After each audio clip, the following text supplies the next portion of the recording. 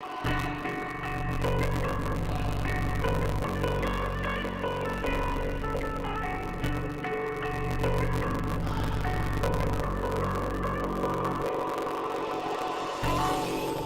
lost you, get to thinking why we used to be so high in life.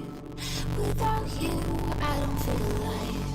So I'll just keep on being higher than the sky. Tell me, are you there for me even when I try? Keep on being high. Without you, keep on being high. Without you, keep on being high. I know that you're feeling forsaken, mistaken, wish you were another man. I remember feeling awakened, mistaken, if you thought I'm in that place where you want me to be. But I don't want to want you back, so it's easy to see when I'm high all the time. Cause I have lost you, get to thinking why we used to be so high alive. Without you, I don't feel alive. So I just keep on being higher than the sky. Tell me, are you there for me even when I try? Keep on being high. Without you, keep on being high. Without you, keep on being high.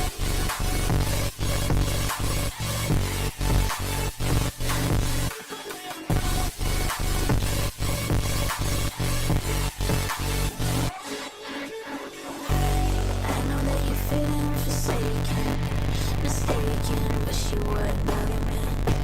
I remember feeling awakened, mistaken, if you thought I'm in that place where you want me to be. But I don't want to want you back, so it's easy to see when I'm high all the time. Cause I have lost you, get to thinking why we used to be so high alive. Without you, I don't feel alive. So I just keep on being higher than the sky. Tell me, are you there for me even when I try? Keep on being high. Without you, keep on being high. Without you, keep on being high.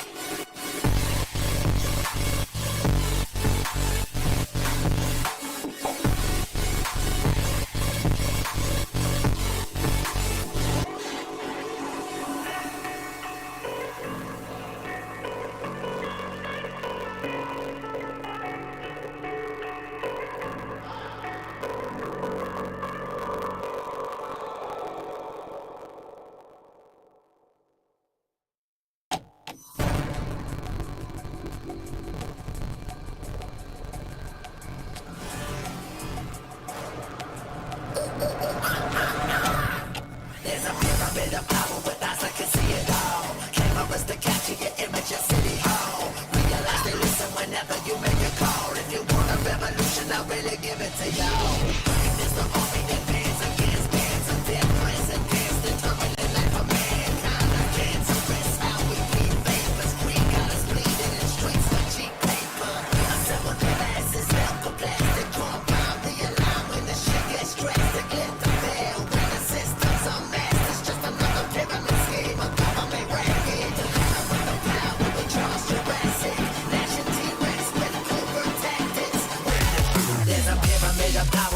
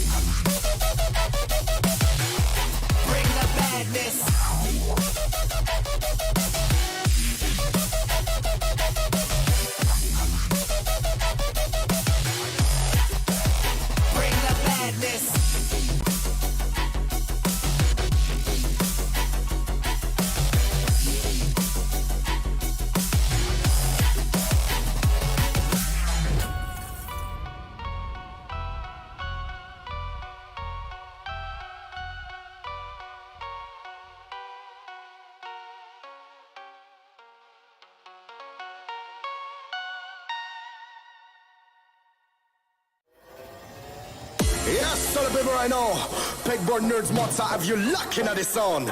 All of the gyal go passing when me boy I go drop them a coming. Murder. Me a the burning fire and natural born killer. When me bust into flame, watch out some lights. You better turn it, I am make the bad boy bigger.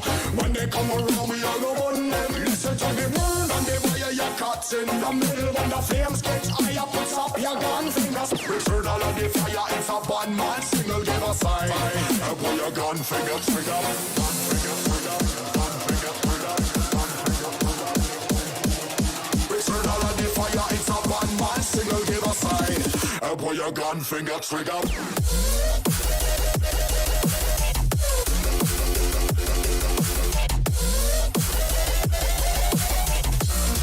Put your gun finger trigger.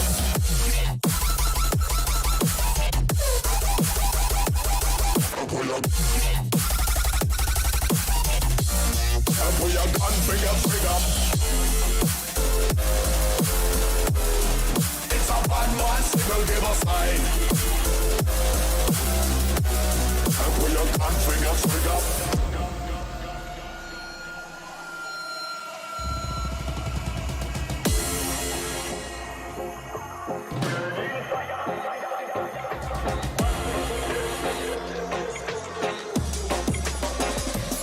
Me a the burning fire and natural born killer. When me bust into flame, watch out some lights. You better turn it, I am make the bad boy bigger. When they come around, we all go on them. Listen to the word and the fire you caught in the middle. When the flames get higher, put up your gun fingers. Return all of the fire, it's a bad man single, give a sign. Put your gun finger trigger. Gun finger trigger. Gun finger trigger. Gun finger trigger. Return all of the fire, it's a bad man single, give a sign. Put your gun finger trigger.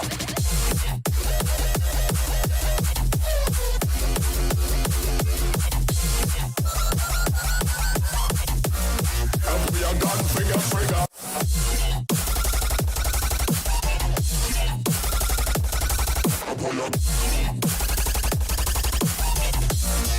Put your gun finger trigger. It's a bad man signal, give a sign. Put your gun finger trigger.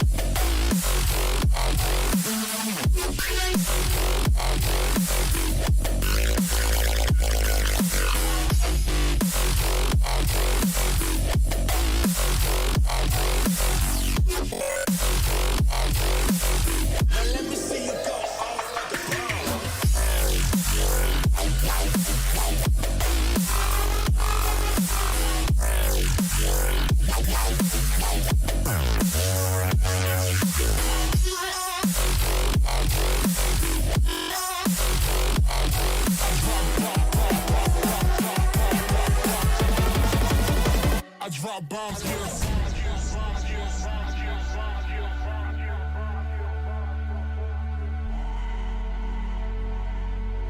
Now let me see you go off like a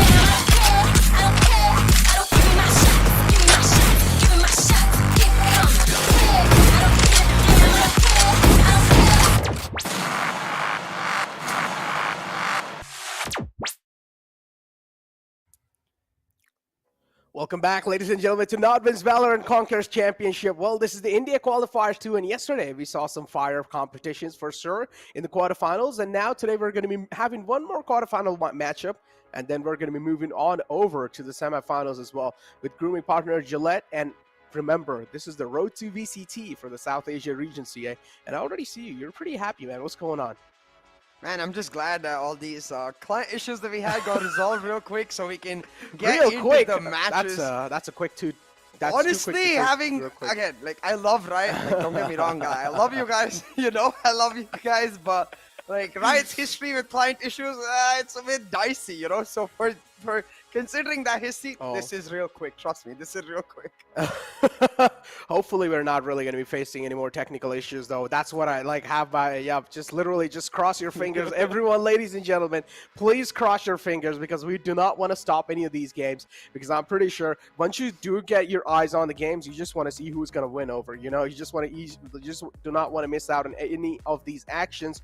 But I'm pretty sure that the people that are new over here in the chat, we're also going to be having an overview schedule in front of us, and just to get you guys get your eyes on the overview schedule. Oh my god, today, man, not gonna lie, all these issues, all these technical errors, they're messing with my brain. But yeah, we're currently on day 2 of the India Qualifiers 2, and as you all can see, we are going to be going with one quarterfinals and 2 semifinals to move on over. CA, man, I'm not gonna lie, my head was too much over here in the technical issues. There's been a lot of things. Like all of the hype emotional that we damage. Built up, yeah, it's all of the hype that we built up within ourselves going into the 2:30 p.m. mark, and then we had to wait for a few hours. Like the hype just sort of ended up turning into something else, and now that is messing with Necro's main. But that's okay, Necro. I've got the perfect remedy for you, which is the match itself. But before we get into that, of course, we have to understand the way this tournament itself is going to turn out. Right now, we're in the second slot that you can see for India. We're in India Qualifier 2, and for them, after this is going to be the Nepal-Bhutan Qualifier and then the Wildcard Qualifier. And all around, it's all leading up to that top 2 in the Grand Final playoffs, Necro. Teams trying to vie their mark to get into the Apex Challengers playoffs. Oh man, teams indeed are going to try to go over in the Grand Finals. We have a couple of teams already who have qualified in the Grand Finals playoff, but again, Grand Final playoff, the journey itself is not going to be easy. Over here in India Qualifier 2 as well, the teams are fighting to get a slot in the Grand Finals playoff. But don't mind, okay? Even if a team has qualified in the India Qualifiers 2 Grand Finals, I said India Qualifiers 2 Grand Finals. They're going to be having another chance in the wild card. So that means 2 slots from wild card as well will be moving on forward in the Grand Finals. So again, there will be a little bit more safety cushion for the teams. Talking about safety cushion, though, prize pool is definitely not going to give them a safety cushion. This is just going to add on a little bit of more pressure on each and every single player and each and every single team, or pretty much organization owner themselves. A prize pool of $30,000. That's quite a lot of money. First place, of course, getting $15,000 in their back, and then pretty much going to start descending downwards. But the main thing that I'm going to be eyeing out for is the MVP of the tournament. This is what I really love. Give me that $1,500 right now, NODWIN. No, not even close, Necro, because there's several high-profile competitors for that prize. But for now, let's take a look at the brackets, understand the journey these teams had to take to get here. As you can see, it's that revenge storyline in India Qualifier 2. Global Esports God Particles have already set their place in the semi-finals, reenacting their matchup from the India Qualifier 1 quarterfinals. And today, we have True Rippers versus Reckoning. Old foes indeed, for both of them trying to make their way to the semi-finals so they can get their shot at VLT. And for Reckoning, it's that much more at stake here because they want their revenge against VLT. They came real close to beating them in India Qualifier 1. I'm sure they want another shot at the title. By the way, CA, talking about shot, another thing, I mean, it's not really related to any kind of shots, but what really came into my mind was like, you like shots? What kind of shots we talking? Well, both. There's a lot of kind of shots, but moving on. I wanted to ask, why do you not have glasses? Like, you're a gamer just like me, okay? Maybe I've played a lot of games myself. Like, I have a lot of hours. I have immense amount of hours in PC games. But still, why do you not have glasses? It's kind of weird. I eat a lot of vegetables, man. It just all comes down to that's that. cap. No, I'm serious. I've always been asked this question, and I can't tell you for sure it's because of that, but I think it is because of that. From my experience talking to my family doctor as well, he's like, I love carrots, so I eat a lot of carrots. That helps a lot. Celery helps a lot. So vegetables in general do help boost that profile. But hey, we're not here to talk about biology. We're here to talk about these teams. You can see the audience so far, so close with respect to where they expect it to go. And Necro, why am I the only one going to Reckoning? Are you kidding me? Not Reckoning just is a solid 2-0 on Reckoning. I have a reason. I'll explain my reason in a second. Go ahead. But before I explain my reason, since you're the odd one out, I want to know why 2-0 Reckoning. Reckoning, I can understand. 2-0? Listen, all right, dude, there's a lot of reasons why I went with 2-0 Reckoning. Now, the last time we saw them playing against VLT, I felt like they were doing a really good job punishing VLT with all the kind of mistakes they were making. Now, I do understand True Rippers is what you really went. We saw True Rippers play in the past against tryouts, but the way they played, man, I just felt like there were a lot of errors and there were a lot of flaws in their executions. But I'm going to talk about errors and flaws, but over here we have no flaws for you guys. We just want to give you guys perfection and talk about perfection. Exclusive merchandise from the VCC. Guess what? It's NODWIN Gaming bringing to your doorstep. All you guys need to do to I don't know why am I just like actually announcing it as if like it's a television, some kind of like advertisement. But yeah, pretty much, yeah. All you guys need to do to apply for this giveaway is go ahead on your social accounts and just make a post tagging #VCC and tag @NODWIN Gaming in the account, and then you guys will pretty much be eligible for the giveaways. But moving on forward in the map selection, here you have True Rippers banning Bind, and then Reckoning pretty much banning Fracture. Interesting. Let's see. Oh, okay. So I'm going to get to my reason real quick because it's actually very dependent on the map veto why I've gone for the 2-1 True Rippers. Honestly, I feel like True Rippers are a perfect mirror team. You put them against top tier teams, they play damn good, just like the way top tier teams play. You put them against up and coming teams, they'll make the exact same mistakes those up and coming teams make. And we saw that against tryouts, where tryouts were making these silly mistakes and True Rippers were like, hey, you cannot make silly mistakes yourself. We will also join you. But hey, that's my reasoning here, because today against Reckoning, I do think True Rippers will have their, well, for a lack of a better word, stuff sorted out and make sure that they come with a specific game plan, specifically Paradox. I remember the clutch he was able to pull out to get the win against tryouts themselves, and now that he's transitioning into more of a team role, I think he's the perfect player to be that X factor to take down Reckoning. But man, it's way easier said than done. I think it's going to be hella close. But with no further ado, let's get straight into Icebox. This is where we saw Paradox clutch it out last time. This is where we saw Bones popping off on that chamber last time. Let's see if they can do it again. So yeah, listen, man, my right eyebrow is twitching. Is that a good sign or a bad sign? It means someone is remembering you. I think, chat. Let me know what that actually means. It's a bit of a superstition. Either someone is cursing you or someone is remembering. All right. You. If it's cursing you, I'm already sorry know about it's that. CA. probably It's me. already CA. Yeah, I know it. It's like after the show ends, I'm probably gonna beat him for sure. I'm not actually gonna beat him. Chat, please do not I mean, you can do try. a case on me. No. What do you mean? Listen, I'm like 6'1". All right. How tall are you? Talk about it. I can throw hands. I don't need the body, man. I got the brain. Like even in Valor, you got the aim. I got the brain. See, like I said, you can try. I'll leave it at that. Bro, listen, we're having a boxing competition. I'm calling out CA in a We boxing need a cameraman to competition. make sure we get the content too. Post it up. I'm gonna throw some punches at you, man. Irrespective of who gets beaten up, both of us get views. Hell yeah, that's what we're talking about. That clout. That's all we need. Let it rain. But yeah, over here, True Rippers versus Reckoning. Ladies and gentlemen, the first map's going to be on the board. And I do want to see how things are going to be looking like, because the first map is where each and every single thing we were decided. Go Reckoning. Let's go. Wreck them. Paradox was eating something. I saw a piece of toast next to him. I want to know what he was eating. I like some toast myself. But hey, I'm going to use that as an excuse to say True Rippers are going to turn Reckoning into toast. Right here, right now. I honestly don't know which way it's going to go. I predicted that it's going to go 2-1 True Rippers. But like the audience, my prediction is damn close. If you were to ask me the odds, it would be something like that. But I'd say 55% True Rippers, maybe 60% True Rippers, and 45% towards Reckoning Esports. And I think that can easily flip around Necro. And it really does come down to momentum for both of these teams. But holding on to that thought for a second, let's take a second to talk about compositions. Now, Reckoning, we see that standard composition. They've gone for the Sage Killjoy, whereas for the True Ripper side, they have that chamber. So I really want to see the power of that chamber utilized. We saw Bones using the Headhunter as well as the Tour de Force really well last time around. Let's see if he can do it again, because right now they're going for a hard made execute. They surprise the heck out of Reckoning. They get the wall down, but Reckoning already have a stack Necro. Yeah, they already know. They're reading this pretty well. Reckoning doing a really good job reading them like a book. Couple of shots coming through, 65 HP. Bad Love is on his march. Charges in forward, waiting for the heal from the Sage as well. Taking his sweet little time, but the current, the sixth man is just making a lot of work happen.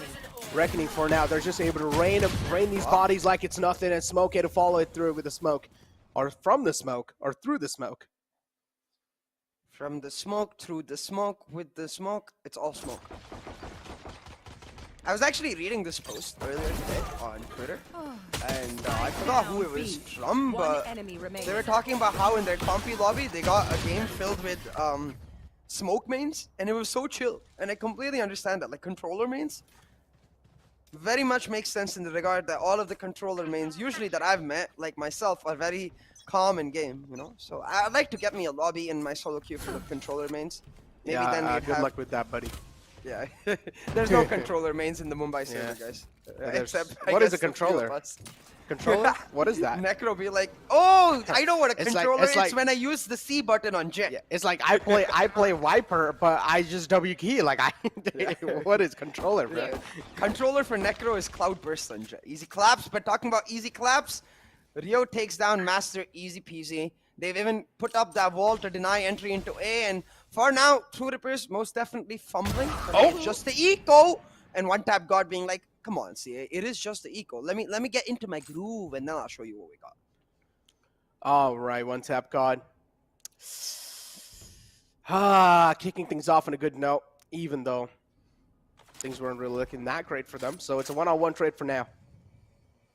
But still, is it just me, or does the chamber look really weird when he's holding his share from like a third-person point of view? It does. It does. It looks like it looks weird. The way he runs around. Awkward, right? Yeah, the way he runs around while like holding it looks weird. It's not normal. Especially because we're seeing like shutters being used quite a lot, and then we just see the headhunter being used as well. It's kind of like a huge change with how they hold, like the animation. Oh, but look at this. He's certainly hunting heads. Deadly's been taken down. A plant now coming up for True Rippers, and so far so great on the Eco Necro because they made it a 2v2. Bones has managed to rendezvous on outer there, but Bad Love makes sure that it's a rendezvous with that. Let's go. I want to see in the chat who is with me and who is with CA and the Hindi desk, because I went with Reckoning Esports. And I feel like I'm pretty confident with what I just went. I honestly feel like I'm pretty confident with my predictions. Maybe it can be 2-1. Still, I mean, the scoreline might be a little bit here, wiggly wobbly. Okay, go ahead. If Reckoning win this, then I will join your bandwagon. I think it's a 2-0 if Reckoning win Icebox. If Reckoning don't win Icebox, I still think it's a standard thing where Haven can go either way, but I expect True Rippers to close it out in map 3 at least. But if Reckoning are able to close out Icebox, because they're certainly looking pretty good right now, then I think they might just be able to make it a 2-0, especially with that KO on Deadly coming in on Haven. But we'll save that conversation for Haven itself, because now it is the buy round for True Rippers Necro. And this buy round oh so crucial. You cannot allow Reckoning to get away with the bonus. If Smokey gets his hand on an off, I feel like it's all but over. Oh, man. There we go. Smokey already. I mean, we saw Smokey make some stylish plays against VLT in the past, so yeah. I want to see that. I want to see the history repeat itself. One tap God as well is pretty good with his aim, so, but there's still a little bit of chance that he might just miss a couple of things. Catching a bullet right there. A lot of his armor taken away, actually. Most of it taken away. Only has now 7 armor left, but still he finds it. One pick through the smoke, even through the spam just coming in. A random spam. Viper spit out as well to get the spike planted. Shock darts to follow it up, but nothing really crucial happening just yet. They also get it down, but nice shock dart coming, follow it through onto Reckoning Esports. But keep this in mind, this is still a bonus round for Reckoning. Necro noticed also that Paradox barely got any kills in the first 2 rounds. This is just smart macro control from True Rippers. They've been farming those ult drops, getting the plant on Paradox, and because of that, only in the 3rd round, they've already got a Viper Spit online. This is huge because it makes sure that True Reckoning don't really have a free opportunity to use the marshals at their disposal to find some sort of advantage by taking down the guns that True Rippers have. And now Reckoning, they're just gonna have to waltz into the poison to their death. Oh my god, but there we go. Still Reckoning somewhere down line is just not scaring them. They do realize this is just there. And how are they able to find so many frags? But still, it's fine. 2 players being taken out, and now Reckoning Esports as well, just with left with 1. But they still took out quite a lot of guns, and this is going to hurt them. As I mentioned, Reckoning, they knew this was just their bonus round. That's why they fully committed. Especially considering that now Smokey was able to get a couple kills.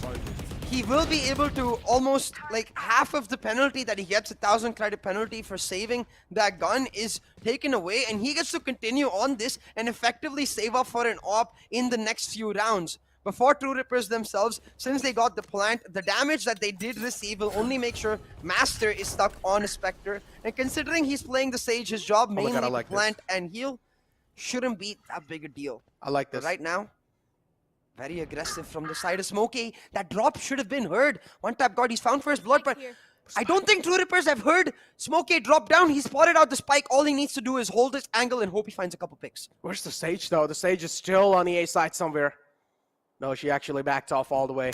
Do see the Sova close in, but oh no, 2 players just slipped by. True Rippers having the spike, not having the spike control. On the other hand, Reckoning having the spike control. And Reckoning also has a lot of info to work with, so this is quite a lot. This is insane. Reckoning, hopefully they're just not giving him a lot of man advantage, but still they're just able to stack these bodies up. 2 players right on top of Smokey. He needs to take care of both of these 2, and he's still able to connect these nutty headshots. And oh my god, how are True Rippers missing these shots onto Smokey? I just love this man's confidence at this point. Smokey is not even phased. He's not phased. With the Marshal, he's able to connect these skulls. Truly, this man has some inhuman confidence. The backup coming in from Deadly as well. Bones now in an impossible situation. That spike being left, Smokey sneaking in, and suddenly True Rippers be like, wait, we got the first 2 picks. We got A-site and B-long control. How are we now in a position to lose this round? Yeah. And it's all down to Smokey and Deadly 10. He's gonna try to rush it. Oh, that's huge. Rendezvous's on out of there. Can try to now isolate Smokey. But turns around at the wrong time. He's gonna get tagged, slowed, and Bad Love will finish it all up. Amazing plays from Smokey and Deadly 10. Smokey, just the boss right here, showing True Rippers how it's done. Oh man, indeed showing them how it's done, man. God damn, with a Marshal as well, he's able to stack them up just like it's nothing. Able to connect those skulls and not even getting phased. Even though realizing there's an enemy in the front, he was still trying to challenge a fight against him. I just love this man's confidence. Indeed, an Indian CNET, if you'd like to call it. Even kind of looks like him, so. Does makes a lot of sense. And now Smokey, look at the confidence this man has. Even though still he's just peeking out like that, does realize the Blaze Storm is available for the enemy, so the moving accuracy is pretty much going to be on point. One tap God is still finding his mark, and that's all he really needs. That opening being found also gets a lot of control on the rafters. Smokey trying to catch him slip by, but this time he's not really able to do that. I just like how calculated he takes the risk as well. If he realizes he's not going to be able to connect, or at least he has a lot of odds against it, he instantly realizes and like backs off. But this lockdown will just diffuse the push completely. Absolutely, but look at this. They're going for the full rotate towards B side. They have the retake wall set up for Pixels, but he's all on his lonesome. Doesn't even have any snake bites to deny the plant, so Pixels is going to try to have to play on a peak here. Is able to take down the wall, so that will put a lot of pressure into him, but the Headhunter truly stands true to its name. Shuts down Pixels, the spike's now planted, and suddenly Reckoning not in a great position despite having all the advantages at the start of the round. Especially with that lockdown down, they're not going to have many options to try and find this retake. Oh no, True Rippers are truly ripping them apart in this round, but still Reckoning Esports have 2 players alive. And we do know what these 2 players are capable of. Rio, we saw this man pop off on the solo as well in the past, but I feel like, yep, going for a save should be the right call, but Bones from the back wraps around and shuts down CNET, actually. It's not really CNET. Smokey, not bad. And now Smokey being shut down. It's just Rio, the only man left alive. Bones JR finally getting caught off guard in the position he's found himself, and a thrifty round coming through from the side of True Rippers. Oh, and this is going to go a long way to making that op a deadly buy for Reckoning Esports. I still think they should be able to afford the op for Smokey right here, but it will mean that they have no economic cushion going into that they should have rightfully had, considering that they won the last 2 rounds. They were able to make it 3-1, but True Rippers pulling back around where it counted the most. And actually, look at this. Smokey is not saving up for the operator, instead electing to, with his team, to get them a buy. He's going to play on the Blade Storm, and this will mean that the operator gets delayed so much longer. Considering how good Smokey was on the Marshall, considering how good we've seen him be on the operator, I feel like this is a big error from the side of Reckoning Esports. They needed to get him that operator. No, trigger control can be bad too. He's letting them slip by. Turn it out, Paradox! Oh, there we go. Nice dash in as well. He got the gun. To follow it through, also retrieves the gun in the hand. He's probably going to be handing it over to his teammate because Reckoning Esports clearly do have a man advantage. The Resurrection is also available for Deadly 10, but he needs to hold down the site. Nice flick on the recon to instantly shut it down, so no info being conveyed just yet. So the player has nothing to report on the site, but Deadly 10 on the other hand spots the push coming through. As I mentioned, also has a Resurrection available, so he's probably going to go for the Resurrection on the stairs, and that's what exactly he does. Rio should be able to get back up on his feet, but Deadly 10 is able to follow it through. A massive frack for Deadly, indeed, just proving that he is a deadly man. And a huge tag as well to come through. Master's position there. Nice follow it through. Rio will shut it down, and Reckoning Esports, a nice retake. Hey, another reason why you shouldn't force your Sage to wall kitchen every single time. Just pick that KJ or any Sentinel, honestly, and put a trap on that kitchen area. You can see how strong that Sage wall is when she walls off Sandwich. But again, 2 rounds out of the 4 that Reckoning have won purely down to Smokey. The trigger control absolutely humongous. If you notice on the map, he takes down Paradox as soon as Bones, who is deep into the site, is shut down by his teammate in Deadly 10. Or actually, I think it was Bad Love. Either ways, as soon as Bones is shut down, then he goes for the shot into Paradox, just waiting and waiting and waiting. And this turning up huge for Reckoning Esports now, because they've got that lead once again. They've got that economic cushion once again, but it's just, it feels like an anime battle at this point, Nekiro, where if Smokey pops off on 1 round, 1 tap God answers back, Bones with the Tour de Force has found one, and these teams are at each other's necks, exactly as we expected. Yeah, close competition indeed. Both teams are kind of like equally skilled. So it's really hard to tell who's going to be popping off this round, who's not. It's like it's one time is 1 tap God, the other time is Smokey, as you mentioned. 8 bullets in the magazine. We'll need a fresh one. We'll get one as well. Nice tack coming through, but now there's a double peek. Really well played from the side of Reckoning, but still that not really working out. Rio was not able to get back into safety, so gets caught out in the open. Bones JR has the Tour de Force available, which is the operator, specially made for chamber, especially forged for chamber. And look at one tap God, man. There's nothing that's gonna scare this man away. First coming through, and easy frag to follow as well. They say the right click was nerfed. Necro be like sauce. Find the sauce. Oh, that's saucy. Necro doesn't like that sauce because, I mean, everyone's got slapped by the right click at this point. But hey, this is what I'm talking about. It's become this anime battle back and forth between these Jets as One Tap God and Smokey are both popping the heck off. But this will mean that now Reckoning Esports forced onto an economy. And I finally noticed Three marshals. Wait, I was gonna say that Smokey might be saving for an operator, but he's not. I don't think 1700 is enough to get money for the operator. So again, I'm not sure why Reckoning doesn't want the operator on their defense. It becomes a huge factor, especially against the comps that they're playing again. Yeah, I don't know. Maybe they do have a game plan. Maybe they just want to play out really aggressive. Makes a lot of sense as well, right? If they do want to just have the pedal to the metal. Two marshals are actually 3 marshals are available on this side of Reckoning Esports. So all they need to do is just find some skulls. We're talking about finding skull. It's just Bones Jar lining these skulls up.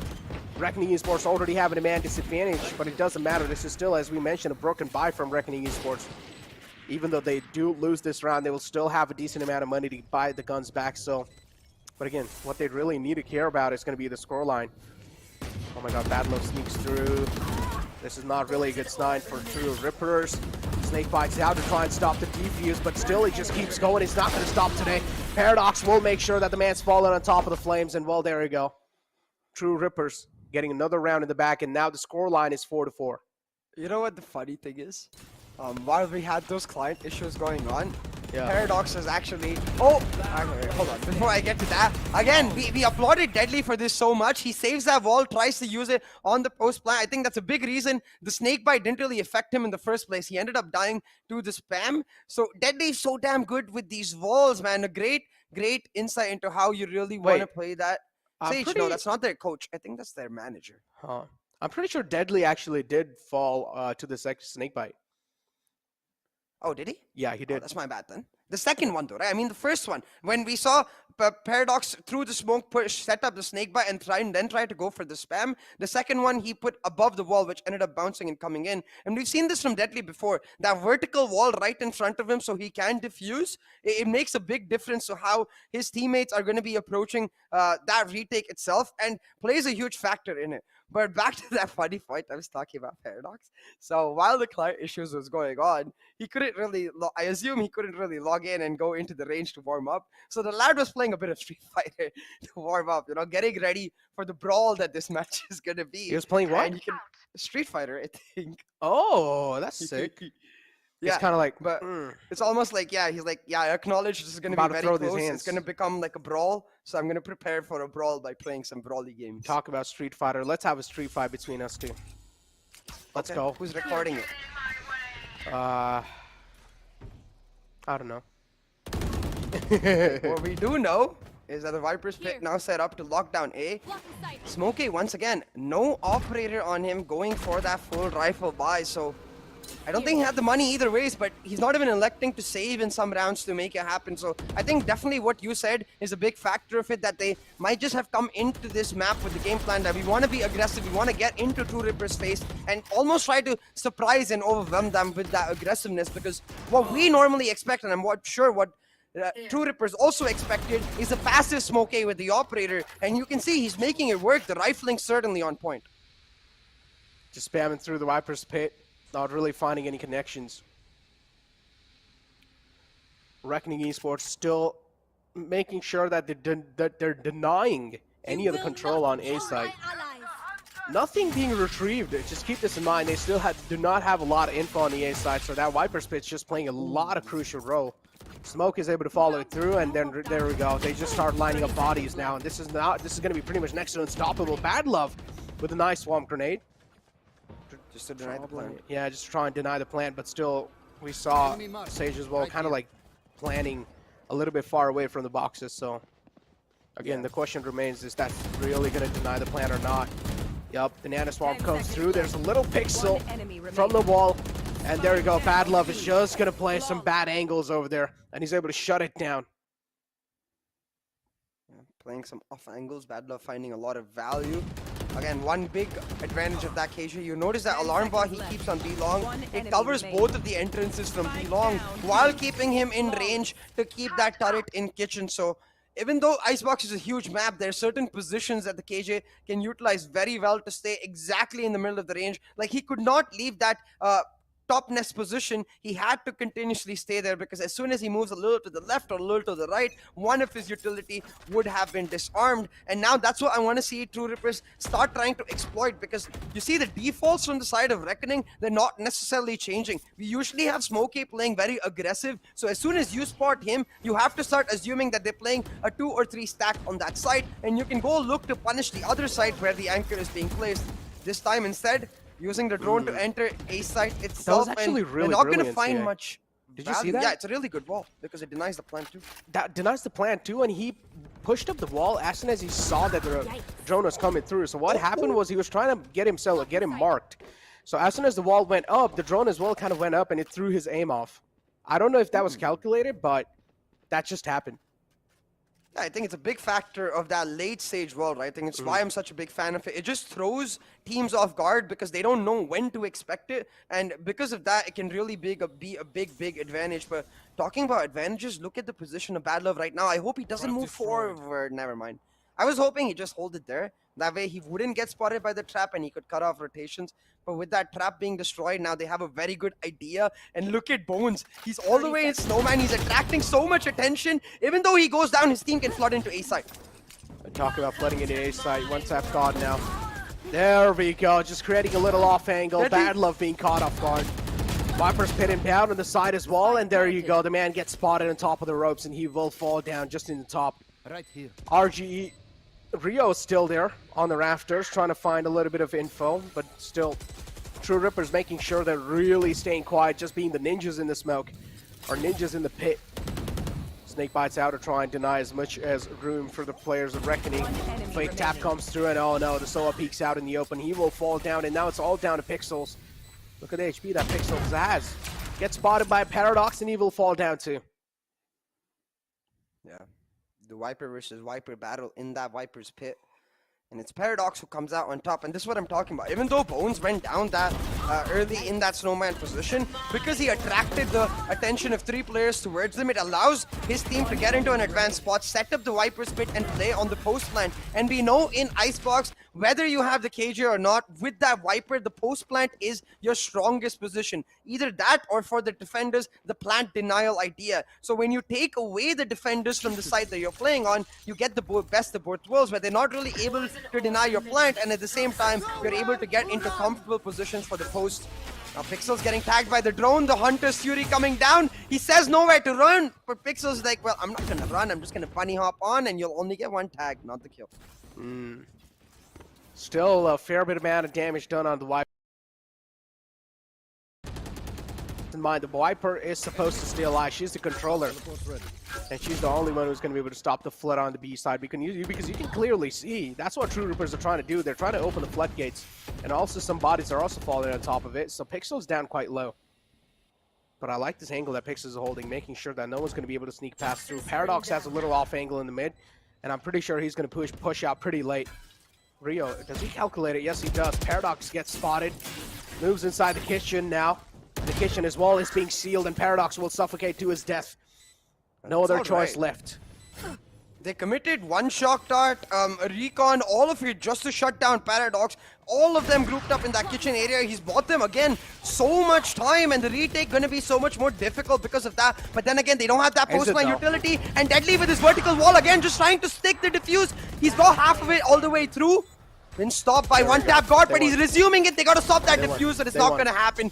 Deadly will find it. These vertical walls are being the downfall of these teams. They have to have known from the last match against VLT that Deadly loves saving his walls, either for a late cutoff or for this exact defuse. They need to have planned for this next round. Reckoning Esports is just playing that so brilliantly, man.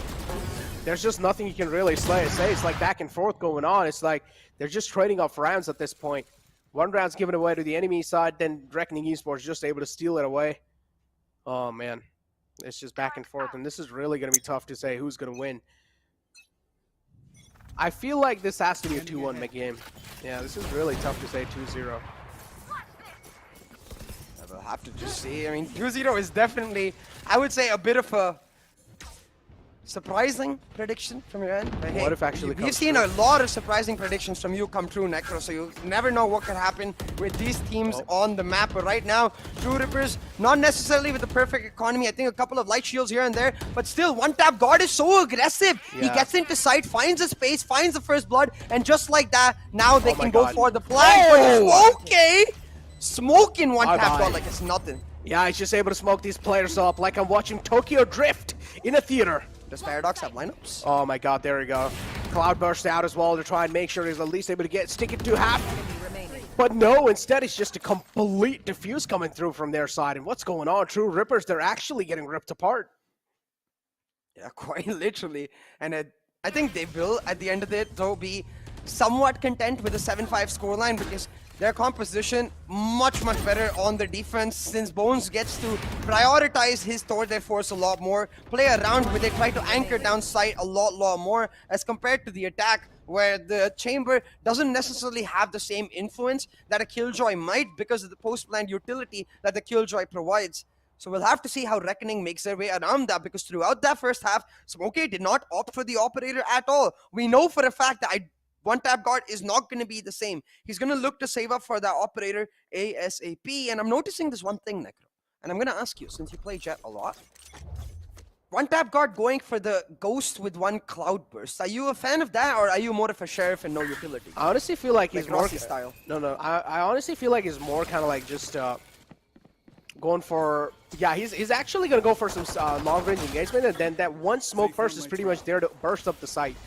Yeah. And, but still, look at that. Trap.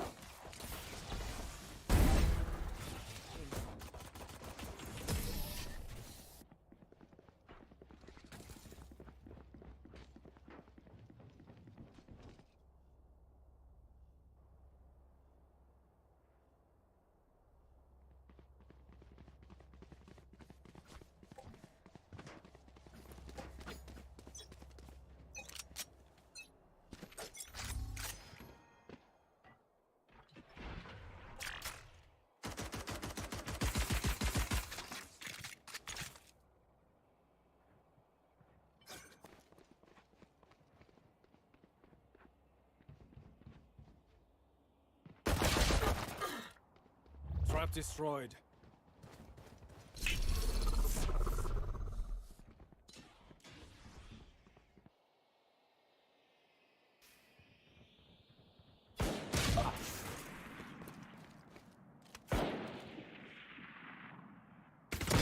Do better.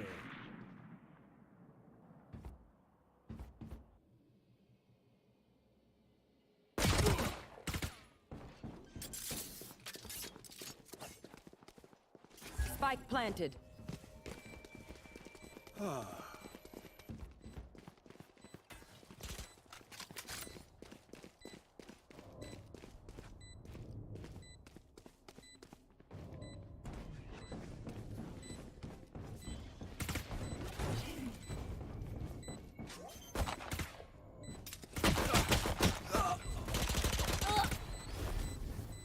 Last player standing. Close.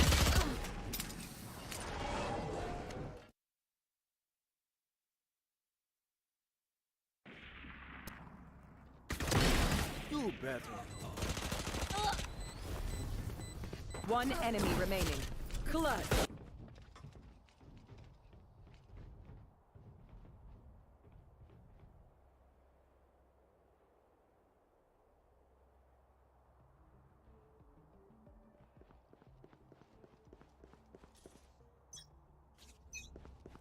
Here.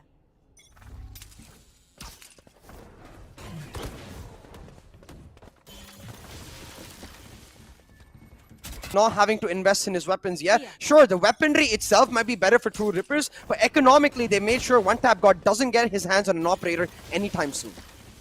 Oh, man. Phantom's out. Gets spotted with pretty much our drone. True Ripper still doing really good on the defense, at least in the first 2 rounds, which is quite expected, but this is where the buy round comes through. And means quite a lot for both these teams. This buy round is what's going to decide the forward momentum for the teams. And True Ripper still taking their sweet little time. Oh, look at that. That drone was destroyed only by Rio, I believe. I don't think it spotted out Deadly, Smokey, or Bad Love. But it's very interesting because now they get to go for a hard execute on this A side. But you can look at the way Master is set up. He's waiting for the contact from one tap god to instantly wall off that 410 area and deny that simple plan that the Sage has got online. But on the other hand, Reckoning slowly starting to push into kitchen. I think their idea is to fake that kitchen push, draw away all of this stack that True Rippers has got going on towards that A side and then burst on there. Oh, man.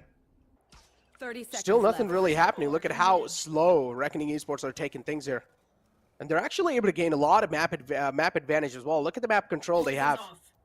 But this is insane, Necro. Yeah. The discipline from True Rippers. Even though they saw their trap going down in kitchen, they didn't move from sight.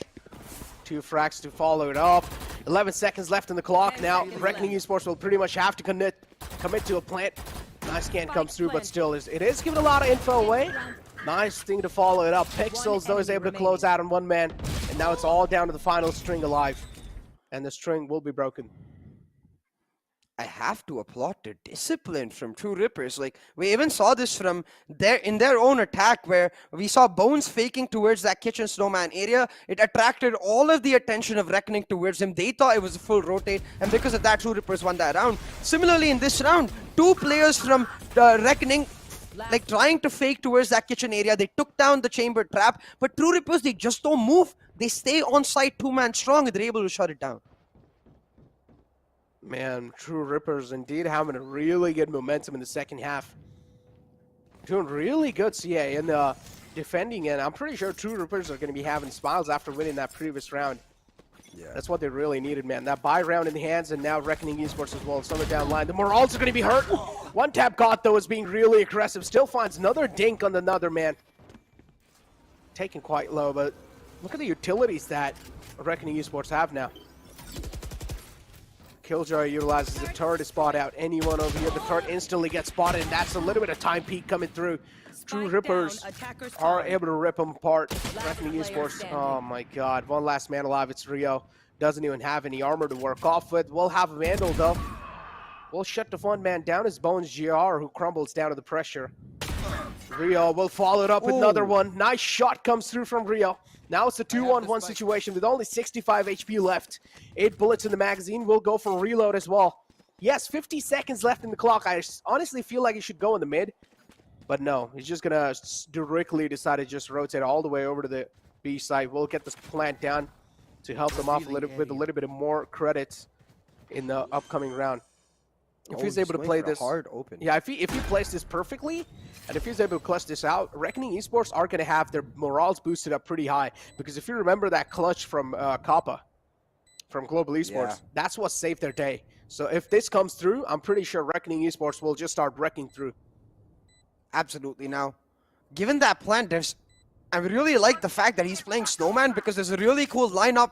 But Master, he's going to take no chances, brings back Bones to life, and in a 3v1, surely this is impossible for Rio on just 65 HP. He's being sneaky, now got into this tube area. I really hope he doesn't use his recon. It's all about the time factor, setting up the shock dart to shut down 1 defusal. But that's all it's going to be. The half was done, and Bones will be able to finish it off with just 1 second to spare. You could see how close Rio was to success in that round, and you can see True Rippers themselves feeling that pressure too. But close, well, that's not nearly good enough. Because True Rippers, that momentum they've got going, I think this will mean that one tap God gets his hand on an operator this round. And you know what? Even if he doesn't, it's all right. Because the tour they force for Bones is online. It is online, but you know, it's still a valiant effort coming through from the side of Rio. He was able to do a lot of damage. So at least a little bit of economy being hurt on a couple of players. As you can see, not really having the best of an eco to work with. But True Rippers, they're going to be having full buys. As you mentioned, there's also going to be getting an operator on the board, if I'm not wrong. And yes, he has. He's just posted up. Is he? No, he has the Blaze Storm available, so it makes sense. Yeah. He's gone for a Sheriff buy to save up for the Operator, electing to play on the Bladestorm here. But you can see Reckoning, they're trying to hard force in the Shock Dart lineups from Crosshair. Beautiful. And now that they've got the one pick, they're happy to get on out of there. They're just going to play on the retake. And yeah, and that's also the big man duel is taken out, but still the follow-ups are there. Turns happening back and forth, and now we're left on a 3v4. Reckoning Esports having 3 men alive, but oh no, if they just start giving away picks like that, then Reckoning Esports will have a huge advantage. Last man alive, but Master's flicks are too quick. Oh my god, Necro. These rounds are so damn quick. The chaos, the tempo at which these teams are playing is just absolute, like, maniacs. The way they seem to just follow each other. Like, pure trust between these teams, and it's such a pleasure to witness. I think we've seen this in games in Pakistan, for example, where teams are just like, we will go, we know where to find the traits for each other, and it's so nice to watch with respect to the fact that we understand that, of course, these are pro teams, but when you get to witness that level of synergy, we see how much time and effort they put into practicing with each other, how well they really know each other now. Wait, I think that's actually the coach. I was wrong in the first place because we saw a timeout by Coach Blue, and this is the second time he's walked into their computer room. You can see him just trying to calm them down, give them some basic instructions of what's going wrong. And since he's talking and it's not Rio, the IGL, I assume he's the coach. Yeah. So coach pretty much, yeah, as you guys can see, he's just trying to have a nice talk to the players, also trying to get their mindsets back in the game. He realizes doesn't really have a lot of time to talk. He only has 1 minute. Pixel, somewhere down line as well, has a lot of things going in his head. Bad Love is pretty much focused. Smokey just has a neutral face. He's having a great time playing. Yeah, he's just trying to stay focused on the task ahead, which is to try and come back against True Rippers. But this is what we we're talking about in the last round. One Tap God went for the Sheriff, played on his Bladestorm so he could save up for this Operator. And now with that Operator online, they have such a strong force to anchor on because look, One Trap God going to solo hold on the A side while they get really aggressive down mid. They want to place that trap so they don't have to walk kitchen. This is absolutely beautiful from True Rippers. Yeah, and there we go. Just already shut down though. Just already some high octane gameplay. You will Love to not see it. kill my Okay, ally. I know why you smiled there, CA. All right, buddy. Yeah. I know. Yeah, but no, indeed, these are high octane rounds for sure because the way it's going is just so quick. And True Rippers, look at this. Even though they only have 3 maps to work with, I still like how they have the control in the map. But now we have pretty much Reckoning Esports trying to burst on the B site. They're just trying to follow the executions. The wall's pretty great as well. They can just rotate, Necro.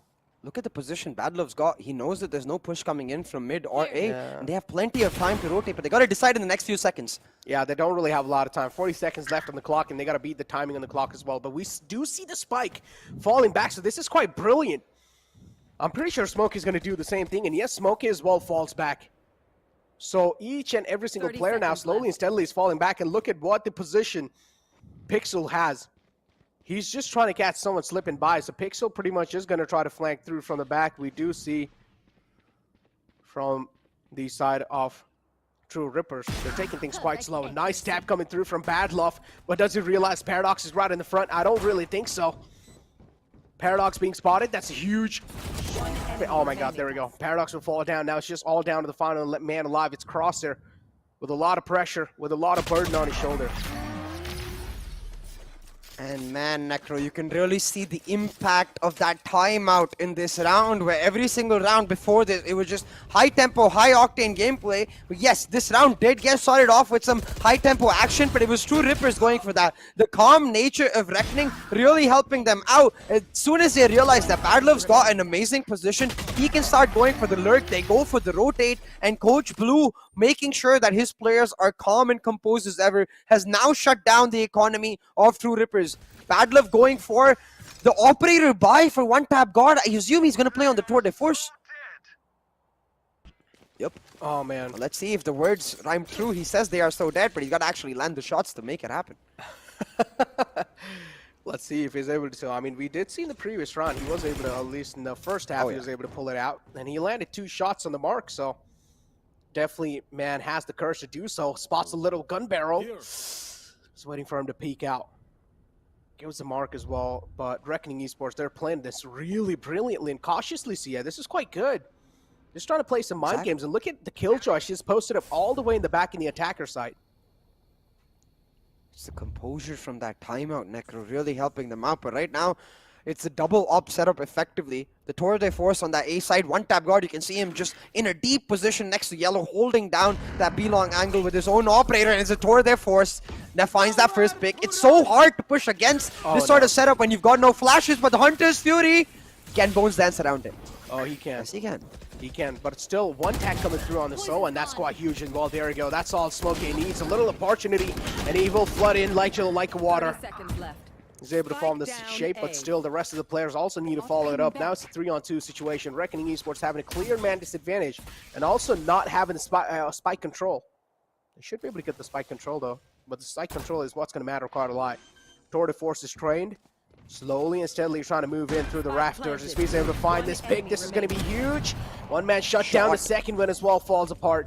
And Bones JR, yeah, indeed, some great shots coming up with a 3K. No, Bones, don't do it! Oh, I wish he'd given the diffuse over to the Sage instead. I'm not sure if he knows, but as long as the operator, his tour de force has all the bullets, he's not going to get the ult off from the diffuse. So... yeah, but whatever. He landed some sick shots. He deserves to finish the round off in style. Was that really a style though? I mean, yeah, the shots were style, but diffusing isn't any. Yeah, it's because like the ground below him is all like colorful, so he's like, this is my ground now. I littered it with their colors of blood and all of that, so I will diffuse. Ooh, I guess their blood color is pinkish and blue. But see, this is what I mean. Like, you see 0 out of 7 on Bones. It's because at least he could have fired all of his tour de force shots, so it would have disappeared, then he would have got one ult orb. I know I'm nitpicking here, but like, I'm a very efficient person in general. I like those small things. But look at this mid to be execute. Reckoning, they're stepping up the pace. Yeah, talk about small things. He also just like dug a hole in the wall with the operator. I don't want to know what he exactly did that, but... yeah, nothing really much happening. Just some casual domination coming through from True Rippers with 3 kills already on the board. One enemy remaining. Looking to follow it up with a 4th, and Reckoning Esports, clearly they're getting decimated from all the different angles. Recon darts available on Reckoning Esports. And with this round win, True Rippers will also have the match point in their hands. Reckoning Esports able to follow it through, but this time the crossfire is there from Crosshair. And a really nice round win from the side of True Rippers gets them to that match point. We talked about this, their composition so much more suited to the defense, especially with a player like Bones handling that chamber. We've seen him continuously be effective with the use of that tour de force, and it almost directly compensates for the lack of utility that the KJ brings, but only on the defense. And you have to make sure that way that you get those extra rounds in attack. So that 7-5 mark, the fact that they were able to get it that close on the attack, really helping them out right now. We're talking about right now, it's one tap guard on the operator getting real damn aggressive. This is kind of scary for both sides. The aggression's on point, but one tap guard is a little too aggressive. He's able to get away. Yes, he is. On a sliver of health, he's able to back away. He's also able to get himself patched up, so that's pretty great. The resurrection also is available, so the Sage needs to cut off. And how are Reckoning Esports going to do that? One more round in the favor of True Rippers, and they will get one map in their hands. Pretty much also having the momentum, all the air shifted in their favor. Smokey just holding a cheeky little angle, hoping that maybe one tap god will peek out. And slowly and steadily, that's what he's exactly doing. Look at Smokey, though. Yeah, he's holding that right angle. There we go. Peeks out, but a quick shot from Smokey will shut down one tap god. He can't even resurrect him because the body is still on rafters, so the only way the resurrection comes through is he pushes in. But instead, look at Paradox. He's getting very aggressive down kitchen tube. He's going to catch Pixels off guard. He can. Paradox is able to do so. Pixels being taken out. It's Viper v Viper battle. 30 seconds left. But the defending Viper's a little too good. 30 seconds left on the clock, and a lot of pressure as well as the time's ticking by. The pressure's stacking up on the players of Reckoning Esports. One man's quite in the open. He's getting spammed through as well. Snake bites out to try and deny the plant. Bad Love has no other option to try and move inside, and well, he gets caught runs straight into Bo JR's arm. And now it's final man alive. 10 seconds left in the clock, trying to go for the plant through as well. It's deadly 10, and it's pretty much, yep, there we go. True Rippers getting the first map in their hands. And somewhere down the line, Reckoning Esports, they fall down and they get wrecked in the first map of Icebox. The True Rippers having a great start. Indeed, this is what they really needed. But now Reckoning Esports mental is going to be a little shaken. Yeah, absolutely. I think they just got to say, c'est la vie, whatever. Bone's just too good on that operator and on that chamber in general. You're like, all right, we're going to go on to the next map, try to make it happen on Haven. But we saw this in the past, right? Like, the confidence is where Reckoning really misses the mark. Like, they are such a momentum-based team. And we talked about how, for us, we want to see them come from India Qualifier 1 to India Qualifier 2 and try to remove that a little bit, in the sense that even if they take a loss, they need to come back that much stronger for it. So let's see, maybe on the map of their own choice, they have actually improved in that regard, and they won't be perturbed by this loss. I mean, again, look, this was a map pick of True Rippers, so they pretty much won on their map pick, and this was not even that big of a domination. Come on, I mean, in the first half, it was pretty close, it was back and forth. Then later on, maybe in the second half, and defensive side, they started popping off, and it was mainly because Bones Jr. He was also having the operators in the hand, and they were actually able to get the operators on the deck. So please, Reckoning Esports, going inside Heaven as well, please try to get the operators in CNETs. I mean, in. Like, oh my God, he looks so much like CNET. It's like, it's just it's just imprinted in my mind that he's the CNET of India. But yeah, just try to get the operator in the hands of Smokey, and I'm pretty sure he will start to dominate the floor as well. That's all you really need. Get the operator in this man's hand. That's all you need to do over here, Reckoning. Once you do that, Haven will be yours. But again, the Haven pick, as I mentioned, is the pick of Reckoning Esports. So there's a high chance that maybe Reckoning Esports will be just throwing the wrecking ball on the map of Heaven. But for now, we got to take a look at the scoreboard of the previous map. And Smokey pretty much, of course, on the top of the Reckoning Esports roster. And then you have One Tap God on the other side. Yeah, Smokey really popping off, but so is One Tap God. This is what I mean by the anime battle really coming online in map 1 itself. Both of these Jets on an absolute tear, and I just like to give props to Paradox for this, because he's been that Jet main for so long, but before VCC, they seem to have made the shift. Paradox acknowledging that, you know what, I'm going to take this for the team. I know One Tap God can be ridiculously good on the Jet. I'm going to let him take it up and learn these more supportive angles, but the tendencies don't go away. For example, in that last round itself, you see Paradox with the aggressive push, perfectly timed down Kitchen Tube, catching Pixels off guard. It really helps our True Rippers to have two players playing with such a mindset, because it helps them play in their natural identity, the aggressive style at which they really excel. Oh man, the aggressive style indeed. And we did see, you know, One Tap God was able to make so much room on the side, and he was still able to sneak away with a kill. I don't exactly know why was that the case. As soon as you do see One Tap God just bursting in with the smoke, just try to use this slow arbs on the side, because we saw that happening in the attacking side. We didn't see any slow arbs on One Tap God. If the Sage did use the slow arbs on One Tap God, I feel like there could have been a huge stop to the pace as well, of that he was able to keep up and try to line up the headshots. But that's just what I think. There are a lot of different ways you could have tried to counter that push coming through the smoke. But yeah, here's the MVP comparison in front of you guys, which is Smokey and One Tap God. So you can clearly do see Smokey having a lot of wibbly wobbly lines, but on the other hand, One Tap God having a little bit more consistency on the board.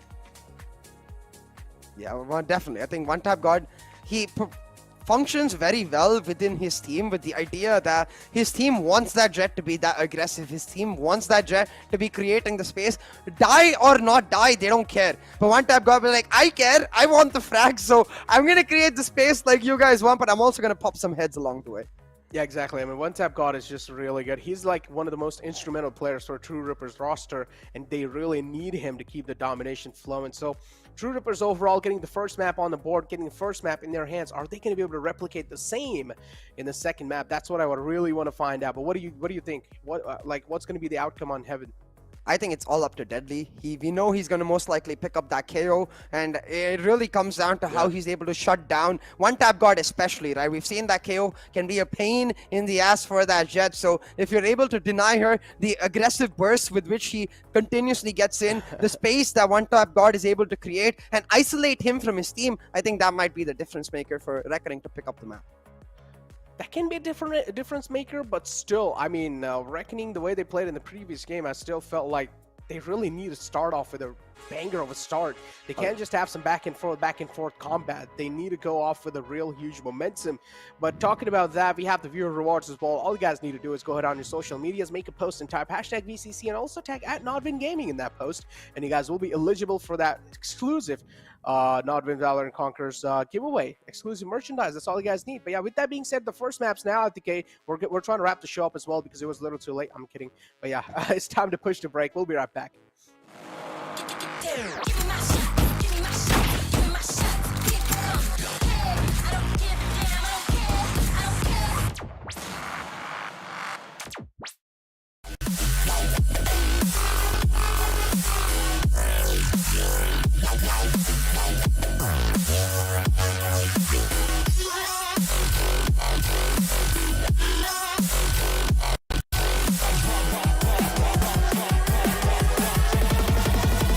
I drop bombs.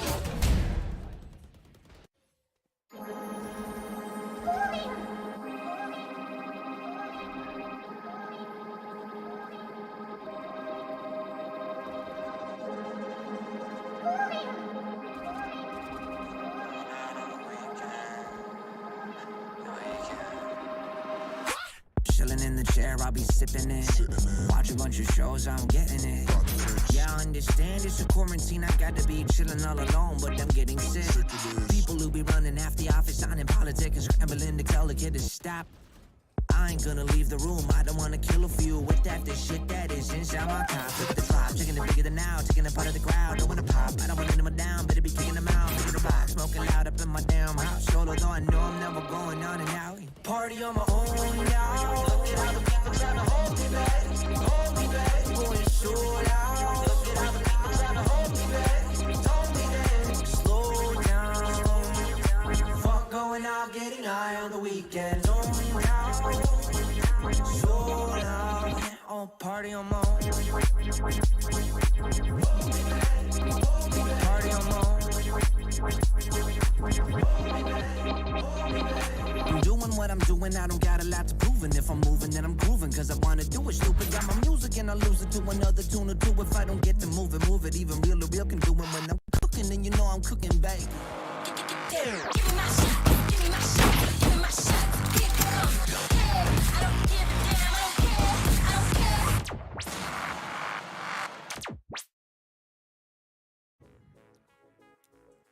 Welcome back, ladies and gentlemen, to NODWIN's Valorant Conquerors Championship. First map out the gate now, blowing inside right in the next map of Haven, where there are 3 sites. I don't need to explain the basics. Come on, everyone knows what Haven is capable of, what Haven has. But yeah, moving inside the second map, what do you think the composition is going to be looking like? See, I already gave a little bit of spoilers here, and they're saying that there will be a KO pulled out, which what we saw in the past. Now, probably the KO is the most instrumental player, but do you think we're going to see Breach being pulled out from any of the teams or no?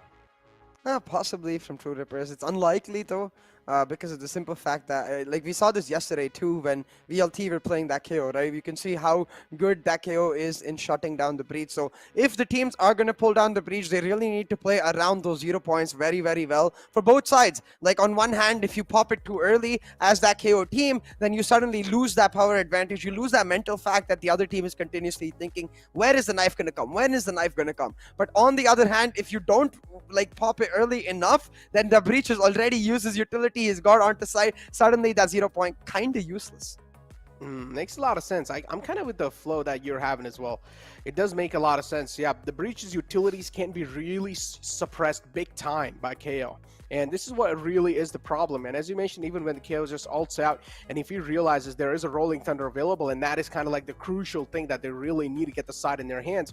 If he uses his ult, the Rolling Thunder will never be used on the board. So this is where it really does come down to how they're able to execute and also able to play the mind games. Now, for Breach to work, one thing you really need in your team is an info gatherer. You need a scout in the team, and that has to be the SOA's Owl drone that'll give you the info that, okay, the KO is available on this side, then we can probably try and burst in the other side. This is where you can try to use the 0 point and try and make some things happen. But again, this is quite tough. We're just doing some speculations over here. We don't exactly know how these teams are going to be playing it out inside the map, but I'm pretty sure these two teams do have a lot of brains, so they will probably use it in game. Yeah, absolutely, and we saw a lot of that coming in as well, right? But I really want to see what Coach Blue has got prepared for reckoning against True Rippers in this match, because we saw his impact in that small timeout itself. Yes, they didn't win the map, but the rate at which the team seemed to have just calmed down after the high octane rounds, we saw back to back just aggressive rushes. Right after the timeout, they slowed down, they played on the rotations, they played on the info. I think they need to get started on that note from the very start on Haven, especially considering that usually when we see teams thrive on Haven, it's because of rotations, it's because of proactively taking control and then denying that area to the enemy team and playing on the basis of that. But no KO for the side of Reckoning, actually. Deadly gonna pick up that chamber. Quite interesting. They're gonna opt for the breach instead, and interesting. Comfort pick, pretty much. Just going Yeah. for nothing really fancy, just going for the comfort OG composition. I like it. I vibe with it. Pretty much mirror composition coming through from both these sides. So this is gonna be a good one. These two teams are, I honestly feel like even though True Rippers won the previous one, I still feel like these two teams are equally matched and they're really good. These two teams 100%. are equally good. They have that one pop-off player, which is Smoke, and on the other hand, it's a headshot, one tap. So I do want to see now inside the map of Haven how things are going to be looking like. Again, we did see the chamber being pulled out from both the sides, and what better than a man like Deadly Tane to wield it. yeah, and you can see some final instructions being shared by Reckoning coach, some final nutrition being intaken by True Rippers. I wonder what Crosshairs got himself to eat. Yeah, trying to like see through his. No, I Mount? cannot really. Yeah, I cannot. Necro with the X-ray vision. I cannot. It's too hard to see. Style. Ooh, talking about Peacemaker. the map itself, before we get too distracted, this map here, again, about the compositions, right? It's quite interesting that Deadly's elected to pick up that chamber, because without that KO, I feel like True Rippers are gonna just have a field day being as aggressive as they like, and I want to see what they've got prepared for it, because a change in composition on a map of your own choice is usually not something we expect. For Bad Love not expecting that recon, he's like, I don't care. I'll fight you 1v1 and win Nice anyways. shot. Yeah, really good shots. But for now, again, the trades back and forth as we saw even in the previous map. So nothing really surprising happening just yet. We're not really seeing the Headhunter being pulled out. Instead, it's the Ghost being pulled out. Taking that back. Interesting. Aren't you interested? Like, don't you find this interested? Like, Yeah, quite not really pulling out the Headhunter, even though playing on Chamber. Interesting. It seems like he's not really trusting in his ability to like hit the heads. So he's not really going to be pulling out the Headhunter. And you Instead, have to just- wonder, right? Like, is that because of confidence? Because it's very rare that we see it doesn't happen. He doesn't even have a single bullet. So maybe Paradox knows something that we just don't. And fair enough, I think maybe he's just trying to play on spamming certain angles, playing to try and deny entry like a true sentinel. And not choosing to do it with the Headhunter, because literally every bullet costs money. Ooh. It does, yeah. 30 But again, seconds left. from what I've seen in the past, right, how usually pros try to play it is like they have the classic in the hand as well, right? So Yeah. you try to get you try to hit one bullet, then instantly pull out the classic and try to do more damage with that, you know? Yeah. Maybe just doesn't trust in his mouse's, what is that? The scrolling thingy? But hey, talking about trust right now, Scroll bar. Reckoning, they're leaving it to the last second, trying to execute onto A side, and they've got both of the initiators to deal with. They'll still shut one of them down. Crosshair finds the instant trade, going for the recon, but it's all too late for Reckoning. The plant cannot be done in time, and True Rippers will come and sweep them up to make sure that the round is done. I think the plant was done with like a 30 milliseconds or But so what- over the clock, so just slightly late, and primarily because Rio had to take down your Master right here. So you can see the Astra trying to help him, Pixels and Rio trying to take down Master. Even though he died, he did his job, he bought the time. See, that's too much analysis for a pistol round. Like, I don't think so. Throw the analysis out the gate. Why are they so scared in the pistol round? Again, it's the confidence factor that we were talking about for Reckoning. You've seen them thrive when they're not under pressure, but under pressure, they're just not the same team. And it feels like that's what's plaguing them again. In the pistol round, man. Come on, just trust your aim at least. I do understand maybe, yeah, you can double doubt, like you can double think on your executions, but your Yeah, I aim agree. is something you should never doubt. especially having a player like Smokey underneath your backpack. I don't exactly know what they're being scared of, and there you go. Smokey's able to connect those nutty shots, but his teammates are just not there to follow it up, and now a little too late. And I don't personally like this, how things are going for Reckoning Esports. I honestly feel like in this round they would have been able to get the spike planted, but Deadly 10, still a decent amount of damage being dealt. 3 players off the gate. But he spent 400 credits to take down 1 player. I'm not sure. At least mathematically, that's not worth it, that throw. But hey, as you said, in terms of the weaponry being taken down, most certainly worth it if this was an eco for Reckoning, which it was not. They went for the force buy in this round, so their eco is completely obliterated, and True Rippers be like, all right, not only did Paradox get a 4K, he's only 1 point away from his tour de force, but now we get an easy 3-0. We get to get off to a very strong start on Haven, especially when you think about the fact that True Rippers, they're an aggressive team. They're sure to thrive on attack more than defense on this map. Yeah, I'm reckoning. Come on, man. Show that Twitter game in game 2. Let's go. Pump it up. You guys gotta... I went with social you media guys. manager into the lobby. Hey, y'all talk about that. A collateral damage coming through, and with that, also a lot of emotional damage to follow it up. One last man alive. Deadly 10 has a deadly headhunter in the end. He will find a frag. Also get the Spectre in the hand. Maybe he's going to be able to do a little bit more damage. He needs to, though. 6 bullets in the hands. Did use 2 on the pass, and now just going to ADS on through.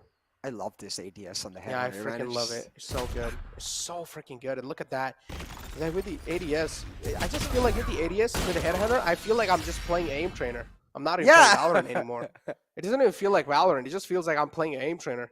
So and honestly, yeah. The sound and the flow of the shots also is so satisfying. We're talking about satisfying. One tap guard gonna be like, all right, enough of this small boy sniper. I gotta collab with the Marshal. Get me the operator, guys. Let's get it going. I think he'll have it in the next round.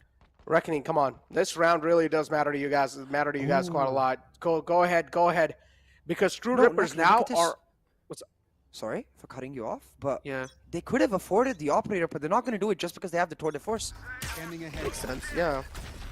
Yeah, they do realize this is just like the 4th round of the game, so don't really need to do it just yet. There we go. Smoke is able to pop off. That's the first man taken care of. Paradox on the C long pushes in quite deep. He's actually able to get a lot of info with this 2 CA. Look at Imagine. Now Paradox single-handedly is going to convey a lot of info, saying that there's no one really in front of him. So each and every single player on the site will just start focusing on either the B site or the A site. And you can clearly do see how proactive the Breach and So are being on the A side too. Yeah, and that's the main reason the Breach and Sova just get to play for the information point, but now they've set up a crossfire on A long, and as you said, they have been spotted. Can still... Oh, I thought he could dodge it, and he clearly did too, but both of us were wrong. Rio finds that kill. Yep. Rio will pretty much find it. Breach out. There we go. Pretty much a flow of utilities right on the site. Smoke is able to stroll onto it. Still the man's alive in the back of the cover. Master strikes in. He's still able to do a lot of damage. Trades back and forth, and now it's the only man left alive. It's Bones GR. I feel like he should go for it. He has the tour de force available, so might as well try and do a little bit of damage here. Man's not left. Paradox. Yeah, my bad, Paradox. Oh, last time Bones was the one who was taking it, so it's kind of like just playing with my head. But yeah, here we go. Paradox having it in the hand, just trying to go aggressive. Is able to find one. Could have lined the second one as well, but not really able to find the mark just yet. Oh my god! Oh my god, is he actually going to be able to clutch it out, even though he's getting scanned by the recon? Pulls out the headhunter instantly to shut it down. And now it's still... Oh, Badlow is playing this perfectly. He's just trying to buy as much as time as possible. He does not want to be too overconfident in these moments. Pulls it out and still clutches it. What? Paradox. He's not going to be having a lot of time, but still has made a mark in our hearts. Yeah, and a mark in the economy of Reckoning too, because again, remember, True Rippers did not go for the full buy in this round. They went for a bonus. Paradox played purely on his tour de force. The only money Paradox invested into that round was that 1 headhunter bullet, and the 2 headhunter bullets that he shot. But Reckoning, on the other hand, a full buy in this round. Sure, they find the win, which is huge because they're able to get themselves on board. But look at that economic situation for the side of Reckoning. Now they can't afford full buys. A Phantom with light shields, a Spectre, 2 Spectres actually, and a Bulldog coming out for them. Where on the other hand, one tap God be like, well, I've got my hands on the one tap weapon. Let me show you what my name means. Ooh. One tap on the chest. Hole will follow it through, and there we go. Site control given away. Reckoning Esports will be able to burst on the site. Oh no, a little too unaware of the garage positioning there. Deadly 10. Be a little cautious, my man, but still Bad Love is able to follow it through. Another frag there. 3 men alive for True Rippers, and keep this in mind, they still don't really have the site control. Still need to get the site control in their hands, and this is going to be really tough. Deadly 10's late lurk in the garage can be instrumental. Here. And wow, what is that mark? Ooh, X-ray vision, question mark, one tap God. It's able to mark Audio, through. I think. Yeah, it's also having a, yeah, nice Q. Audio Q is given away. One tap God expecting someone right at the back. And he will shut it down. Has the operator in the hands as well. One tap God, a huge double kill, follow it up. Oh and my! Wow, another one too as well. But a quick TP comes through, and one tap God now pretty much thinks that he's going to be in the back, but no, that's not the case. Instead, the defuse is being stuck, doesn't really have a lot of time. Realizes finally that the defuse being stuck. Master has made it till 50%, but it doesn't matter. Deadly 10 is really deadly in these circumstances. I'm not sure why one tap God thought that he's gonna come back from defender side spawn, because Master was sticking the defuse. All he needed to do really was hold down Garage, and it sort of just puts water over his heroics, because damn, those shots were nutty. He pulls out the Blade Storm too, but Deadly 10 also deadly. These matches, man, they've got my heart going boom, boom, boom, because they're so damn close. These teams, they push it down to the wire every single round, Necro. You want to play? Let's play. I want you in my room. I'll spend tonight together. I'll pass. No? Alright. I thought we were gonna play some video games, man. But anyways, True Rippers over here being pretty, I wouldn't really call it proactive. Instead, they're just being really hungry for kills. And it makes a lot of sense because they have been pushed on in Eco. Astra as well, giving a lot of info away. Saying that they probably moved on to C site, but the breach is still in the back to try and hold off the push, or at least hold off the man in the back. So Bones has a Phantom in the hand. Takes a lot of shots. Phantom is tacked up with minus 35 HP. So if Bones goes down, that's not going to be good. There we go, instant trade off. I like how Reckoning Esports played that off of trades there. Played that to perfection. Smoke as well is posted up over here. Has a Bulldog in the hand, and I'm pretty sure he's going to start lining up bodies. That's what exactly he does. No, runs out of bullet in the nick of time. Still, 2 players off the board. Nothing really that much caution. Oh, okay, well, there we go. It just shuts off my mouth right there with the shot. But it's fine. Reckoning Esports still able to sweep them off the board. And getting another round in their hands, and also 1-round lead.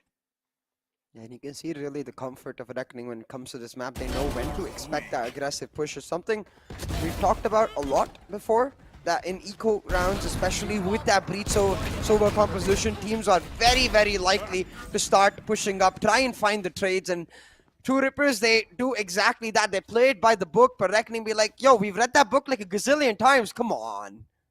Oh, man. Have they really, though? I mean, yeah. The previous map, though. Look at it. No, I mean the Haven book, not the other. Oh, so there's like different books for different maps, and well, that's bye-bye right there. One tap God getting one tapped himself. Tapped out the game, and well, there you go. Tap, tap, out, out. See ya. Knock, knock.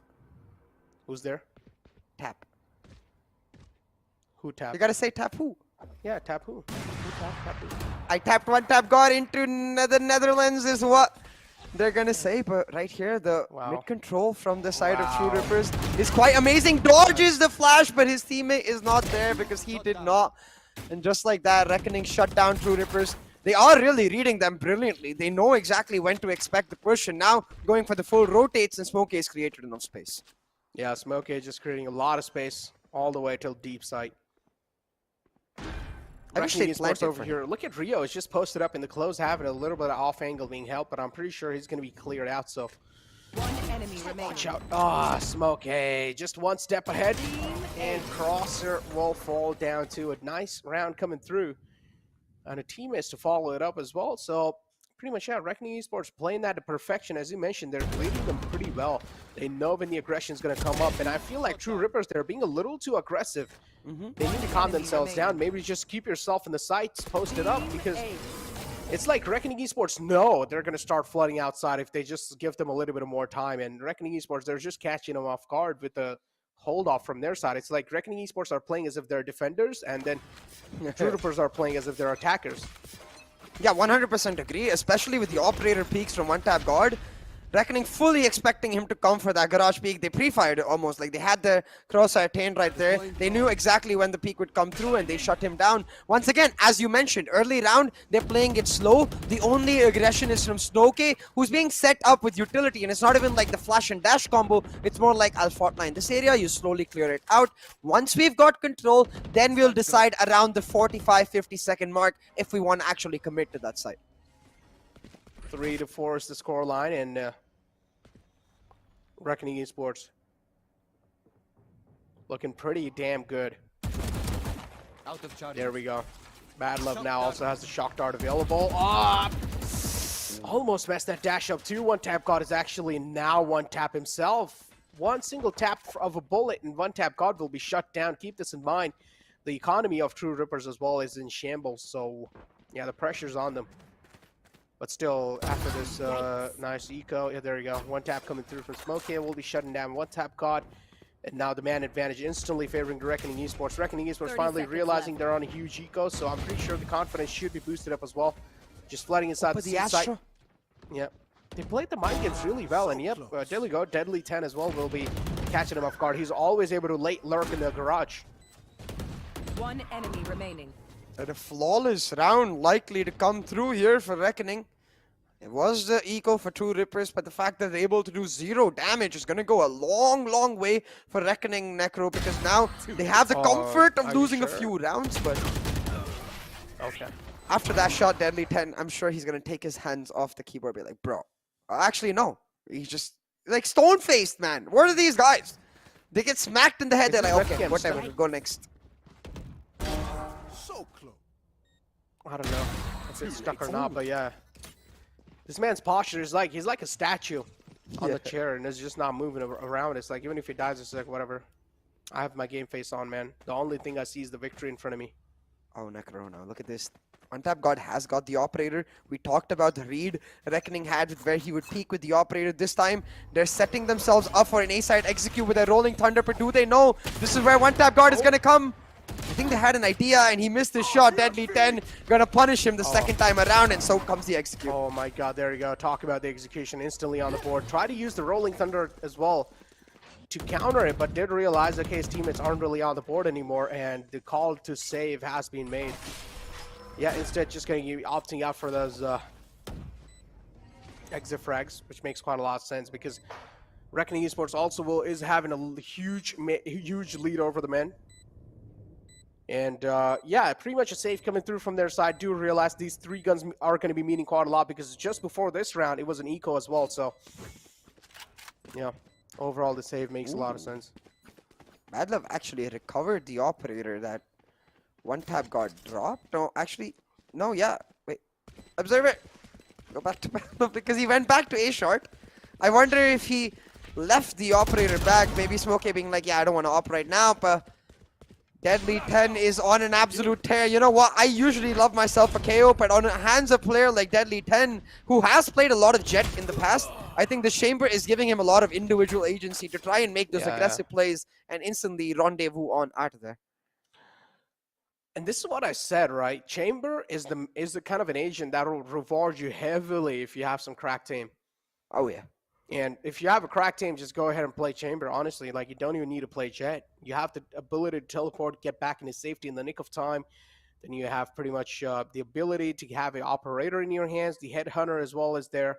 Don't even need to invest quite a lot. It's like, if you want to tap 5 heads, buy 5 bullets for the headhunter. Yeah.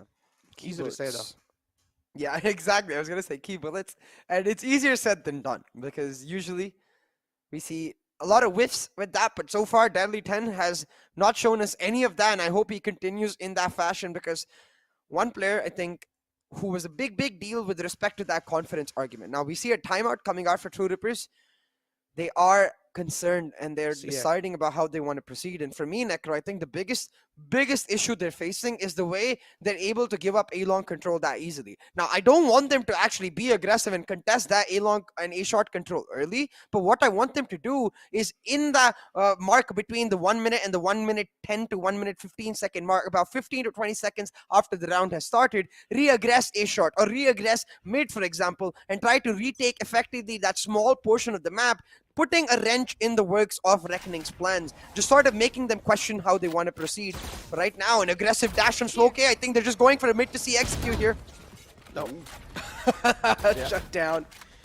Shut down. A big man shut down. Now it's down to the chamber to follow it up. Oh, great shot from Deadly.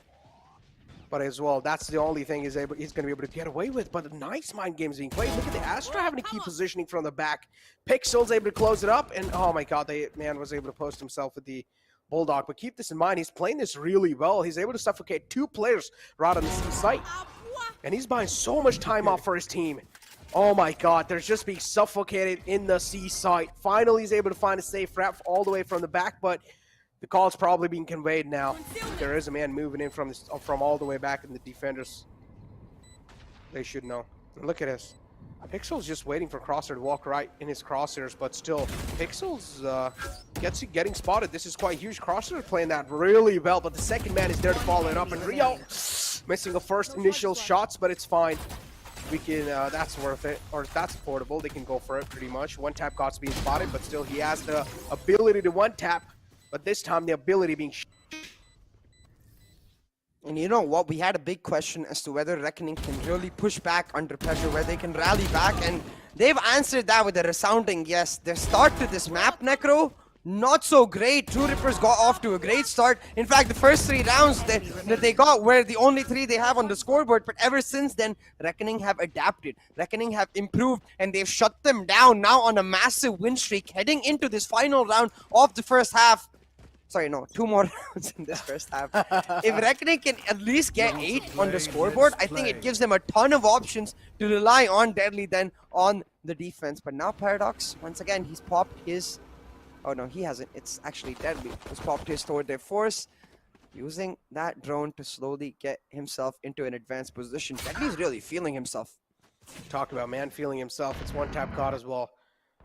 It's like one tap God is always going for ego to battles against Smoke. And oh, a little too distracted there, Rio. You didn't realize you're challenging 2 angles at the same time. That's why you got to be a little bit more deep. And now Reckoning Esports not really having a man advantage in their hands. They're also looking a little shaken after those first 2 men being taken out. So that's quite a lot of 2 big men taken out. It's like the Breach was trying to help you so much in getting those side executions on the point. And then you have Smoke who pretty much has the flooding ability. He's also being shut down, but still they're trying their best slowly and steadily trying to equalize the man advantage, and that's what exactly happens. Even the controller from the other side now being shut down. So this is huge from both the sides. 2-on-3. Especially when you look at the positions. Now these traps should soon enough reveal that Pixels is right here. Master just going to set up the flash, try to take him down, and he will do exactly that.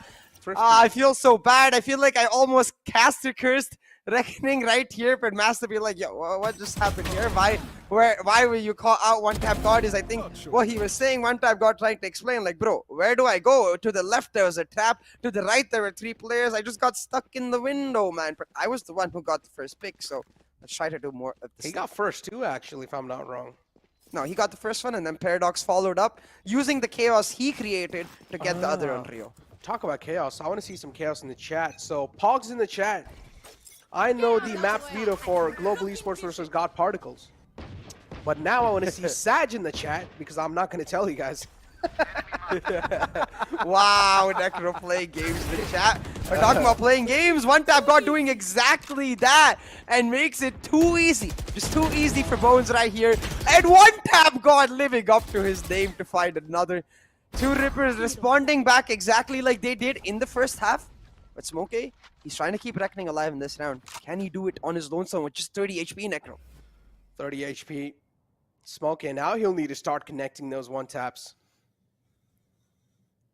Reckoning Esports just slowly and steadily moving inside in the garage with only 36 HP, as you pointed it out clearly. And now again, just trying to play a little bit of mind games. I feel like there should be one man just left in the B side. Oh no, Paradox. The barrel gets spotted. Paradox, look at him just right there. Moves out. Smokey with a quick frag onto him. As I mentioned, doesn't really have a lot of HP, so Smokey will need to follow up. Nice stun to follow it up, but no, Smokey, you're not supposed to peek that like that.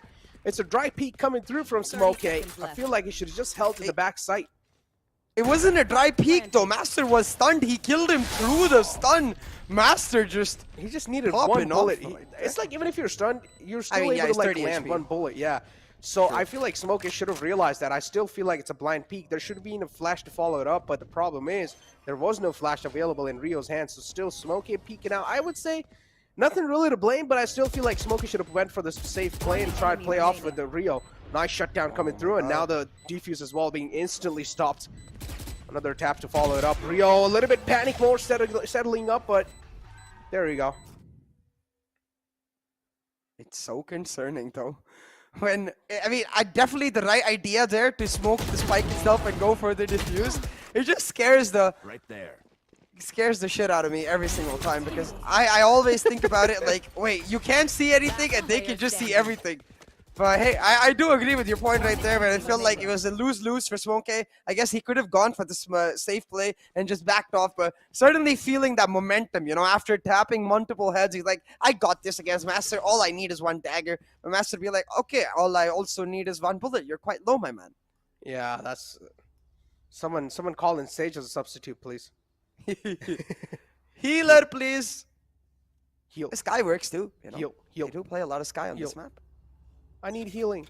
Need healing. Need healing. Yeah. 7 rounds on the board. And Reckoning Esports now shifted onto the defense. And True Ripper, very similar story. Yeah, to so the first aggressive. map. Okay. Oh my god, calm down, my man. What's going on, One Tap God? He's just fired up. He's pissed. In the attacking side, and True Rippers, they're able to find these bodies like it's nothing. 2 frags already being found in the second half, but there you go. There comes the comeback from the side of Reckoning Esports to tell them to shut the hell up. Another one to follow it up, and True Rippers, they're making it really close. One last man alive with the headhunter in the hand. Doesn't connect that bullet. Now we'll have to shift over to the best gun in the best gun in the game. Best gun in the gun, yeah, definitely. Yeah.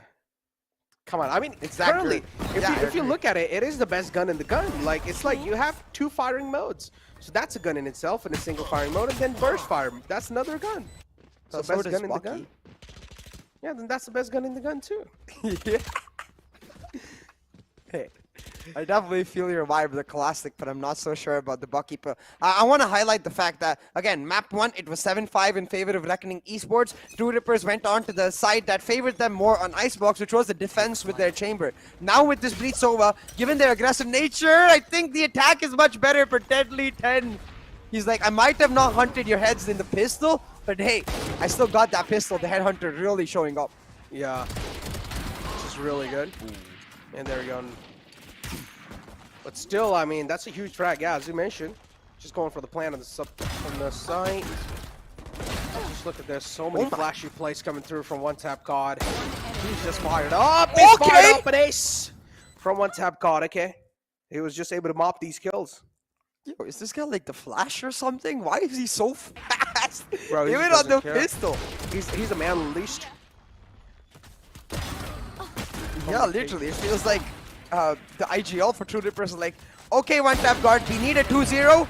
Let's take off your chains. Just go beast mode. And One Tap Guard's like, oh yeah, let's go. Oh yeah. He's dancing. He's feeling himself. He's vibing himself. And he now, with that vibe, he's got True Rippers, this pure bonus coming in. Albeit, it is with Master and Bones on the pistol. So the front line, Paradox, One Tap Guard, and the Sova need to make sure that they don't die too early, that they don't give up their lives for free. But then again, for Reckoning, considering the fact that this is a full buy, especially considering the fact that on Haven, you want that operator on Smoke A, they need to make sure that they don't give up too much damage in this round. Yeah, they need to get the double operator on the board. Oh yeah. And if they do that, I mean, double operator by mean, of course, tour de force from the chamber, and then 1 operator on CNED. Right there. Buy one, get one. Okay. So, yeah, buy one, get one free, indeed. But again, the free one's something that you cannot really get in your hands that easily. But on the other hand, now you have scoreline pretty much tied up, as CA said, so the pressure is going to be continuing on Reckoning Esports.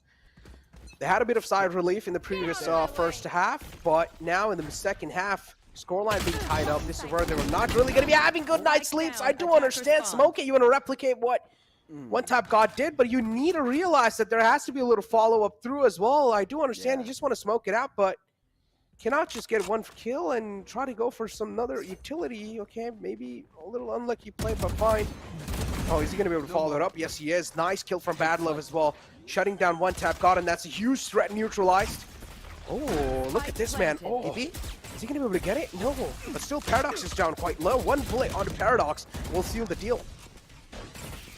On a shock dart, and that's exactly what comes through. Bad Love will take him down, but Two Rippers, remember, this is just their bonus.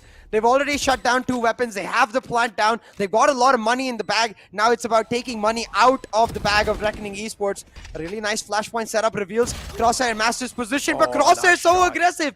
Shuts down Deadly 10, the top fragger of Reckoning, and suddenly this round in peril. Necroba. Pixels coming through on the lurk will make sure they do end up securing it, but three weapons down, Necro. And I have to agree with your point. Like, imagine Smokey doesn't go that aggressive, doesn't do that 1-for-1, because suddenly Smokey is available on the retake. They can go aggressively, maybe even reduce the impact on their economy, and just because of that, I feel like aggression, yes, definitely good in the right moments, but you have to pick and choose them very carefully. Yeah, this is looking dicey. Reckoning Esports, yeah, they do have another round on the board, but talk about the economy damage. You can see they're clearly quite hurt. He's going to rely on the Headhunter. Yeah, he has to. There's no other choice. Yeah. So he was probably going to be... He also... Yeah, they do have the Hunter's Fury available in case at last moment things do go... Or things do start falling apart. Headhunter will probably use to try and stop the offense from the attacking side. There you go. Headhunter is being utilized a little too early, though, without even getting any info. I don't know why he went for that. But still, at least that kind of is back and making sure that the attackers are backing off from the A site. I think that they got the read. The True Rippers were going for an extremely hard execute, but the read completely wrong in the regard that you can see what True Rippers actually want to do is have Paradox come in on the late lurk. They want to play this round slow, hope that Paradox can find some damage, but look at Deadly's angle. He's got a tiny piece of B-side. He should spot out Paradox right about now. That duel is going to be clutch, but ooh, the fall line going to make sure that Paradox has no trouble. Yeah, Paradox is just going to sneak past through and look at that. Paradox's flank is going to be a really key one as well. Bad Love being suffocated in the backside, doesn't have anywhere to go. Deadly 10 with the Headhunter in the hands. Now Reckoning Esports on clearly they're going to be crumbling under a lot of pressure. And if you do use your TP, as you mentioned, the TP is being held right there. So things need to be played really cautiously. Deadly 10. Look at this, man. Just moving around. I mean, I feel like True Ripper should try to force him to fight so that he's forced to use the TP. It's the Deadly 10 jumping out of nowhere. Spends 300 credits real quick before rendezvousing onto his date with his death, which is Paradox. They shut him down, and now Pixels left as the last man. Goes for the fight. I feel like he could have gone for the save, but that's why he does that. Able to take down 2 weapons before he disappears himself. But at that point, is economic damage really worth it? When is the economy of Reckoning really under pressure? I feel like that 1 weapon could have gone a long way because they have to eco in this next round. Maybe you hand that weapon to someone like Smokey, who can then look to get aggressive and look for the 1v1 trade in their eco round. 1 enemy remaining. Yeah, man. Yeah, this gun definitely should have been saved, but still, he wasn't able to get a couple of kills on the hands. Unfortunately, he wasn't really able to get past through in this nick of time, and yeah, indeed, F's in the chat for that, man. But yeah, the teleport. Bye-bye in the chat for that. He was relying so heavily on the teleport. Maybe that if he messes things up, he's just going to be going back on the teleport. But instantly got shut down. And overall, yeah, True Rippers, it seems like they're reading Reckoning Esports like a book. And Reckoning Esports always, they're able to kick things off on a good note in the first half, but then in the second half, this is where things do start fall apart. Absolutely. It does feel like True Rippers just have that little bit more adaptability in them. And I feel like to add to that, also that True Rippers, they're just very strong on their side of comfort. On Icebox, even with Bones on that chamber, you could see how strong that effectively that double anchor setup when you've got almost a 2-operator setup on Icebox can be against the standard no flash composition that we see most teams running on that map. On Haven, with that breach over, when One Tap God can truly unleash himself with his aggressiveness, you can see, of course, they are going to thrive on the attack. But having said that, it's 8-8 on the scorecard, Necro. Things still very, very close, but this is going to be the eco for Reckoning and a perfect opportunity for True Rippers to take the lead. Oh, man. Indeed the perfect opportunity, but again, are they going to be able to convert this opportunity into a actual success? That's what I want to know. Because even the True Rippers have been doing really good, but still, somewhere down the line, True Rippers are known for messing things up in those crucial times, and I don't want to see this happen again. Paradox moving in slowly. Spots out the man in the back, and now instant TP as well to fall the back. I just love how he's playing those mind games with the TP as well, and then Paradox doing pretty much the same thing, instantly TPing back. So yeah, 8-8 is scoreline, and here we go. The burst on the A side has been called. Astro setting up the utilities. There we go. Smoke burst comes through from the side of One Tap God, but the man still hasn't been spotted in the short. Has the pistol in the hand to try and deal some damage, and there he goes, strikes in, finds 2 big frags, and is also able to get a Phantom in the hand as well. But Smokey is able to follow it up with a pretty much a Blade Storm. 30 seconds left. So now it's a 2-on-2 situation. 30 seconds left on the clock. The spike will be planted, and Ooh, there look we at go. this. Cosmic Divide. The Cosmic Divide was supposed to have enabled his lurk, but the trademark still ended up spotting him out, just barely off in that regard. But now he's gonna have that threat of that lurk continuously in his mind, True Rippers. So they are marking both angles, but playing together, and that's very, very important considering the fact that this is the economy for the side of Reckoning, where One Tap God slaps him out of existence. Smokey finds the trade, but Paradox right there. I think Smokey was expecting him deep in A short, trying to play for the post plant, but Paradox just outthinking him, playing very close, and trying to almost set up a contact swing setup, and he makes it work on the basis of that. But I think what's especially important in this round is Reckoning once again proving that they're not going to give up, they're going to keep persevering, but even though it keeps going down to the wire, they're just not able to close out the rounds. Where this half started off at a 7-5 scoreline. Since then, True Rippers have won 4 rounds, while Reckoning have only got 1 Necro. And this round, if they are to start pushing back, this round is key. Finally, we see Smokey with an operator. We also see the Tour de Force spot for Paradox. So, an operator versus a Tour de Force battle on either sides. We'll see which player pops off. And I honestly feel like there's nothing really wrong in Reckoning Esports rosters, man. I just feel like 100%. I just feel like it's the executions, it's the team communications they're having a little problem with. Experience. They're not really, they're not really able to work off of with each other. Each and every single player is doing so good in all the games. It's like they're having their comfortable roles. They're having the consistency rolled in, but the problem is the team communication. They're not really able to do something in the time.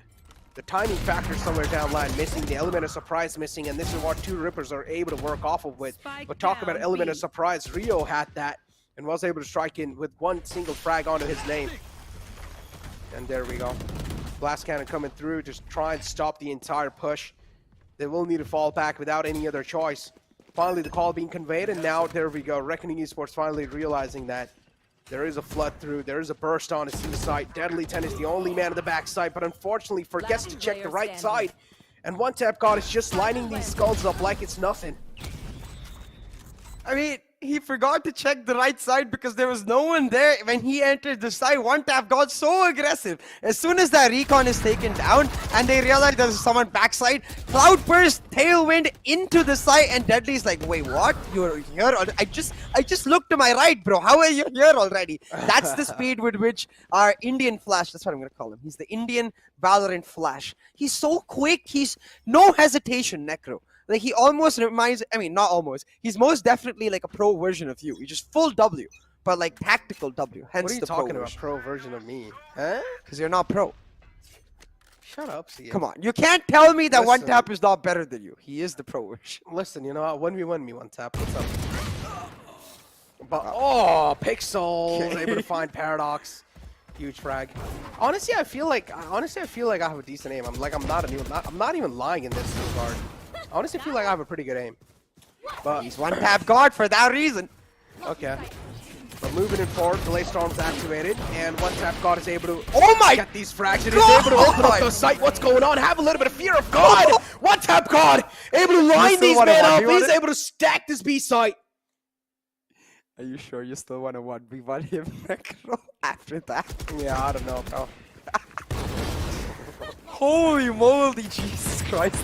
Look at this. Last knife gets the kill, dashes in, no fear as soon as he realizes it's a Marshall. Finds the fourth headshot through the smoke. He just like dagger, dagger, dagger, dagger, dagger, dagger. Something will hit. It's like 'Cause I'm one God sense tap god. activated. God sense. Yeah, oh my lord, man. What a player. Yeah, it's like literally just going godlike mode in that. You remember back in the day in CS, you used to have like those. If you just get a lot of kills, there used to be like rampage, godlike.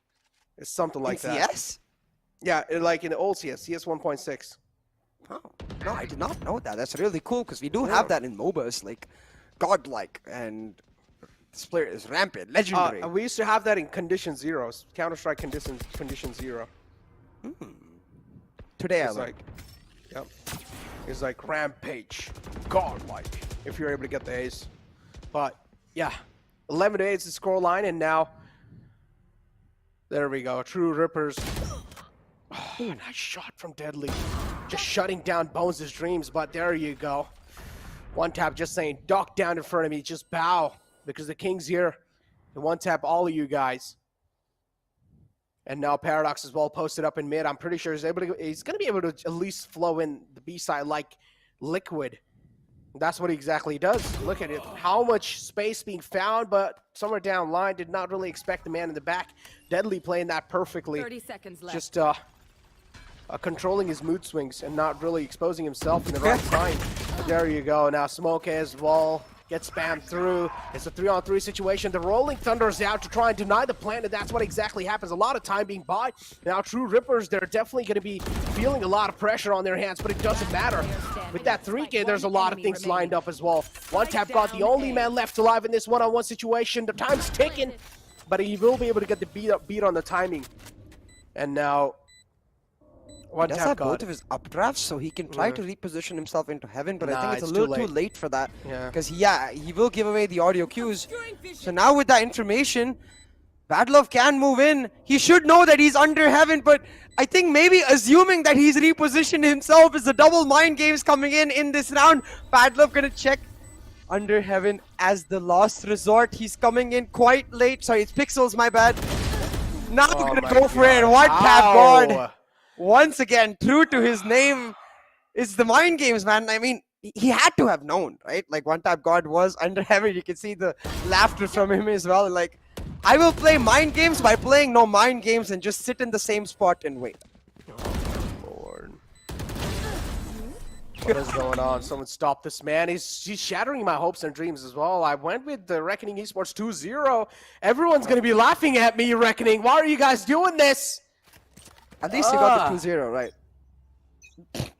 Yeah, I'm gonna blame it on CA. I said True Rippers. He accidentally typed Reckoning there.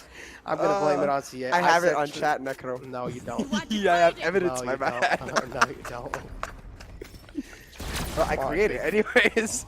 They just let me down, man.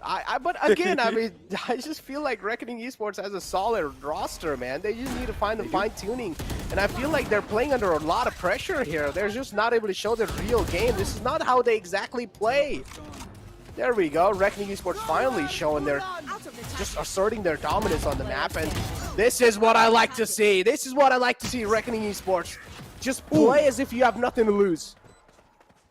Yeah, and I 100% agree with your point, Necro. I don't think, like, we're witnessing the true peak of Reckoning Esports. I do think the players themselves have a lot more potential. For example, as you said, this round was a key example where the retake is just flawless. They use the aftershock to put pressure on Paradox. He's not able to TP on Rendezvous on out of sight, which leaves a bunch of members trying to help Paradox and stay in sight. So like One Tap God 2, not able to actually push on past the Cosmic Divide and forcing them to stay in that tiny clutter where then they can push through that Cosmic Divide and play for trades. They play for for trades, they get the win through, combined with Bad Love's Hunter's Fury, knowing which angles they have to check, it just becomes a piece of cake. But still, the economy is loaded from the side of True Rippers. They still have a couple more rounds worth of buys and a 3-round cushion to try and find not just the match point here, which it is, the series point, and they're going to try to do that in true one-tap God style, full W Gaming, baby. Oh, W Gaming on, yeah, indeed. There we go. True Rippers easily getting the site control, and now they're just going to play off of post plants. And True Rippers pretty much at this point just counting. They've won it because we don't see anyone in the lurk unless this Astra is able to pop off from this side of Reckoning Esports. All eyes on Astra. All aboard the Astra. Oh, they also have the Rolling Thunder to deny the plant. This is going to get so difficult on the retake. They're not checking one-tap God's angle. Oh my He's God. going to just What? flick on their heads like it's a piece of cake. Pull out the Blade Storm for some extra flair. But hey, even though Smokey shuts him down at this point, it's all but over. over. Still with that Blade Storm, Reckoning Esports gonna not get their revenge matchup against Velocity Gaming because True Rippers are here to hunt, they're here to rip, and they will find the win. I swear to God, after that loss, honestly, at least you guys should have been 2-1. Twitter, look at that. He's showing Oh my Twitter. God! Oh my God. Oh my... He's uninstalling Twitter. Oh my God. Well, He did all of those drawings and the hearts and... easy game to be honest. Twitter Esports. Oh my God. And look at NODWIN God too. He's like, Oh I'm gonna my download Twitter now. God. Oh, I my love the banner. I God. love He the banner. actually uninstalled Twitter. He uninstalled them saying Oh! that he uninstalled Twitter saying that okay, we uninstalled Reckoning Esports from VCC. Well, that's a lot of masala for you guys. That's a lot of salt. Right, it's just lovely to see. Now, the this banter is where I because- say emotional damage. I mean, we know these players are friends too, right? So it just adds on that much more spice because they're gonna like throw shade at each other in the match. And after the match too, clearly, I still can't believe Paradox had that ready. Like easy game to be honest, with all the hearts and the cloud, like the Twitter cloud too, and like Twitter Esports, not Reckoning Esports. Oh my God. Well, moving on forward and taking a look at the scoreboard as well. For over here, we have True Rippers. Oh my God, 33 kills from the man, the Myth himself. It's one-tap God. And on the other hand, we have Twitter Gaming with Deadly 10 is going to be on the top with 22 kills. Ooh. Deadly 10. At this point, I can't look at anything except one-tap God. The man is just insane. The level of confidence you have to have, Necro, to go for the plays, combined with the trust you have to have in your teammates, right? It's not just this fact that he's pressing W, he's having the utility set up for him in advance. So the team also knows the timing with which he's just gonna hard go in. There is no disparity with which the flash comes in and one-tap God goes in. There's no disparity with which the stun comes in and one-tap God goes in. They just know that they have to trust in each other, and because of that, the timings are so flawless and precise. True Rippers with this 2-0 win. Velocity, if you're watching this match, man, I'm a little scared. I'm sure they have to be too, but hey, that headshot percentage perfectly caps off what we witnessed today. Both of these my teams God. with 10 of the best talents in our region. And the funny part is, the way he shows that signboard, easy game to be honest, and a lot of hearts, is like he's eating chips. He's literally eating potato chips, and he's like eating and saying... No, I think he was eating toast. I don't know To what he say was the eating, but toast. he was eating something. That means he's pretty much trying to show that, okay, I was eating this whole game, like I wasn't even taking it serious, and there you go. And then this man just uninstalls Twitter in front Twitter's out the game. Twitter Esports not really going to be in the VCC anymore. Unfortunately, I went with Twitter Esports 2-0, and that's a lot of emotional damage for me. Oh boy. Yeah, Necro going for the 2-0 for Reckoning Esports Stop here. it. Not going to work out, but I just want to say that, yes, they are out of the VCC now, but as you said, there's nothing wrong with this roster whatsoever. Please do not. They switch just it. keep crumbling under pressure. They need a lot more experience, I think, before being able to push for the higher tiers, being able to push for the finals of a tournament and stuff like that. So I hope they keep persevering together, gaining that experience, but oh my God, one-tap God, what a maniac. Paradox as well, like, sheesh, man, these players. I just want to open Twitter and check the tweets. I just want to see the Twitter war going on right now. I During want to our see break, the for sure. Twitter. In the break, I'll see. But yeah, here's the team card in front of you guys with 219 kills from Paradox. And then you have, of course, One Tap God, pretty much showing 206 kills, but still Paradox. You can see the consistency from this man. No matter which team it is, he's always able to keep hold his nerves to the gun, and he's always able to perform. Brackets in front of you guys as well, and these are the two semifinals which are going to be happening in the future just now today. And Global Esports versus God Particles. As I said, we know the veto, but we're not going to be spoiling it for you guys. We're not telling you guys. Go ahead and cry in the chat. I don't care. I'm too cool. Absolutely, man. I'm not. I just had to look at it during the break. We had the timeout during the map, and we're not gonna reveal it just yet because we do have to talk about it a little bit too. But about this match, real quick, I do want to say that from the side of True Rippers, even though we didn't get the VLT Reckoning revenge matchup, VLT True Rippers itself is a matchup that did happen in Qualifier 1, albeit off stream. So the third place match that happened right before the grand finals of Qualifier 1 was between Velocity and True Rippers, and that was a 2-0 for Velocity. So with this especially, all of the banter that True Rippers have got going on saying that, yo, easy game, I'm sure they have to start thinking about the Velocity, because that's where Velocity is going to be thinking, okay, you took down Reckoning, you think that's an easy game? Well, we'll see, we'll show you what we have got. Hey, listen, man, we never know. 2022 is a year of surprises, and maybe VLT will be taken down. You never know. Maybe VLT's dreams will be shattered, because True Rippers, they looked really good in that previous one, and I just want to see them play just like that. I do not want them to crumble down just in front of the name. I do understand VLT is a huge name, and you might just crumble down to the pressure listening to VLT itself, but hey, keep your morals up high, because that's a huge victory that you guys have got. And Reckoning Esports, as I mentioned, there's nothing wrong with the roster. Please do not change it. Reckoning Esports, if you're listening to this stream, do not change the roster. You guys have some solid players. Each and every single player is really instrumental. All you guys need to do is just find smart tuning in between them. Just find the sweet tuning, and I'm pretty sure in the future, Reckoning Esports can just have a lot of dominance in the VCC.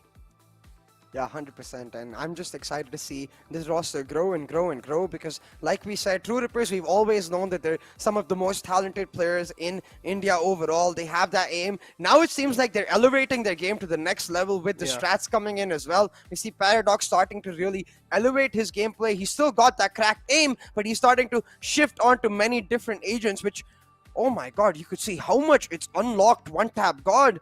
Absolutely nuts, that man. I'm excited to see him face off against Velocity Gaming. If he can pull off a similar level of performance against Velocity, it's a big yikes, because I have no idea what to expect anymore, because that was nuts. Just W and W with such efficiency, W with such amazing timings. I feel like just change their name to W Rippers at this point. It's like just change the name to W Rippers. But yeah, with that being said, we have a little interview lined up for you guys with True Rippers, so let's take a glance at that. The shades. Where are they? Man, मेरे shades मेरे दोस्त लेके चले गए, अभी क्या कर सकता हूँ मैं? But still, आपने काफी खुश किया आज का performance. Paradox कैसा लग रहा है जीत हासिल करके? बस बहुत अच्छा लग रहा है. अभी कैसा है कि हम लोग बजने का रिप्लाई बजने से दे सकते हैं, अभी हम लोग बहुत हो सकता है. यहाँ पर मैं एक चीज पूछना चाहूंगा, दोबारा आप सेमीफाइनल्स में आगे जाते हो, अब आपका माइंडसेट क्या रहने वाला है? बिकॉज पिछली बार टीम डिफरेंट थी, इस बार अगेन द थ्री जो हम यहाँ पर बोलते हैं इंडिया की one of the best team है, एक और बार इस बार वेलोसिटी के साथ आपका मैच रहेगा, तो कैसा आपका माइंडसेट है और किस तरीके से आप प्रिपेयर्ड है उसके लिए? हमेशा से हमारा माइंडसेट तो always have been a champion mindset. हम लोग ऐसा सोचते नहीं है कि सामने कौन है क्या है. Like I know they have been dominant for like a year, literally a year, but now things are kind of shaky for them. I don't know, but that's what I feel as a spectator. So I think we have a chance anyway, but our chances look a bit brighter, a bit on the brighter side, because Reckoning took them close and we kind of destroyed Reckoning. So yes.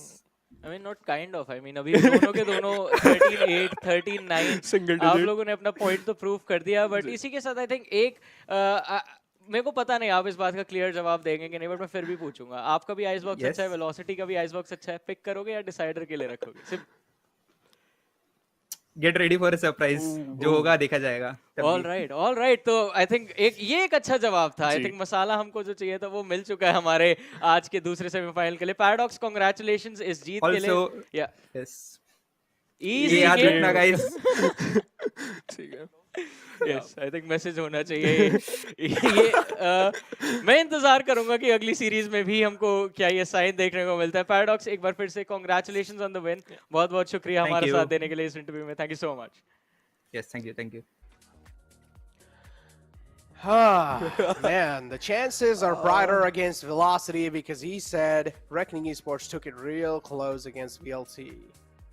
He also like the said we confidence. might be in for a surprise. So I just wonder, and I'm sorry if I'm somehow saying something I shouldn't hear, but I wonder if One Tap God shifts onto the Reyna and Paradox shifts onto the Jet for Icebox, given the fact that VLT actually played that double duelist composition. I would love to see that. One Tap God on Reyna is just like laughing with his W. Oh, dude, that would be really insane. But yeah, with that being said, that's pretty much the first best-of-3 series out the way. We are going to be moving inside the second match of the day, which is going to be God Particle versus Global Esports, soon lined up right after this short break.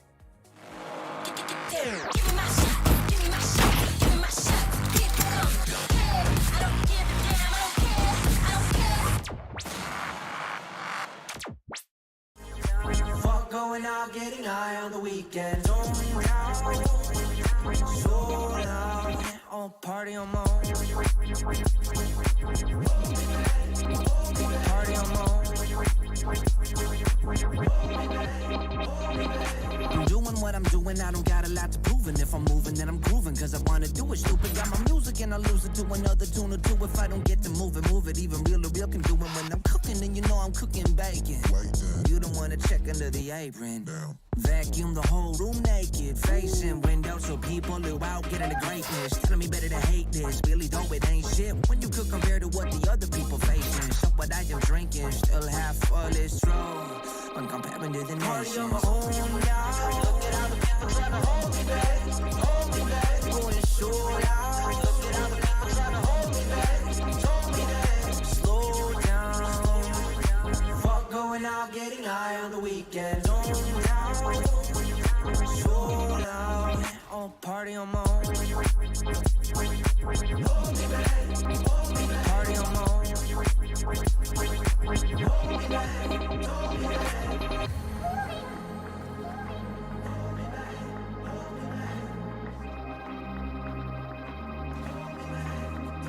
Party on my own now. Look at how the people trying to hold me back, going so loud. Look at how the people trying to hold me back, party on my own now. Look at how the people trying to hold me back, going so loud. Look at how the people trying to hold me back, slow down. Fuck going out, getting high on the weekend. So loud, on party on my own. Party on my own. Party on my own. Yeah, that's tight. Max Watson, Tony Romero. Party on my own.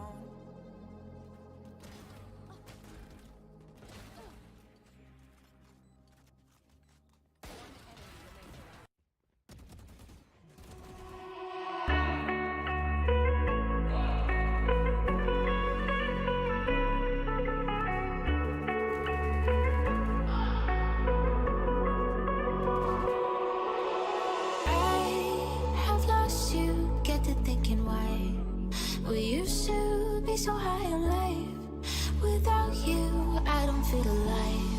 So I'll just keep on being higher than the sky. Tell me, are you there for me even when I try? Keep on being high, without you, keep on being high. Without you, keep on being high. I know that you're feeling forsaken, mistaken, wish you were another man. I remember feeling awakened, mistaken if you thought I'm in that place where you want me to be, but I don't want you back. So it's easy to see when I'm high all the time, 'cause I have lost you, get to thinking why we used to be so high on life.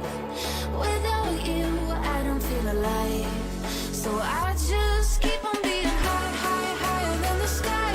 Tell me, are you there for me even when I try? Keep on being high.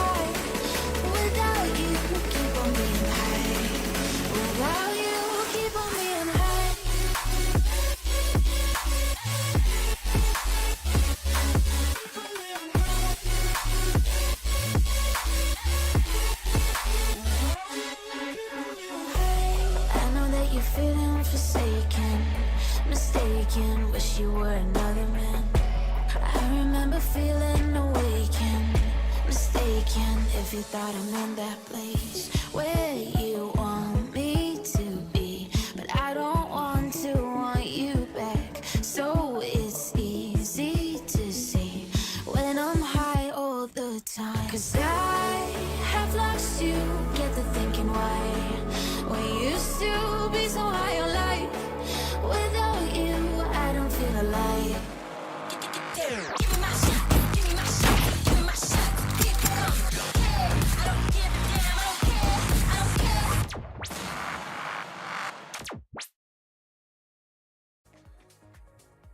Welcome back, ladies and gentlemen, to NODWIN's Valorant Conquerors Championship with Gillette as a grooming partner, and this is the road to VCT for the South Asia region. Now, all the way in the break, I did not even realize that we ran out of time. Like, I forgot to drink water because I was just checking Twitter, man. Like, I was just checking Twitter. I was tweeting some stuff out.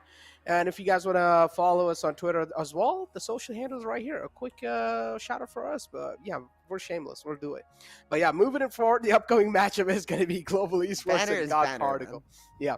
The upcoming matchup is going to be between Global Esports and God Particles. Now, we do know the map, Vito, but again, I'm just going to say it again just to add a little bit of more salt onto you guys. I'm not really going to tell it to you guys just yet. You guys will have to keep the suspense going through and take a look at the brackets. As I mentioned, the first semifinal is going to be between Global Esports and God Particles, and the second semifinal is going to be between BLT and True Rivers, CA.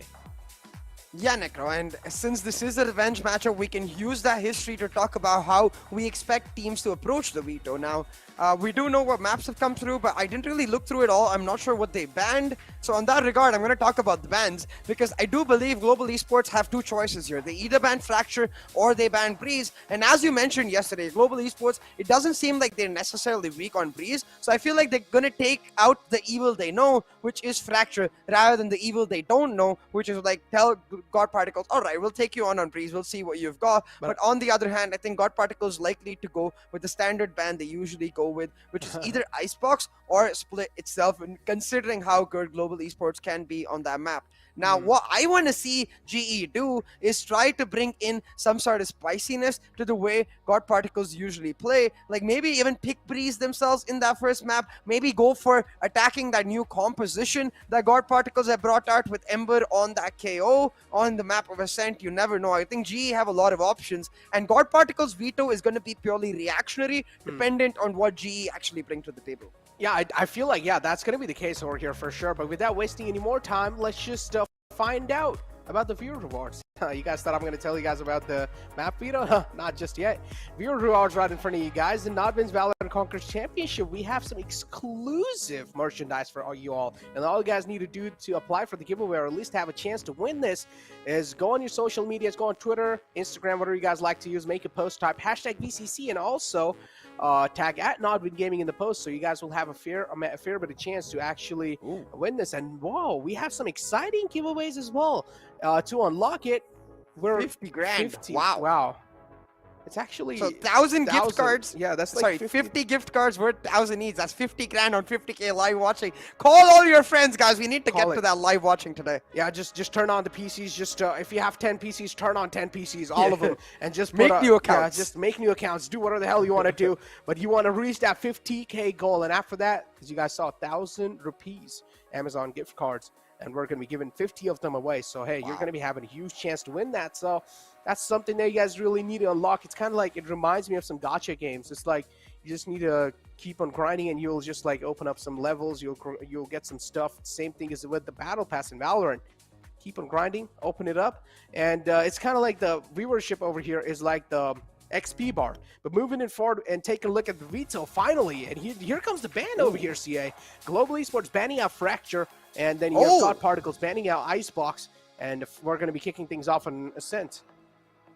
I'm not so sure about that split pick, Necro, because if you remember the last time God Particles played GE on split, well, Kappa became like truly short himself as Clutchpa from 12-4 down, GE came back to win that map and go on to win that series. And I'm kind of scared. Like, I understand the God Particles are basically saying we were 12-4 up. We could have easily closed out that map. We're going to just repeat that blueprint and make sure we don't make those small mistakes that we made last time around. Try to close it out. But then again, GE testing them on Ascent itself. I'm sure GE have something in the works for Split, and it's a bit concerning to me because playing GE at their game, it's not usually a recipe for success.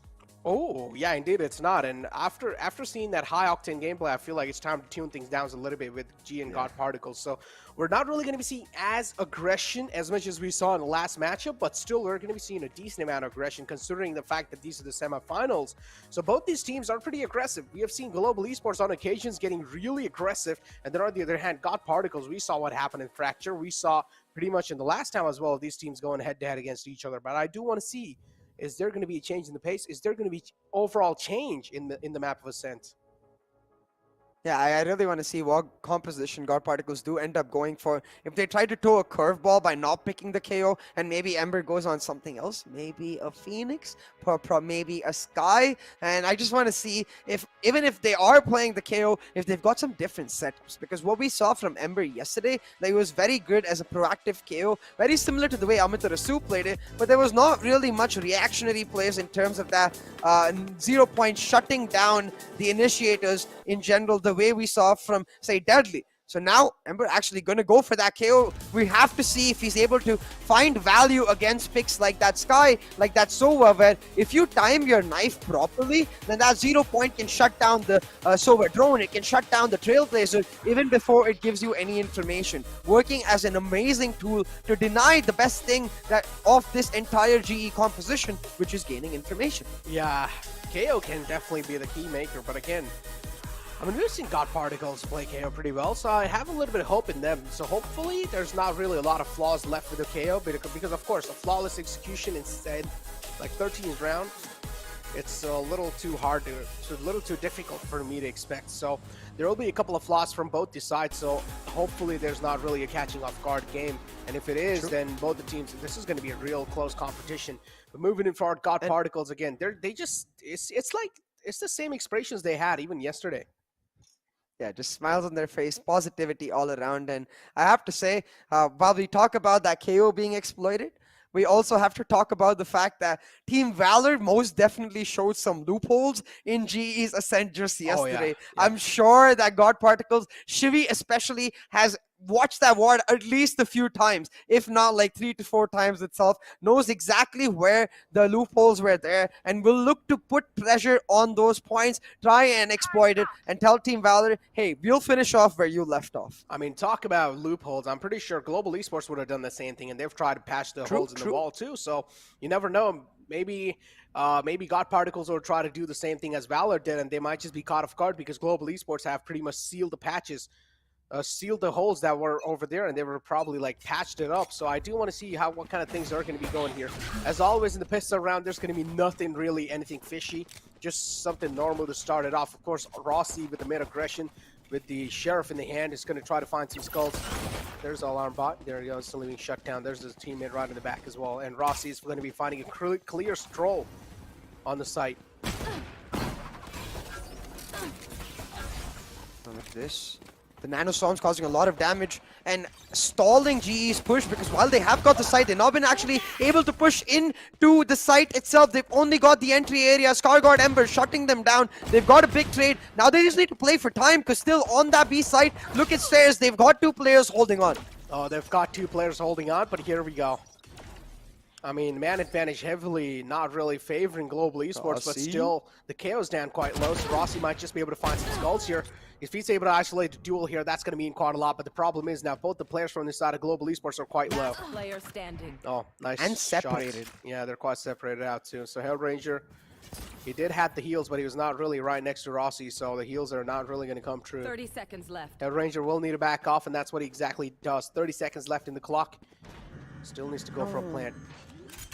Just gonna get Closing the door down, so you can have that extra safety, but it gives some more time for Ember to come through. Now, as you said, Ember is quite low. Hellranger using that guiding light to help himself get on out of there, but a few shots do end up landing. He's stuck on 8 HP. The 0 point comes in. He can't use a single piece of his utility. And Ember be like, all right, this is why I waited for my teammate. He shuts you down. I go for the defuse, and an easy round picked up for God Particles. Easy clapper. Well, that we got to say that when Kappa finds the clutch. So I think we should save that for Kappa's moment. Easy Okay. Kappa. I like that one. I'm gonna take that from you. Okay, go ahead and steal it, dude. Actually, Hey, you took a couple yesterday. Trades are fair, you know. Okay. All right. Okay. We're gonna play a trade I'm game kidding. over here, just like how these teams are playing. But yeah, overall, God Particles able to kick things off on a good note, and that's what they really need. First round on the board on their side. The second round should be there to follow it up, but Global Esports, after getting that plant on the board, after getting the plant on the board, this was expected. It's like each and every single team, as soon as they get the plant, you need to expect 100% there's going to be a force buy. Yeah, definitely. But what I'm more concerned about is the fact that they're not able to get Spectres on every single member. So maybe they actually look to play it slow. Fake out that force buy, only show their Sheriff at first, and then when they go for the actual burst, they can show their Spectres, and that's exactly what they're doing. Walking into mid, but Rossi doesn't check Pizza, and he gets delivered to his death. Knight Rider will find one, Logi with a couple more, and this force buy is going down the drain with their economy. Yeah, the force buy not really able to buy a lot of things for sure. Ugh. Talk about that. That reminds me of The Rock. Why? I don't know. It just did. The Rock's worse. You know, the You can Rock smell worse. what they're cooking? I don't know. Okay. It's about Necro drive. just it's about misses power. them. We stay hungry, we devour. Put in the work, put in the hours, and take what's ours. Is that Rock? Yeah, that's Rock's worse. You've never heard it? Wait, like The Rock, like Dwayne Johnson. Yeah, The Rock. Dwayne Johnson, The Rock, yeah. Maybe I would recognize it in the right tune. I'm not so sure. But hey, talking about being not so sure, what we do know for a fact is that GE now forced onto an eco round. So a great start for God Particle so far. Having said that though, I will mention, even when they played Ascent yesterday, they looked very comfortable on the defense, not so much on the attack. So we're expecting them to be strong on this half. So they need to make sure that they maximize their potential here. Need to make sure that they come off with the resounding lead, especially since now they've got 3 rounds for free. Okay, so 2 rounds on the board for God Particles. I think that's 3. Yeah. Yeah, there we go. Rossi not really able to connect the skull. A little too close for comfort in that duel. It's going to fall down. And now Shivy as well is ready with the Vandal. He's just waiting for them to burst in the side, and SNS Day 2 is just going to start lining up bodies. Nothing being gained with those flashes and those recons, so Global Esports, they're just going to start funneling into these bullets, and that's what exactly happens. Hey, Nekam, you remember what happened when Knight Rider started popping off and, you know, grooving the way he's going right now yesterday on Breeze? He's got a 4K here. I wonder if he just drops that Spectre off the Shivy, who I think was just on a Sheriff, and yup, goes for the Operator by... No, he's not even going to drop the Spectre. They're just going to be like, yeah, let's leave that Spectre. Maybe he has it lying around him. Maybe, like, in case he gets rushed, he can pick up the Spectre. Man, okay. So now this is pretty much going to be looking like a bonus for them.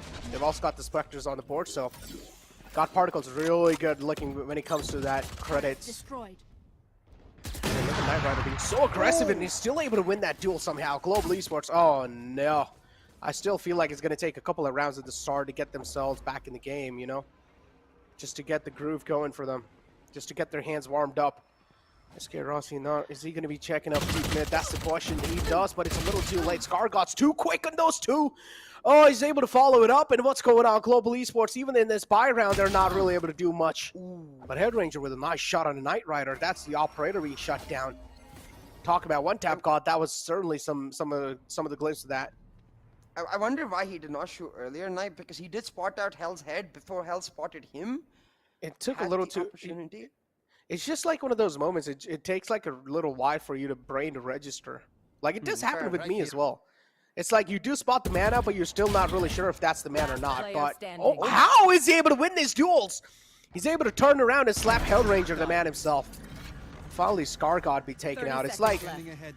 he's doing a normal movement, but still he has some kind of weird movement that we're not really able to spot out with naked eyes.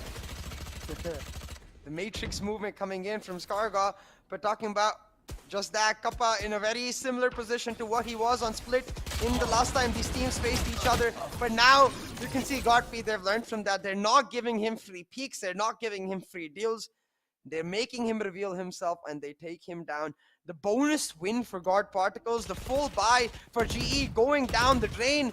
The economy for God P is just on a tear, on a complete high right now, and you have to start wondering, right? Like, why would GE pick up this map after going 36 rounds on this against Valor? Surely this is not necessarily one of their strongest maps. I feel like they're trying to punish God Particles not necessarily being as comfortable because of the new composition too much, but they're forgetting that on the defense still, considering that's where Godp is starting, they were absolutely dominant. And I feel like this time, if Godp get a similar lead, like say an 8-4 or a 9-3, it's going to be way harder for GE to come back, because Godp, they definitely learned from the last match.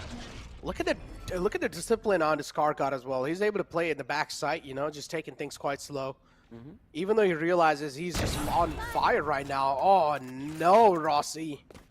Peeks out of Night Rider's crosshairs. A dry peek coming through, and Global Esports will have to pay the price for it. A big man, Rossi, falls down.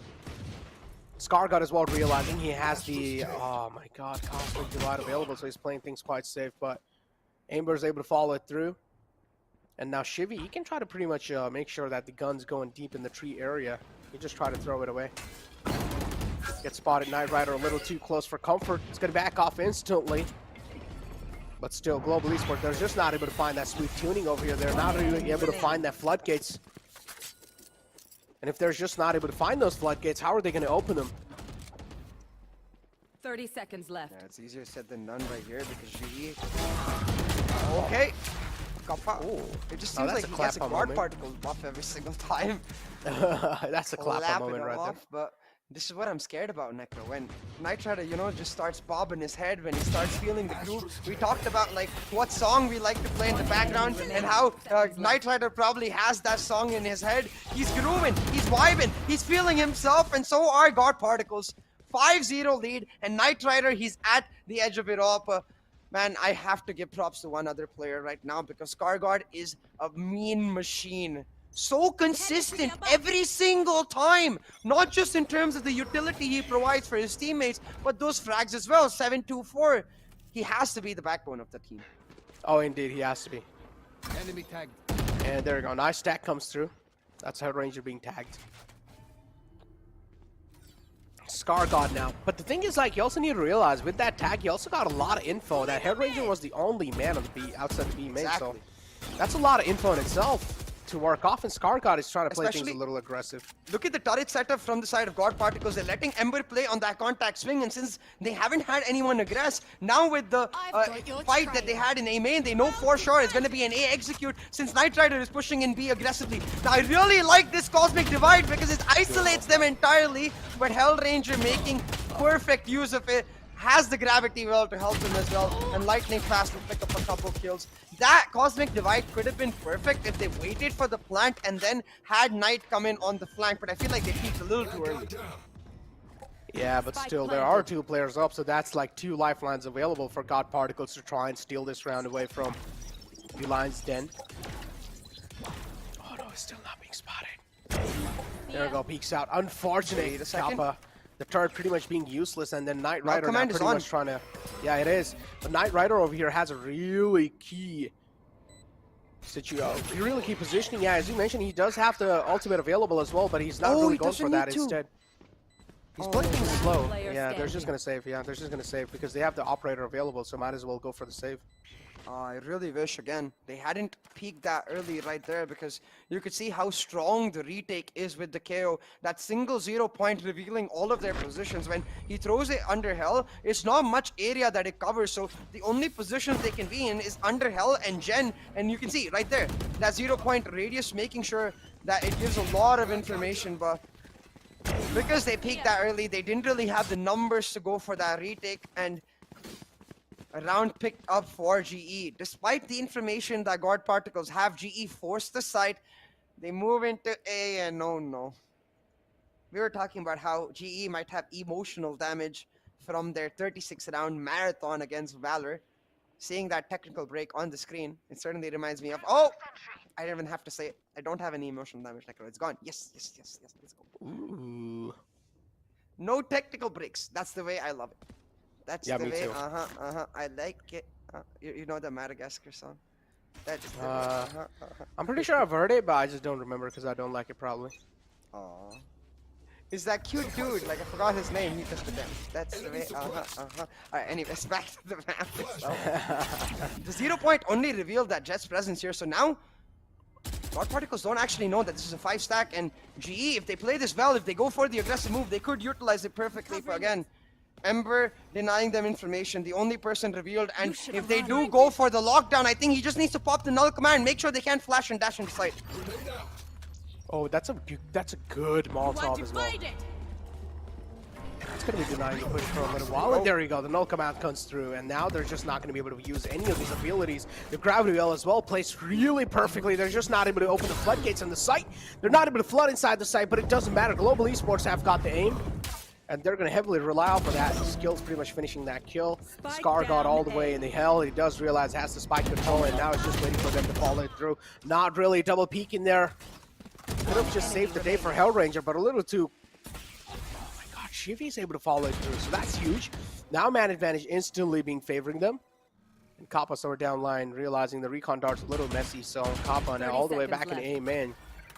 And in that position, I actually love the fact that Skargod did not decide to save Ember, instead elected to keep his position, but hold on!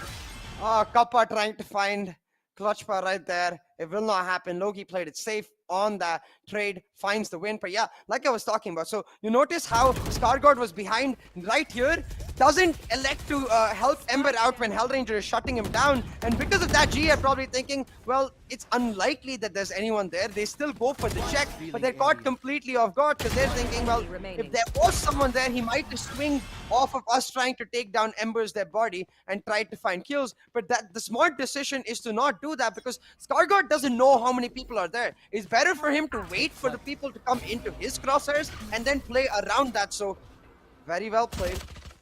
Now again, that drone with the 0 point, not only shutting down the turret, but also revealing the solo presence of Lightning Fast in that B main angle. Considering the fact that GE has smoked off mid as well as A short, they should know that this is most likely a mid to A split coming in or a mid to B split coming in, and that's what they're preparing for, you can see with their positions. Oh man, there you go. Trade's now pretty much there on the board as well. One for each team. They're going to be satisfied with that. Hunter's Fury out to try and clear things out, and also buy a little bit of more time on the defense. Kappa doing pretty much the same thing. Both these solos utilizing the Hunter's Fury, but keep this in mind. Yep, they still have the dagger available. So no one's there in the clothesline, so that's a little bit of safety cushion. And now instantly lockdowns utilized to try and force Global Esports off of the bay here. Or at least try and hold them off at bay, but a nice shot to follow it through from Hellranger to keep the pressure on God Particles. But oh my god, here comes the follow through from Lagista, pretty much keeping the man advantage, or at least neutralized here. 30 seconds left in the clock. Global Esports, as the time ticks on, the pressure will be added on to them as well. Hellranger finding nice connection on Ember. He's quite low. Goes for the aggressive push. Ember, I still feel like he should have taken a sweet little time to try and flush out Hellranger from that spot. Knight Rider now will pretty much try to commit fully over here. With this round win, Global Esports will be getting another round of the board for themselves. But a nice shot coming through from Knight Rider now if he's able to isolate these duels. That's going to matter quite a lot. Knight Rider is just not able to get the read on where the men are situated. So, yeah, no flanks available. Now pretty much knows it has to be either the A main or the site. You're having peeks out instantly, but it doesn't matter. Skills is really quick.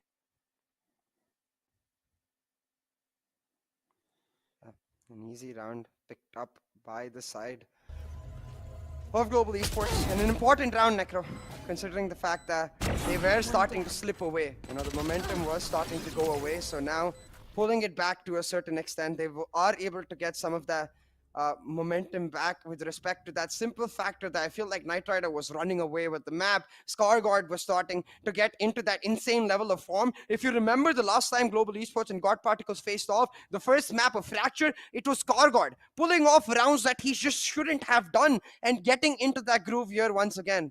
Now, Coach Evok has called for a timeout. He needs to calm the team down, tell them, guys, I've watched the WODs of God Particle from yesterday. They are excellent on the defense, so don't you worry about this scoreline. Just try to salvage what you can, get us to at least that 8-4 mark, and then once we go on the defense, well, we all know what Rossi got done in the grand finals of India Qualifier 1. Get that man an operator, and the rest is history.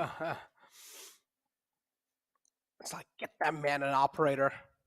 And I'm pretty sure Rossi as well. Look at him. He's just thinking about a lot of things, man. Rossi, I understand. There you go. Rossi finally getting the operator on the board. And now it's his chance to shine. 2 rounds on the board for Global Esports. That should be a huge sigh of relief because at least they're able to show themselves on the scoreboard over here. On the other hand, God Particle still having a decent round advantage. 4 rounds in the hand. That's a little bit more safety cushion, but still, you cannot rely heavily on the safety cushion just yet. Talking about safety cushion, right now, look at the setup from the side of Knight Rider and God Particles. They're going for the aggressive push once again, but this time, it's almost like Global Esports are expecting its skills, playing very safe, having Rossi jump peek for him with that perfect crosshair placement. He shuts down Knight Rider. These are the kind of reads we want to see from GE. These are the kind of reads we want to see from Hellranger. So it's nice to see the impact of that timeout coming up. Yeah, they pretty much knew that Knight Rider is just aggressing that A main side all the time, so I just like how they were able to hold their ground. Global Esports not really being that proactive and that aggressive in this round, just letting things happen. And letting God Particles pretty much just walk in their trap. And that's what exactly happened in the first kill. So yeah, the man advantage now favoring them heavily is the Jet off the board. But still, Jet off the board in the defending side, it's not that much. It's okay, it's just a duelist being taken care of. But if you're getting that, at least either controller off the board at the start, that's what really matters quite a lot. A huge recon dart, and look at what Logista is able to do. He's able to cause a complete chaos on the site, but Rossi with only 29 HP in the hands has the spike in the hand as well. Now it's a 1-on-2 situation. The operator's trained that he's going to get flashed. And instantly the repositioning coming through from the side of God Particles. This is massive. And Rossi did not expect him to be on the site. Yeah. Really nice usage of that flash from Scarguard, even though they don't get the pick. He makes sure he repositions, but you can see, like, just letting out a sigh of relief, knowing how crucial Logi was to that round victory. Even though his position revealed under a ton of pressure, managed to get a 3K for himself. And again, I just want to give props to these two players. Like, Knight Rider clearly is performing insanely. Shivy is the IGL. Scarguard has been the backbone. But for Ember and Logi to step into this team, to just have come into this game very, very recently and still perform up to the mark of Scarguard, Shivy, and Knight Rider. Well, I feel like for those 3 players, these 2 were an absolute godsend. I'm sure they're very, very glad that they've got these teammates, because just like Reckoning, I feel like this is a team that should never split apart. Oh my god. Yeah, Logista is able to do so good. That 3K was huge, and he took out some key utilities from the attacker's hands. Logista again just holding that angle, being really passive. So on the side with the Classic, and Shivy's able to open things up against Global Esports. There we go, Logista having the Phantom in the hand. Global Esports as well, as we mentioned, they've been forced on an eco now. They have just no other choice. And look at God Particles overall. It seems like they are going to be the dream killers indeed of Global Esports. There should have been a little spam coming through because we did see the bullet tracers. Hold on for a second. Look at that. 0 point. It doesn't reveal any information. Timing doesn't work out at all. God Particles pick up a couple of frags despite having no information, and GV having the surprise factor. They get shut down. Hey, it was the eco, I'll give them that, but at this point, you need every round win, Necro. It's 8-2, and if they are to get to that 8-4 scoreline, they need back-to-back rounds, and against the form that God Particles are in right now, forget back-to-back, I'm not sure if they can even get one. 30 seconds left. Yeah, I mean, it's like Global Esports are not even able to flood inside the site. As I mentioned at the start, they're just not able to find the gates to open them. In Global Esports, they'll need to start reading the defense, man. They'll need to start relying heavily on Kappa here. And just Use that talking out about drone. that, right? Like, I Yeah. feel like a simple default that Global Esports still haven't broken is that mid turret. Look at that. That turret has been there for what, like 4 or 5 rounds now? They've got zero information of that deep nature of that turret. They haven't tried to exploit that mid control at all. It feels like they keep trying to force the issue in the way they want. Now, I understand for the first few rounds that might work out, but when God Particles start shutting you down, when Knight Rider keeps taking aggressive control of the extremes with his operator, I want to see them at least try and push forward into mid. Find out how are God Particles playing this. Are they playing the standard alarm bot setup that we see? Or maybe once they go, they'll realize, oh wait, they're playing a very deep turret. So what we can do is just smoke out that angle, leave someone there for a few rounds, just let him lurk and try to catch them off guard and play for the mid-round rotations. But now, GodP, it's like they're almost listening to what I'm saying. They're going to change up their defaults in advance, and that lurk no longer possible because that turret is no longer there. It's no longer a deep turret. It's an alarm bot instead, so you can't make it happen. And GE, it just feels like they're running out of ideas, which is so unlike GE, Necro. It's like God Particles are keeping them guess. And just like you can see how they're able to change his defaults. They're able to change their defense all the time. They're able to switch things here and there. This is what's going to be really good. And keep this in mind. Look, there's 3 players on A main, and I'm pretty sure they're just going to instantly aggress through. So aggressing on A main, that'll be huge info already given away that there's no one really present on A main. And they can also try to take control of A main. On the other hand, aim and control in the hand. So Astra and KJ can pretty much try to work off together, and they can try to stop this push that'll be coming out of B main. So this can be huge. And mid control will pretty much be given away. I don't really feel like the mid control is going to be important, but again, the market control, that's what's going to matter quite a lot. Yeah, exactly, right? When you have that deep turret the way God Particles do, you can exploit it by sticking close to that pizza angle and getting this exact angle ScarGod is holding. You get it for free without them getting that information, so you can challenge that angle and you can surprise the heck out of them. But now with the alarm bot there, what they have to do is break the alarm bot before they go there. Knight Rider gets to use the fact that they've broken the alarm bot to go for a free peek, pick them up, and GodP is just like, okay, now we've got a numbers advantage. Let's retreat back into our sites. Oh my god. Oh my god, do not peek this man out like that. ScarGod finds one. SK Rossi though is able to find the trade instantly. Knight Rider's there to try and help his teammates back with the operator, but is he going to be expecting the man to be in the close left? That's the question that I'm wondering. Ember's able to follow it up, and now 2 men alive for Global Esports. The chances are fading away of winning this round. And somewhere down line, Global Esports, they're crumbling under a lot of pressure. They found the entry inside the site, but they don't exactly know if Magista is in the backside or not. There we go. Finally gets spotted in the backside, but it's fine. It's an equal trade. Kappa, the only man left alive with 34 HP. Is he going to be able to clutch this out? That's the question. Spot one man out. Nice followed up, but doesn't matter. Shivi's there. I just love how God Particles, even if they do give a kill away, they're instantly able to trade it out. Yeah, they have this synergy, Necro, and again, I have to compare them to the other squads we just saw right now, like for Reckoning. They have the trust in each other, like we saw, for example, in Two Rippers. They know when one person is moving. It's like they don't even have to communicate. They just have to say one basic word, like, hey, I'm peeking, and the other guy just instantly knows where that guy is peeking, when that guy is peeking, and because of that, they just seem to be on another level of synergy. For me, it's just absolutely beautiful to witness because, again, I hope some Riot officials are watching this because, guys, look at the amount of talent we've got in our country. Our top 5, top 6 teams are insanely close to each other. Yeah. It's like all these teams are equally skilled, so all these games as well are being so close. Global Esports being the defending champions, they're not even look like they were the defending champions anymore. They're struggling in the starting phases. Or at least phases. I'll tell you what, though. Yeah. Yesterday against Nogas Esports, God Particles had a 10-2 lead on their defense. They won the map 13-10, so if Nogas can come back, I feel like GE can too. Yeah, God Particles, we've seen that as well. Yeah, in the attacking side is where God Particles starts sweating a little bit, but that's a great find. Shivi's just reading Rossi like a book. He did know Rossi's not going to stop pressing W in these situations. He will press W and just keep spraying. And Rossi walks right into the bullet trap right there. And the lockdown set up. Lockdown, yeah. The lockdown's going to be a huge key over here for Global Esports. They're trying to open the Look at floodgates, Skills, but still, Skills is there as well. Skills able to find one on the Scar God. That's a huge duel right there. Scar God was a huge threat. And now Ember pushing in from the back lines. This is going to mean quite a lot as well. Now all Ember needs is one frag. He can then get the null command online and play on the retake with his team, effectively working as that free entry, knowing he can easily be revived and play for the trade. But now with the Cosmic Divide coming down, Knight Rider's position revealed, the 0 point comes out, only suppresses Hell Ranger. I think it didn't suppress anyone else, so they have no idea that Lightning Fast is on the late B wrap from B main. Oh man, look at the angle that Knight Rider's holding here. Interesting. But again, 3-on-4 situation. It seems like God Particles are not going to give away.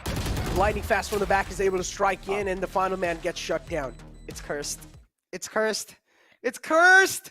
They intentionally did this. Look at their 100%. laughing. Ross is Yeah, laughing. they're like, it was all planned, my friends. Now watch us show you the true 9-3 curse like we did show VLT. Last player standing. Oh my god, the 9-3 curse, yeah. It was on Ascent too against VLT. Save story. VLT smashed them on the attacking side, but then when they went onto the defense with this specific scoreline, the curse was born. And we'll see. Can they keep that curse alive? Or will God Particles be like, curse mush, we don't believe in these superstitions, we're gonna shut you down.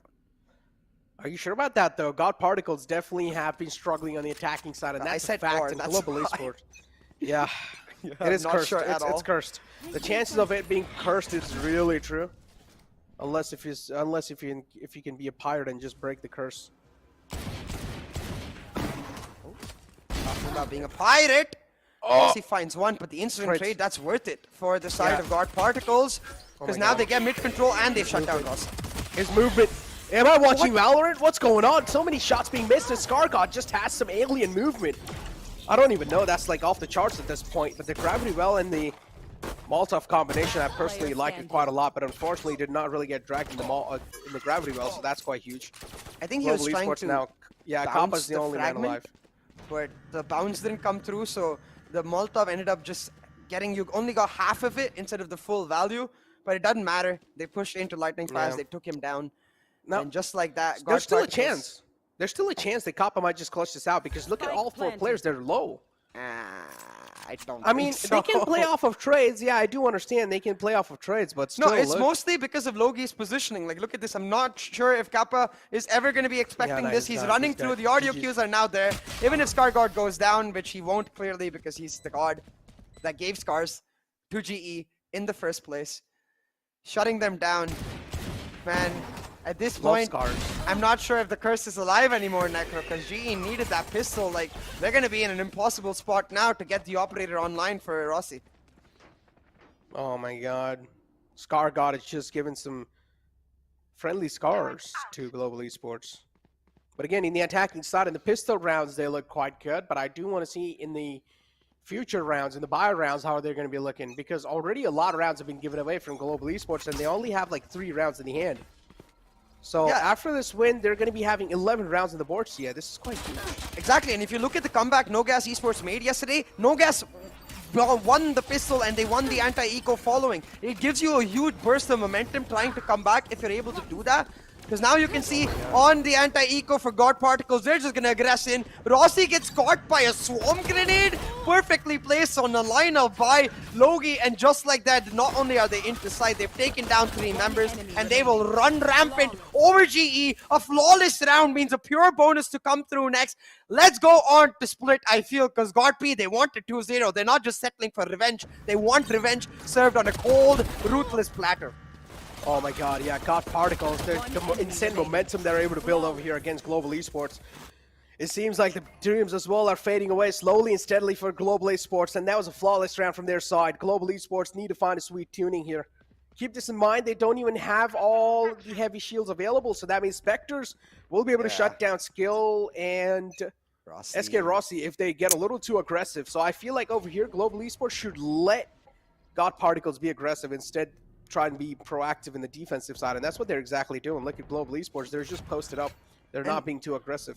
On that regard, I really wish they'd you know, traded the buys and made sure Rossi had the full shields, because he's going to be the one taking the first engagements. He's going to be the one looking for the early fight. So him having those light shields against those Spectre, it makes it that much more dangerous. And it feels like they're not talking about that because of that. They need to be communicating, and it genuinely does feel like GE's comms have almost shut down because of all of this pressure, and they're crumbling. But Kappa and Hellranger, they mow them down, and you know what? I am wrong. It does not matter. The light shields did It was not a bonus count. round, though. It's fine. It was a bonus round, so it's fine.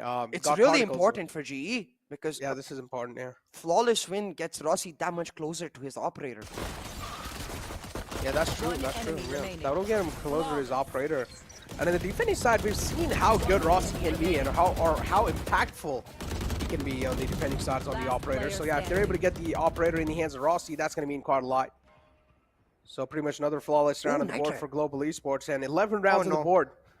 Knight Rider also getting operator. I'm pretty sure I'm he's going to scared. go aggressive.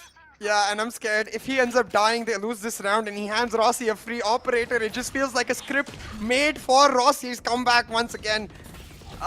This is terrifying, Necro. I can feel my heart going boom, boom, boom. But hey, Knight Rider, he makes it work, but just for one pick. Rossi be like, I see operator, guys, come with me. I want operator. Oh yeah, that's a He's gonna huge get it. trade-off though. He's gonna get it. Look, he's pushed into A main. He's gonna pick himself up that operator, maybe. But again, the problem is when the floodgates are open, the operator will have to do some quick scopes. I mean, we have seen him do those, but again, those are not highly likely. The operator isn't really that big of a enemy comfort remaining. weapon. Oh, what a nice follow-up with the swarm grenade from the side of Lightning Fast, and a good nano swarm available.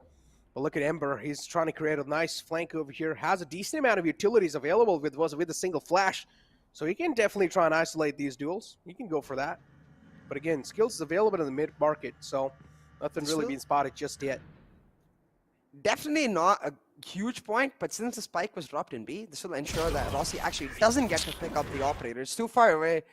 You can see, I think he's dashing and trying to get there in time. Maybe he actually picked up the operator, and like, you know, how you keep throwing weapons to get it closer. Maybe he's able to do it, but I find it highly unlikely. But talking about this round itself, Lightning Fast with some beautiful shots, and the activation of the nano swarm too, right? Making sure that Shivi had to stand in that to fight him. Otherwise, he would have just mowed him down with his Vandal again.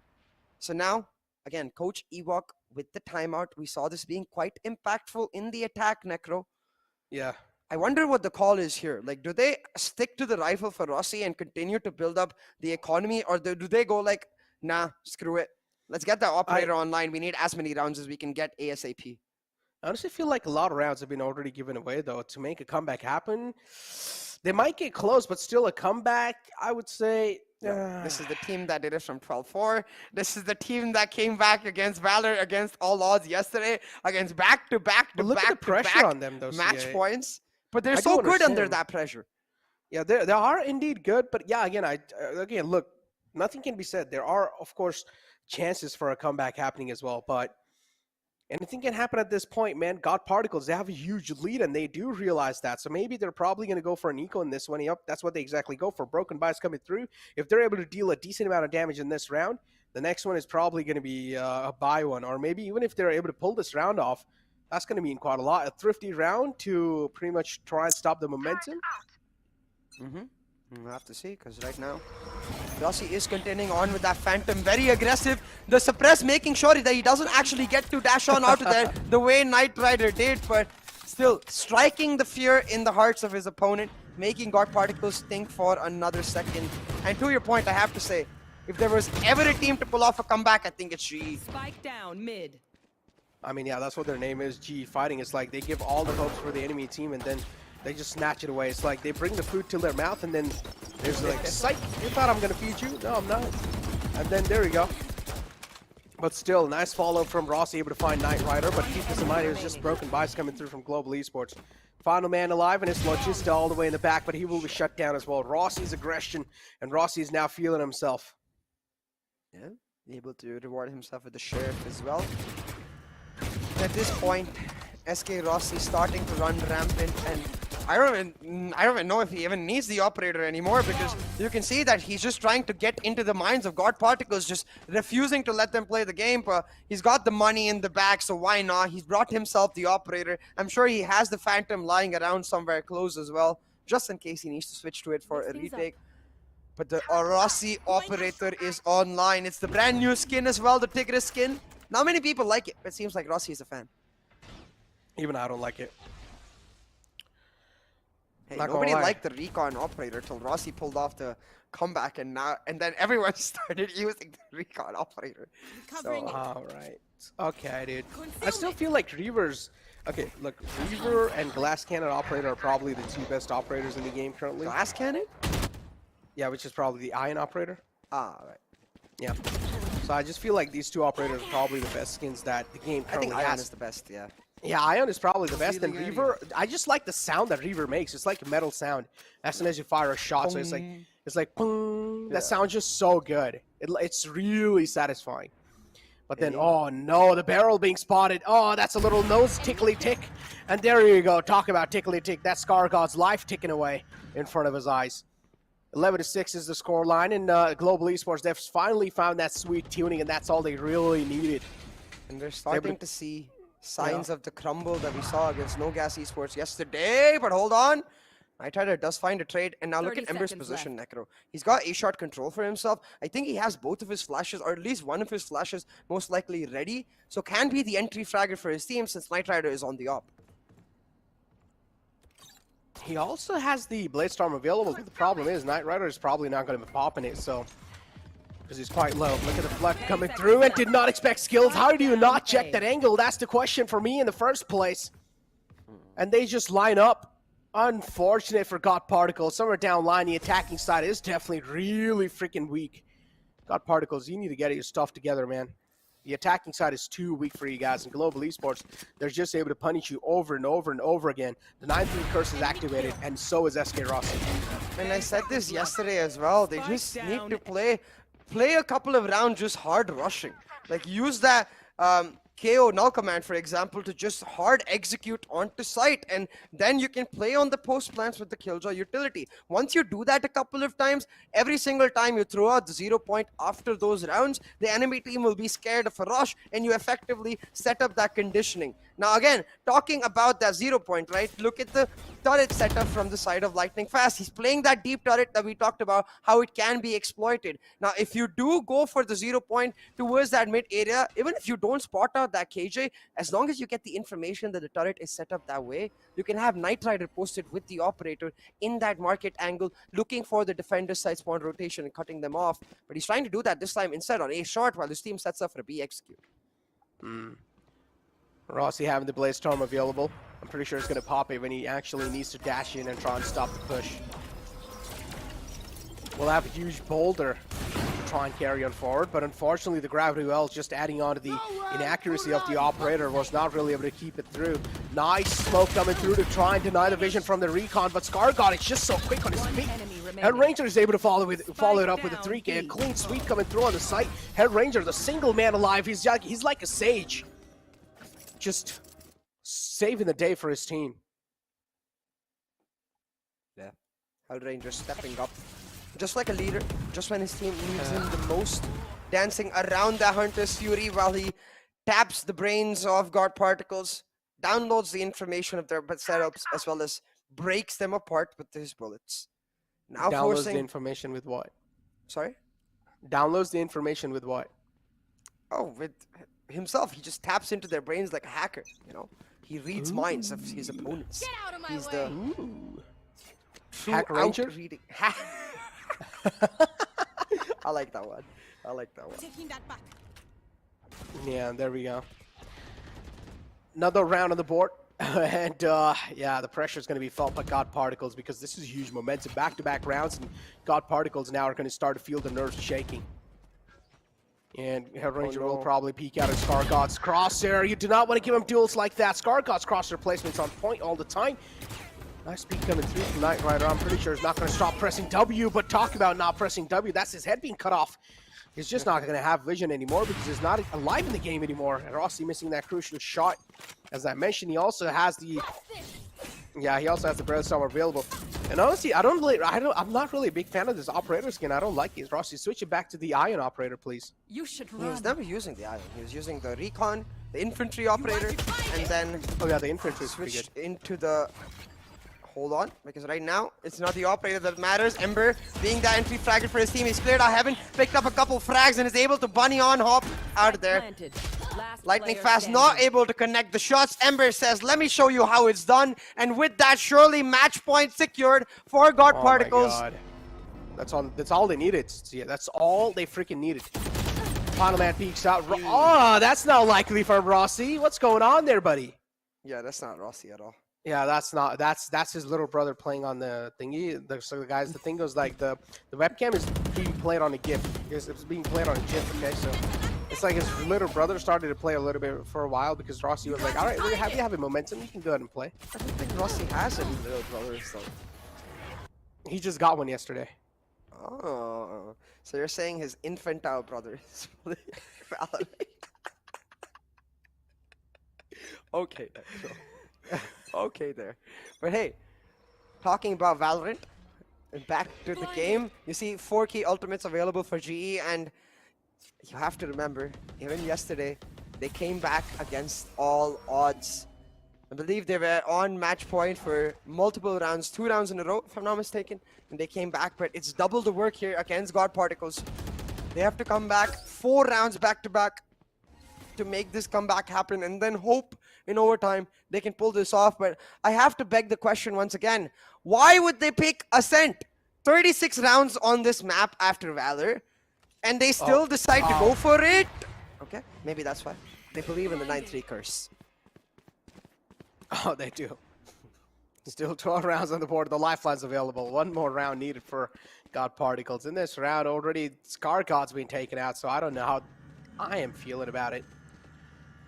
And in the previous round, Rossi as well, utilizing his Blade Storm, so that's quite huge. No command used, and yep, this is huge. Rossi is not going to be able to dash away now. Look at what Hellranger did. As soon as he heard the null command coming through, he instantly popped his Seekers, knowing that he's going to need them in that round. That's going to slow down God Particles so much and give Rossi some space, but still, Hellranger is isolated for now, trying to get some help from the side of Kappa, and he's going to be make sure that he at least gets 1 before he goes down, but still, 3v2 on the retake against KJ. I'm not sure if that's easy. No, I feel like God Particles have got this. Is this going to be really tough? No. Oh my God, the talk. Oh, okay, well, no, there we go. Global Esports cracked the defense. And yeah, they were able to get the retake through as well. Somewhere down line, God Particles leaving the attacking side a little too loose. The null command as well popped quite late. I honestly feel like he should have went with the knife play. Should have just saved the knife over here for this exact movement. And then as soon as you pop the knife, you pop the null command as well, just making sure that the guy in the site is being isolated completely.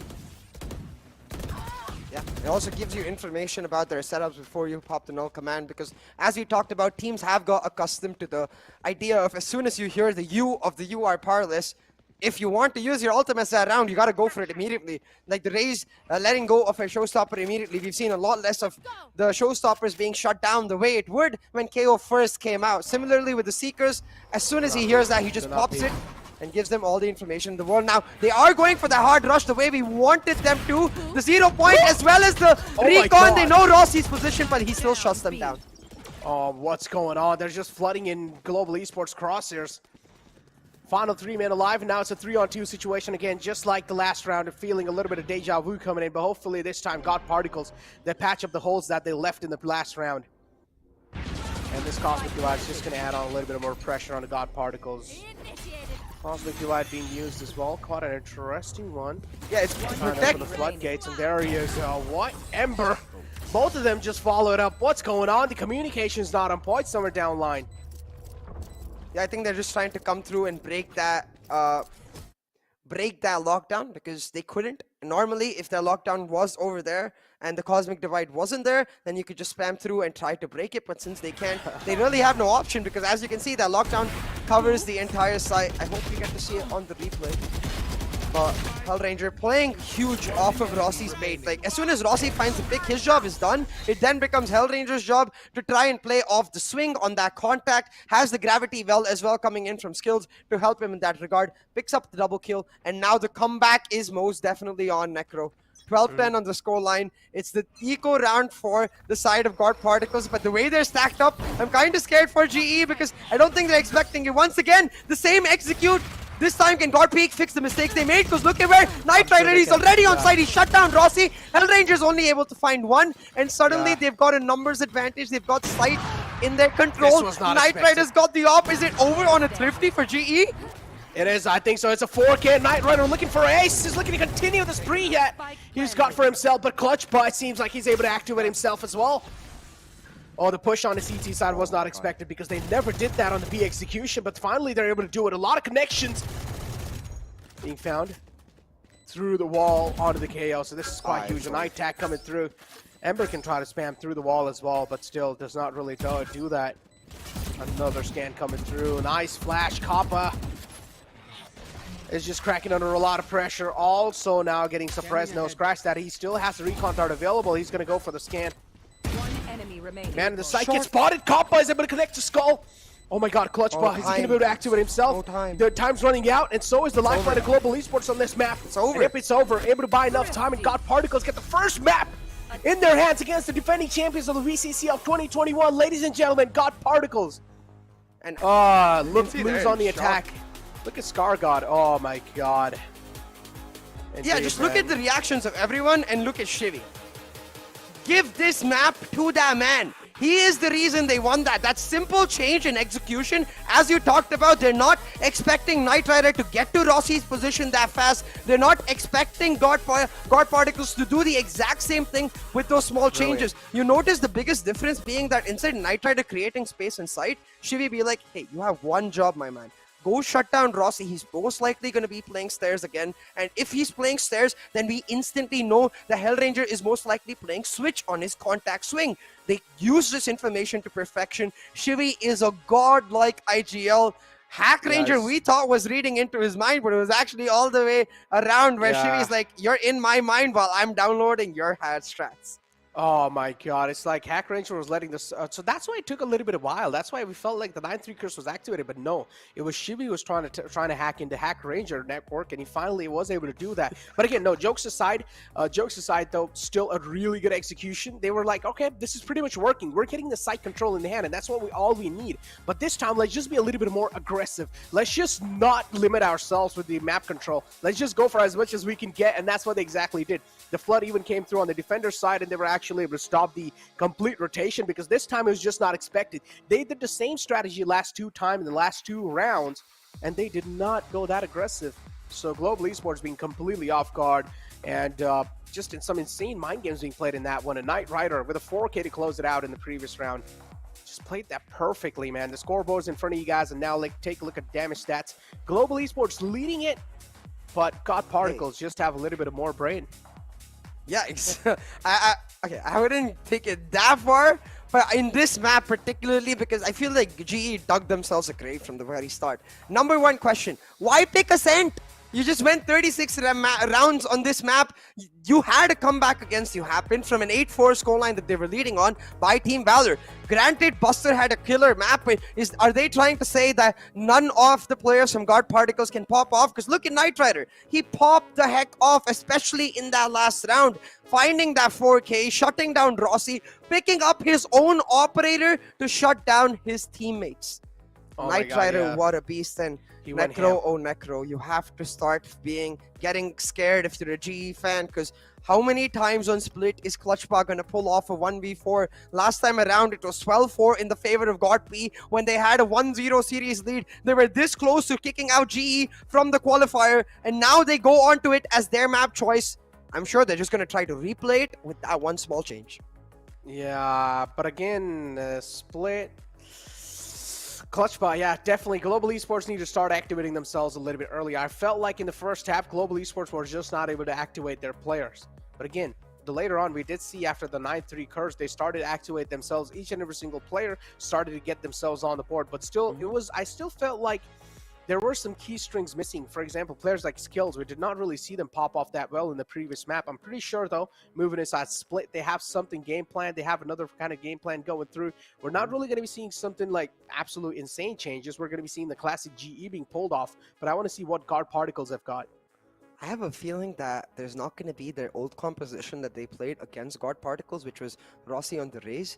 I have a feeling we're going to see the return of the Jet Breach, the old GE, but maybe not the double duelist Jet Breach the way you used to play, some sort of single duelist composition. So maybe a Jet Breach, Astra, and then like maybe put in a KJ in there, and the fifth agent is my biggest question mark. It could be a Sage, a Sky, maybe play for that new turn style composition, even a Viper for that regard, but usually you don't want the Astra Viper when you're playing the Breach, so I don't think it is going to be the Viper, but hey, you gotta make sure you don't miss out on both of these giveaways, the one which is there every day, as well as the second one, which you have to get us to 50,000 watching for, because 50,000 rupees worth of Amazon gift cards, that's insane.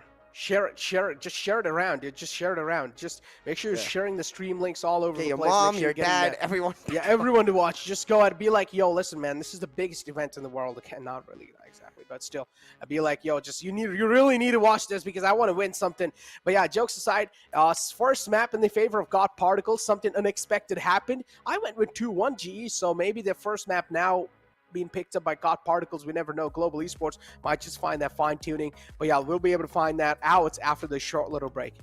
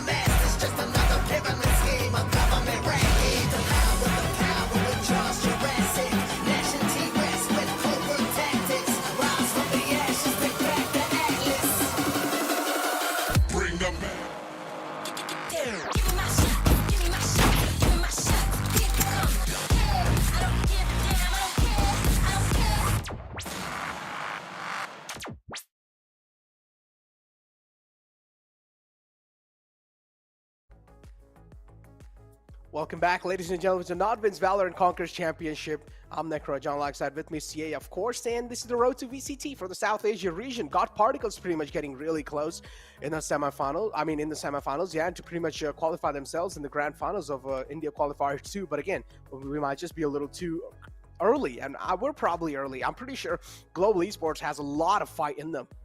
Oh, I'm sure they have a lot of fight in them, man. But God Particles, they're going to be feeling that momentum. They've been in this position before in the quarterfinals. They've been 1-0 up before going into split. So now, all they've got to do is stay strong to their mentality. All they've got to do is play their style. It's not like they did anything to specifically anti-strategy. It's not like they came with some oodles of preparation to try and shut down every single angle GE sat at. No, they played their style. They adapted to what GE brought to the table in that particular map, and they shut down Global Esports in the map of GE's choice. Yeah, going on to split, like I just want to see Rossi on the Jet. I want to see that breach back because it's what GE used to be really strong with. Yeah, hopefully Ross is not really going to be switching over to Raids. I understand it's really good, but still, I want to see Rossi on that comfort pick. Yeah, I just want to see Rossi on that comfort pick. Maybe you guys can go for a double duelist composition. It's fine, you know? You can try and switch things up here and there a little bit, but still, it's the map of split, and I really feel like God Particles are going to be having a tough fight in them. Yeah, rather than a double duelist, maybe even a Jet Sage for that matter. Sage can function as the secondary duelist, be the battle Sage. Battle Sage, yeah. And we've seen that composition work really well in past metas too, where the Jet Sage Breach KJ, where the meta used to be Breach versus Sage KJ, it provides you the best of both worlds, where on the attack you have that Jet Breach combo, but on the defense you have the Sage KJ to lock down sites. So maybe even a Breach Sky or a Breach KO for that matter, like the double initiator style, the KO or the Sky could function again as that secondary duelist as well as the information collector that you don't have Sova for. I 100% agree though on the note that yes, we understand that Raze might be the meta duelist to pick here, but it's Rossi. Especially when you're 1-0 down, I think you gotta see, exactly, you gotta see him on his comfort pick. Yeah, I'm pretty sure we're probably gonna be seeing. But yeah, talking about KO, man, I really want to see KO being pulled out as well in the map of split. So, do you think there are any chances? Yeah, definitely. I think there are some chances. Like, if they are to go for the Breach, I would be very, very surprised if they pulled out the Viper. It's not something you see together whatsoever because Sky and Viper is usually what works really well. If you're going for the Breach, then you usually just want the Astra and you pick up for that last agent either a Sage, KO, or a Sky. And I think given the way G like to play the slow compact style, especially GodP, they're playing that similar style, the Sage may not be as great. The KO and Sky offer a lot more options, so one of them is what I'm looking at. Yeah, man. But again, I mean, I do understand KO can be really impactful because we've seen the null command as well just coming through. It can be so instrumental, especially to shut down that Raze. And talking about Raze again, it's just the same thing going in my head. Hopefully, Rossi is not going to be picking up Raze because we've seen somewhere down the line, yeah, he has the cracked aim, but that kind of holds him back, man. I still feel like that kind of holds Rossi back a little bit somewhere down the line because he also needs to focus on a little bit more utilities. He needs to use the pain shells as well at the right time, right spot. Then you have those two satchels coming in. If you're not really able to find the sweet tuning between the satchels as well, that can be a little problem. But there we go, the suspense ending, and it seems like Rossi now is going to be going for... Do it, Kappa. Do it, Hellranger. I would have preferred the KO, honestly, because it helps shut down the Killjoy, but I'll take a Breach Sky any day. Kappa, you just gotta lock it in now. There's no way he's playing anything besides a Breach in the way this composition is going, because Rossi insta-locked that Jet just like we wanted to, and hell yeah, we get to see the return of Aggressive G, the Breach Sky coming into play. Oh my god, a lot of flashes, man. Get ready to be blinded over here. God Particles, because there's going to be a lot of flashes on your way, a lot of stuns as well. And yeah, talk about that. You're also going to be having the Trailblazer to pretty much scan the side out. But yeah, this can be a good thing. Wow, this can be really huge. KO being pulled out, and KO can be so instrumental. It can shut both them down. He can shut the Sky down. He can shut the Breach down. So I want to see how they're going to play this one now. Exactly, that KO can be so instrumental. Forget the Breach Sky Necro. You know, as a solo queue player, when you go into a map of split and you see a KJ, the first thing you're scared of, as soon as you spot the KJ on side, like, nah, let's just not go there, man. We know how much damage she's gonna do. Well, you know what? A single knife can make her irrelevant. A single 0 point can shut down that KJ utility, make it very easy for you to execute onto that side. So that KO could be absolutely humongous for the side of God Particles. Now, last time they played that same KO. We didn't necessarily see the impact from the side of Shivi. What we do know about Shivi is the exact same composition as last time. The reason I'm surprised is because without that impact, I thought he would just immediately shift onto the Breach, start enabling a player like Scarguard. But they're not doing that. They're sticking to their same pick with Split, and they're sticking to their same comp with this KO. So I want to see how Shivi has really improved. I want to see what he's able to bring to the table that's different from that last map. Oh, man. Global Esports. There we go. SK Rossi, as always, just putting the pedal to the metal. Being really aggressive in the B main. Now, Global, what's going on with Lightning Fast? Is he just AFK in the back? Yeah, he is. He's taking his sweet little time, probably eating some popcorns. And after eating popcorns, he's going to start popping Global Esports. I mean, God Particles. God damn. Why didn't... A little bit of matching name. Oh wait, we're still not started. It seems like we have a little bit of technical issues here. But finally, Lightning Fast is back. So, oh wait, they're having a little talk. Wait, Observer, go take to them. Yeah, look, they're having a little talk. Go to B Heaven. Go to B Heaven. No, go back to B Heaven. Look, that KO and KJ are having some fun together. KJ be like, I made you, bro. You don't kill me. Okay, I made you. Remember. Look at this. Knife fight. Let's go. Friendly. friendly behaviors going on over here, man. I don't exactly know what's going on or what the outcome's going to be here, so I hope we pretty find sure- out though, because we haven't received any news. Okay. Hello. Oh no. Hellranger no, has started off the what? massacre with the first knife. And Scargo's like, no, that's no fair. We were just talking, bro. Yeah, we're just trying to have some fun, but it seems like, well, the webcams as well will be back on us, so I'm going to get back into my casting posture. And, yeah, I'm going to put my glasses on as well to get the nice look on. But on the other hand, Global Esports, yeah, after the first loss, they're going to be having a lot of pressure moving inside Split. On the other hand, also the pretty much the rosters now, they know it. Global Esports know that there's going to be a KO against them. So this will give them a little bit more time to discuss how they're going to be starting to counter that KO. Probably, but we're not really seeing those talks coming through. Instead, Global Esports taking a little chill pill. We can clearly do see Hellranger thinking about a lot of stuff. So being in IGL, yeah, you got to keep your brain active. Yeah. And at this point, I'm just curious what happened really in that lobby. It seemed like everything was all right. But hey, client issues in the morning, a lobby glitch in the evening, just a regular day for us casters.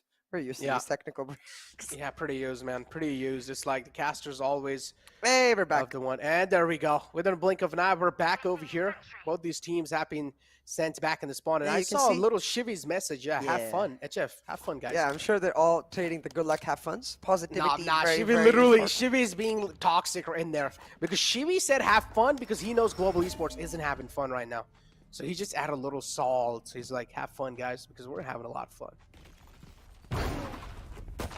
Oh, this is not good. Okay. Nice combination. SK Rossi as well. That you're talking about flash and dash. That's the stun and dash. I think maybe that's why they decided to remake. Maybe Hellranger's stun wasn't working because they did the same play before they remade and there was no stun in that time around. But this time, while Knight Rider did go down, you can see from the side of God Particles, they managed to secure this ace site. Now look at Ember's position, Necro. He's behind this Viper wall in that Vents area, looking to cut off rotations. But what he can also do is come on the late trap into sight. But Lightning Fast is checking him, and Lightning Fast will get checked himself. Shivy shutting him down. Now Shivy distracting them and bringing all of them towards him gives a lot of time on the post plant. Yeah, giving him a lot of time. SK Rossi on a 3K, looking to One get enemy himself back remaining. up on the board. There we go. 4K Rossi now. Is he going to get the ace on the board? That's what I'm really wondering. Our Global Esports going to try to steal SK Rossi's ace. That's what they're exactly going for. There we go. Hellranger pretty much keeping his name there. 4K Rossi. And to be fair, I think at this point they don't even care about the ace. And Rossi, you can see he just stuck to defuse. He's like, hell, you go for the peak. I'm not even gonna try because we know how important this map win is. It's not about the 4Ks. It's not about the aces. It's about making sure they don't crash out in the semifinals of Qualifier 2. They had the wildcard spot already from Qualifier 1, granted. But I don't think that's something that they will be satisfied with. GE, they want the victory here, not just in the semis, but in the finals too. So they got to make sure they push back. But it's the same can be said for God Particles, Necro, because if they find this win, they guarantee themselves at minimum a wildcard spot. And honestly, if you're taking down the defending champions, they suddenly become the favorites to win it all in this qualifier too. Everything on the line now on this eco. God Particles, they use the 0 point to cut off the B Heaven. The Killjoy utility shut down, but Lightning Fast aim, well, that's not going anywhere. Yeah, that's not going anywhere. At least for now. So yeah, pretty much this round is expected that Global Esports are going to wrap it up, and that's what exactly is happening. The turret counter, the turret kill counter, we need it right now. Global Esports are just able to use that turret to perfection. It's like, at this point, there can also be like a little bit of insult at it. It's like, take the player down really low and make him funnel on the turret. What do you say? I mean, yeah. And at that point, I think they were just relying on killing the KJ before the turret came back online. They have exactly 4 seconds. So once you get suppressed by the 0 point, you get 4 seconds of suppression while that turret is inactive. And I think they were just assuming that we'll kill the KJ in 4 seconds. Sure. Lightning Fast like, no, not like that. And shuts them down. And look at this. This is why, one of the main reasons why we wanted to see Rossi on that jet, the early operator coming online. Don't do it, Logi, don't do it. Thank God. No, he did it. No, okay. Do that. Definitely do that. Oh, wow. Wow. Peeks Yeah. right underneath the crosser and is able to shut down SK Rossi. He's not just a normal man, it's SK Rossi himself, man. Oh no, look at how much risk is taking, only down to 33 HP. That's a lot of HP being cut off. But still, I would say that's a fair bit of trade because now Lightning Fast has the operator in the hand. Even though you're down low on HP, with the operator, you just need to be quick. And there you go. The healing as well is right there. Hail Ranger being pretty much the medic. Now look at this. Again, they've taken mid control, looking to push through vents, but because that nano swarm, that single nano swarm is there, it delays their position a lot. But GE, they went for the rotation a second too early maybe, because B site is completely open up for grabs, Necro. Got particles still though, they're leaving it to the last moment, and it's kind of scary because this single guiding light, it doesn't give any information. And got particles still instead opting to go onto that A side. It's kind of weird considering that they had B Heaven control for themselves. They saw nothing was on B side.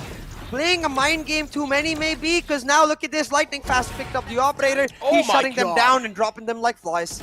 Yeah, he's just clipping their wings, and well, there you go. Their hopes and dreams now were pretty much skyrocketing, but after that kind of an operator play, it's gonna be clipped down. Shiva the only one left alive, only the fresh magazine, and he will get one. But the problem is a lot of time being bought off from Global Esports, playing that to perfection. And Global Esports, there he goes, trying to get some fist bumps, guys. Just give him, he's on the T-pose. There you go, finally. That's done. I'm just not sure about that execute at all, right? Because especially when you've got Logi get that early kill, I feel like it's more important to let Logi go on the lurk, expecting them to try and protect the operator, because that was the only weapon Global Esports invested in that round. As soon as Logi shuts him down and he realizes that they've picked up the operator, he has to expect that the player on A has the operator. When they've got B Heaven control, when they've got Wentz control, they can just as easily go for the B execute. But right now, it seems like they're doing exactly that. The early pain shell would deny Rossi his angle, but let's see. Second time's the charm. Is it though? Let's get Rossi again, but not really a lot of HP. Oh, he still catches the bird flying in the sky. I don't really know if that was a bird or not, but yeah. Not really that big of a bird, but yeah, trades now for now. At least happening back and forth, but scratch that. It's not back and forth. It's completely forth in the favor of Global Esports. Oh, we just figured out where Rossi is too. So that water bottle is not his setup. You see, Hellranger stretched out to his right to give him that fist bump, and Rossi responded with his own, doing some setup analysis here. Not in-game setup, computer setup and analysis. But hey, 4-0 now for GE. Copy their setups, man. I need to copy their setup. But the problem is my table is like full of garbage. I don't even have a PC. Yeah, but you're rich as hell. Stop lying. Hey. Stop lying, man. I am only rich with all the love the community gives me, and we'll end the conversation right there and there. Just look at Rossi's aggression. Okay, see ya. Again, God Particles playing very standard defaults, 1-3-1, trying to take mid control, and they're gonna get caught completely off guard. The 0 point coming a second too late, and it's because Skills knows this, right? We've seen this plenty of times, the 1-3-1 setup. As soon as the Viper's poison cloud comes towards the A, they realize that the Viper is most likely lurking. Since Rossi is pushed through and hasn't seen anyone coming through, they realize people are going to be pushing through mid, and Skills shuts them down. It's just way too basic and readable. Yeah. And now there you go. 2 players alive only, and Global Esports, they're just able to keep the pedal to the metal. No matter if God Particles, they have the buys on the board. It doesn't matter. The guns are instantly being shut down, and they do have a lot of utilities to work off with, but still, if they're just not going to get the chance to use the utilities, and if they're just getting swept down like that, then yeah, I am a little worried. But nice shutdown coming through from Logista. That's not going to be lasting for a long time. 5-0 now for GE. You can see why they picked up the map. They have this brand new composition to play with. The Breed Sky with Rossi on the jet. So damn good because it allows Rossi to play on his strongest self, get them that early bit of information with the proactive operator plays. Let Skills know, yo, there's no one here except the Viper who set up that poison cloud, which means they're either playing 1-4 and going to aggress B main, which we are anchoring down, or they're going to play 1-3-1 and aggress mid, which they have done for the last few rounds. You could see how much Gorpy liked taking that mid control. Skills reads them like a book, shuts them down, and now Gorpy once again on an eco, trying to go for the aggressive rush with the null command. The Killjoy utility is shut down, and so is Skills. Can Gorpy answer back? pretty much trying to reply back inside this round, but still, they don't have the guns to back them up. Even though they did get a man down, they're not going to be able to retrieve the guns. And look at this, look at the Viper's pit. It's quite deep in. So that's quite huge. That's all they really needed. But Rossi is there. The flying man's alive. And he's able to make some things happen. Nice flash to follow it up. Rossi instantly gets blinded. No headshot to follow it through. And with the Sheriff's God particles are actually able to show themselves up, but the lockdown is too strong. Logista gets detained. Shivy as well, it was the same storyline for him, but now the detention pretty much taken away. Ember, the only man left alive with the Sheriff in the hand, and now he needs to connect the stars. Just like how he needs to connect the skulls. Is he going to be able to find the connection though? That's the question. Last player standing.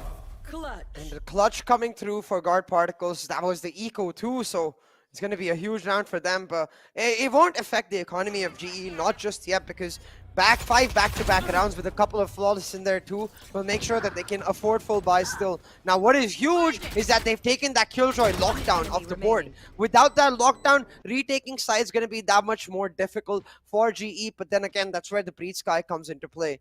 Now, what I want to see God Particles do with their setups is maybe look for some sort of initial aggression, like get Scarguard into some advanced position and then leave him there. Let him be the lurker, and then you can start during the mid-round going on the rotation. Now, Scarguard, I think he was going for the double satchel.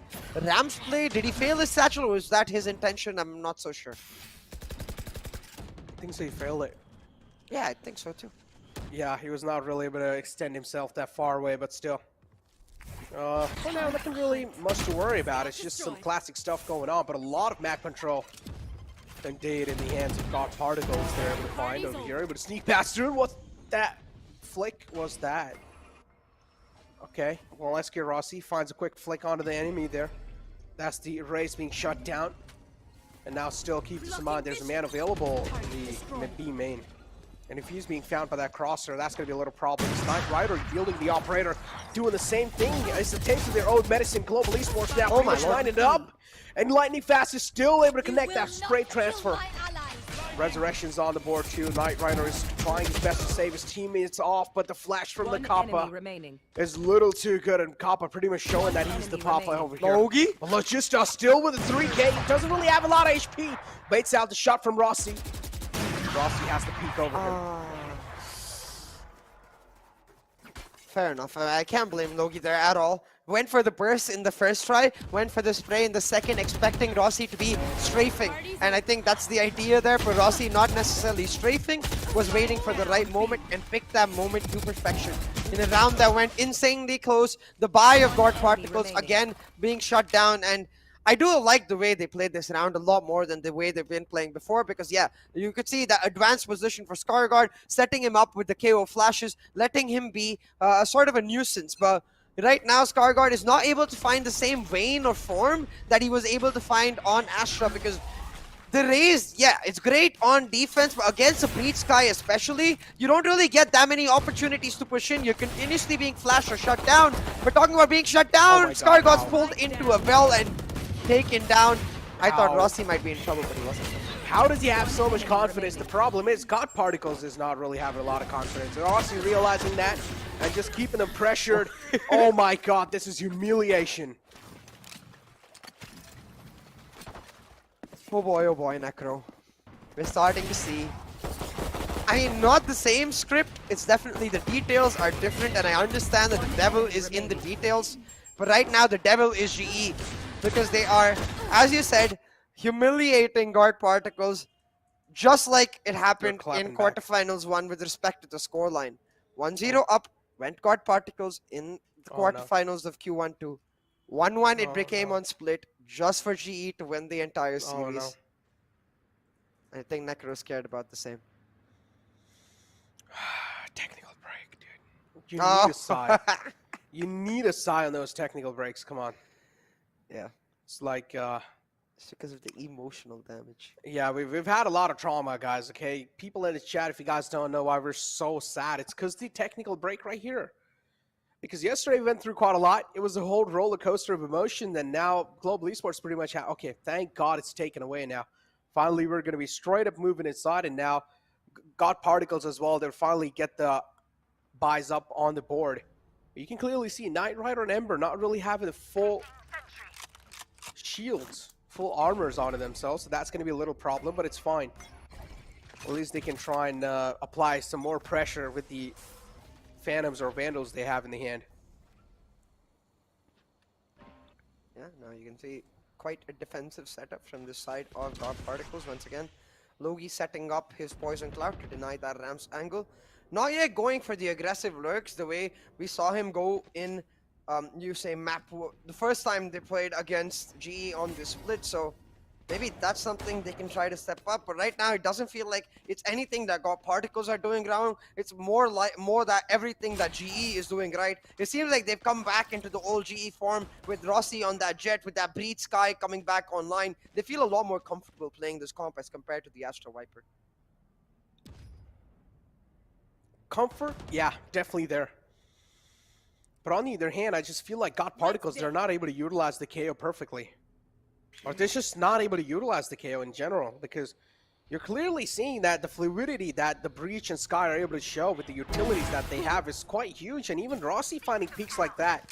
It's like at this point, God Particles, you need to start expecting. You cannot start giving those dry peaks to Rossi like that. This is going to shut you down, but that's a nice ult to kick things off, but the Showstopper instantly being shut down as well. So not really getting a lot of things off of that because the trades are there back and forth happening. Shivy is able to follow it up with the Guardian and will also get a better gun in the hand. Rossi switching over to the Phantom and now pretty much putting on the pedal to the metal. I like the skin personally, but the skin is a little, 10 seconds left. I would say, a little too dry for on me. Necro. The wall finally being taken down, flash after flash with this Breach and Sky, This is done. and all guard PC is The destruction. KO is just not being activated. I feel like the KO Yeah, needs to be 100%. activated as quick as possible because Shivy is not able to find himself that sweet tuning with the KO. He needs to start utilizing those utilities at the right time. He's using those utilities, don't get me wrong, but he's not utilizing those utilities at the right time. And if you're not able to do so, then KO is not your comfort pick, my man.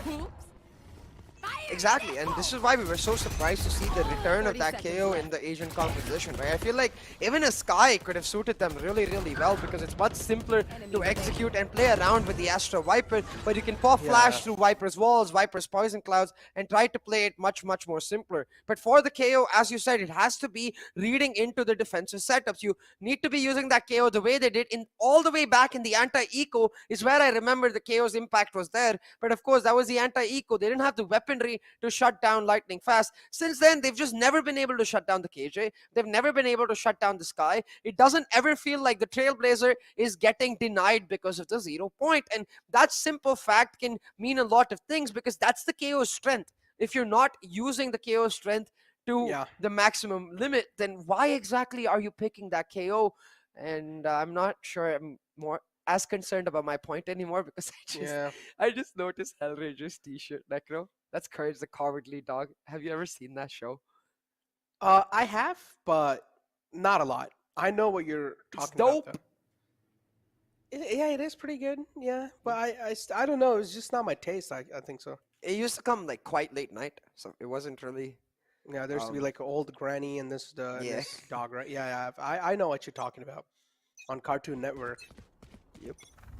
But yeah, over here at Global Esports, they're just always able to apply a lot of pressure with the early peaks on the A man, and that's why God Particles, they're not able to just like get the freedom to move around. And Shivy, don't get me wrong, he's able to use those flashes pretty well, but those flashes are nothing.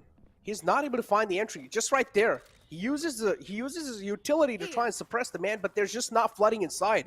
Flood in. Take the man down. He does not have any utilities to stop you. I think it's because they don't have an extra initiator set up and they're kind of scared because of that. But now flooding in a second too late maybe because kill suppression is over. He pulls them in and he whips them around. Nope. Let's just and the Razor, the Fondo 2 men alive. Scarthought in the backside. He's also getting flushed out by the Breach utilities. Hellraiser pretty much shutting down the man, and Logista has the operator in the hand. There we go, pretty much handing it over. He's like the delivery guy for Global Esports. Yeah.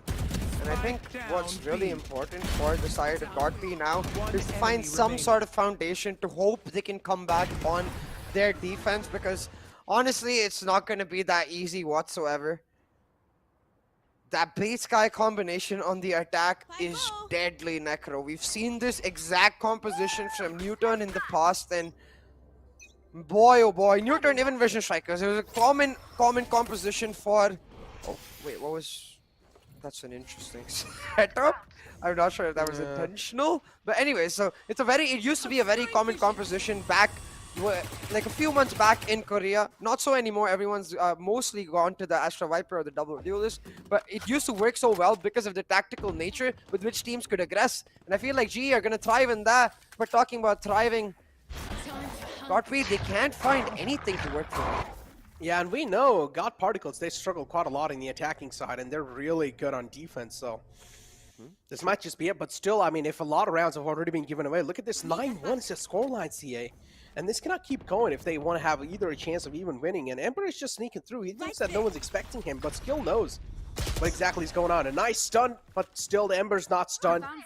So that's a little bit of Pixel not being found, but you can clearly see the Breach is ready to use the ultimate, which is Kappa. He's ready to use the Rolling Thunder. Is he going to use it now? That's the question. Spike planted. Here's the plant through. Kappa still waiting for the right moment to go with the Rolling Thunder. He does hear the Viper's Pit activated as well. Hellranger finds a nice dink on the Scar God, and now we'll follow it up with a frag. Still, it's a 3-on-4 situation. Global Esports clearly having a huge man advantage. The null command is well activated, so each and every single utility of Global Esports is being suppressed, at least for now. But here we go. The Killjoy lockdown is what they were really relying heavily on, and now it's going to be comboed with the Rolling Thunder, and this is where the entire retake is looking really possible for Global Esports. And somewhere down line, God Particles, they're looking really screwed. Yeah, but I don't think they have the time actually. God P, Yeah, they don't. They should be able to get yet another round here. So against all odds, they pull it back. Do put a tiny dent in GE's economy, but it won't mean much. Let's see, the first map ended at a 9-3, and GE wasn't able to come back, but here's where you can finally see some of the impact of the KO, right? The null command shutting down all of that utility. This is what we were talking about, Necro. There's so many lineups where you can shut down B Heaven and that immediate B under Heaven angle together with the knife as well. It's something that they could continue doing again and again, but it's not something we've seen when they don't have that KO ultimate. So I'm still curious because as you can see on the economy, G is still thriving. Gorp not so much because both of the teams lost all their weapons. So now they've just got to make sure that wherever they shut down the util, for example, if they throw the 0 point towards Hellranger, attack him, take him down while he's suppressed. You've got 4 seconds on the clock, because if you don't do that, the KO impact, it's not as much, and you're not going to get the ultimate every single round. Are we going to see the 9-3 curse? Nah. It was broken after last map. Okay. So the curse pretty much is not a curse anymore. The curse has been broken. It's a smush. Which is literally nothing because that word doesn't exist. Oh, that's a lot of info. That's a lot of info with the Guiding Light. And then try to check it instantly. So Hellranger's still not aware of that there is a man available in events. Seekers out. Oh my god, this is huge. I think the Trailblazers are there to make sure that they're not hard rushing him because he was stuck alone while Rossi was with the op, but now that he's got his teammates, pops the speakers, gets all the information he needs, and lets Nightling Fast know, yo, they're most likely coming to you. Skills, you gotta have each other's backs, but they are quite separated, and they're playing these sneaky angles. Either there's gonna be disaster or work out beautifully. Oh, this is gonna work out beautifully. Look at this. They're just posted up for success. Lightning Fast is just stacking them up on this B site. And oh my god, it looks like a goddamn graveyard. Lightning Fast with such a good play. And 10-2 is the scoreline. A lot of rounds have already been passed over to Global Esports, but still on the defensive half, this is where God Particles are truly activated. So I want to see what they've got in the back. Yeah. 10-2 on the board. If, and this is a big, I'll add one more big, just for the sake of it. Big if God Particles are to come back, they need this pistol at all costs, Necro. Yeah, There's at all costs. world that they come back without this pistol, but again, it's easier said than done because you see the amount of utility that Global Esports have forward on the attack. You see Rossi is going to be vying for vengeance after the loss in that last map. He's going to be aggressive.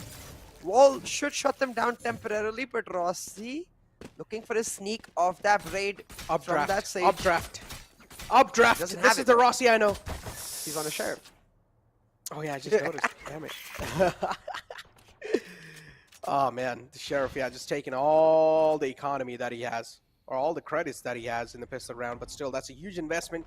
It's kind of like a high risk, high reward, and usually for global esports, it's a reward because it's Rossi using it, so come on. Has to be a reward. But on the other hand, Shibby has 2 flashes available, and he's playing with just a classic right click, so his dreams might just be cut off, but still a lot of damage being dealt, even though one shot pretty much bringing Shibby down to 58 HP. So that's not really looking that great, but another one to follow through, and global esports, oh my god, Kappa just holding that flank angle, Ember as well being crushed apart, and now global esports, oh, they're getting their stuff together. This pistol round pretty much looks like global esports are going to win it. And after this pistol round, they're going to have 11 rounds on the board, and after this as well, the follow-up will be there from global esports, so yeah, it seems like God Particles split pretty much just close it, just to move on to the other map. Yeah, GG go next should be the call right here, because it doesn't feel like there's much hope on split. The teams most likely exchanging each other's maps. There we go. Oh. It's a lot of shots, but it's fine. Yeah. A little messy at the start, but that's how we like to start it. But global esports, yeah, they've got their stuff all the way together, man. In the split map, we thought this is gonna be literally be a close one. But still, nothing really going on like that. God Particles, they're just getting stomped. They're getting smurfed on by global esports. Yeah, and I mean, we thought that the comeback from GE in Qualifier 1 went a long way to giving them some huge momentum to pull off the series win. Well, a stomp is kind of better, you know, because it's not a roller coaster, just like a one-way street of hype. So I'm not so sure what Gopi are feeling right now, because GE are most definitely looking directly at the finals. Rossi spots out that Sage and gives Knight Rider the respect he deserved, dashes on back. I feel like old Rossi might have tried to peek just like he did there. Yep, and then instantly got his head cut off. Yeah, exactly. That reminded me of myself. Yeah, I can imagine that. Stubborn me playing Jet. But yeah, moving on. Global esports having pretty much man advantage. No, actually, scratch that. It's pretty much equal man advantage available from both sides. So nothing really up, nothing really down on both sides. But Kappa taken down quite a little bit low. But he gets healed off instantly by Hellranger. Trailblazers out to also get a lot of info on the site, and now they're just trying their best to hold the strings. They're trying their best to keep things together, but that concussion is quite huge. Shutting down Logista on the site, and there you go. And also shutting down their hopes and dreams of making a comeback happen on the map of Split. Can't use that. Match point for global esports with this round. Like we said, if Godfrey don't win the pistol, it's just GG go next. But hey, I'll tell you what. Given Godfrey's caliber, I will say, still maybe a 1% chance they come back. Maybe less than 1%, to be honest, at this stage. Do it again. Because you can see global esports, they're fully investing. They've got the Vandals, the Bulldogs. They won the win right here. They want to 13-2. It's almost like they think that this is compy, and the faster they win, the more RR they'll get. Oh, man. Look at this. There we go. Here comes the floodgates, and floodgates are open, but still, even though in the gravity well, he's like between the hell, but he still is able to climb back up like Kratos. I feel like that gravity well interaction is effectively a mind game, because you could see Rossi's crosshair was where Shivy was, but Shivy let go of his movement and just came to the middle of gravity well, throwing off Rossi. We're talking about throwing them off. Hold on. Hellranger still with a chance in this round. Quite unlikely, so I'm gonna get back to my point. Like, it becomes a mind game. Like, is that guy gonna stand strong and hold his position, or are you gonna come into the middle? Okay, wait, I maybe oh my god, okay. Counted God Particles chickens a second too fast, because Hellranger does have a decent chunk of time, and a 1v2, he's no stranger to pulling off these kind of not a lot of clutches. time. Not a lot of time, honestly. He's really far away from the spike as well, CS, so he'll need to wrap around, and look at that. Now 30 seconds left in the clock. He still needs to take a couple of duels, and also needs to get the spike control in the hand, then find an entry on the site, and then get the plant down. That's not really a lot of time left for him anymore. So yeah, he'll also need to keep the anonymous factor going inside this. He'll either need to try and shut down both the defenders, or need to, yeah, there you go. Ember finally spots him out, and Hellranger being taken off. Yeah, Hellranger. One enemy Shut down, as you said. Quite unlikely right there. And a 12-3 on the board for the side of God Particles, though.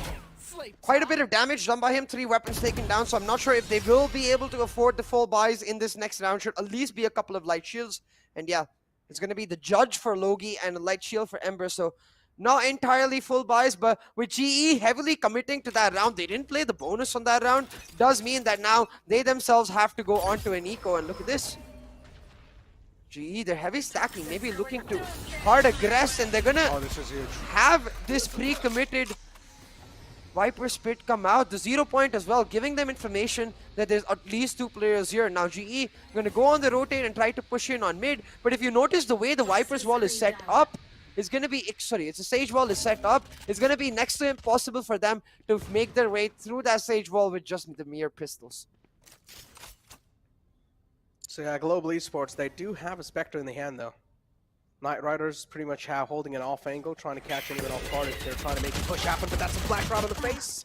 Knight Rider's quite blind, but held Ranger as well, not really finding its mark, but finally shuts down Knight Rider on his feet. Scargod will only need to fall back from the position he's found himself in. Right in the hell. Scargod's found himself. 12-3 is the scoreline, and God Particles, they're trying to bounce back from such a critical scoreline. Global Esports, they have all players alive. On the other hand, God Particles having a little bit of man disadvantage to work 30 with. seconds left. It's looking highly likely that Global Esports are going to win this one. There you go. Rossi's able to open the site. They're just able to open the floodgates now. The Star seems like they've aligned in this round. And there you go. Trailblazer pretty much giving away a lot of info. All the intentions revealed here, so yeah, it's going to be really hard for them to bounce back. Shibi was taken down quite low in that engagement, and now it's just to work off. It's SK Rossi is going to be able to isolate a long-range duel, or at least a mid-range duel. The judge is not going to be able to activate himself. But talk about that. No, it's still really good. Now he's going to be able to pick himself up a Vandal, for a bit of spam hits him, and with the time running out, well, Logi might as well just sacrifice him, but for the sake of some style points as well as his own morale and confidence, he's going to try to win a couple duels, but he has no idea the Hellranger's right here on that Rafters angle. The Puff Flash comes in and skill shuts him down, and a stompity stomp from Global Esports brings back their confidence, brings back their groove. And we go into map 3, once again a similar story. GE drop map 1 against God Particles, but instantly pull it back, and okay, Hellranger's going to take the camera with him to the meet. Interesting. I want to see what I want to see what they're going to be doing in the meeting as well, because this meeting is going to mean quite a lot, because now they have the momentum going inside the split as well.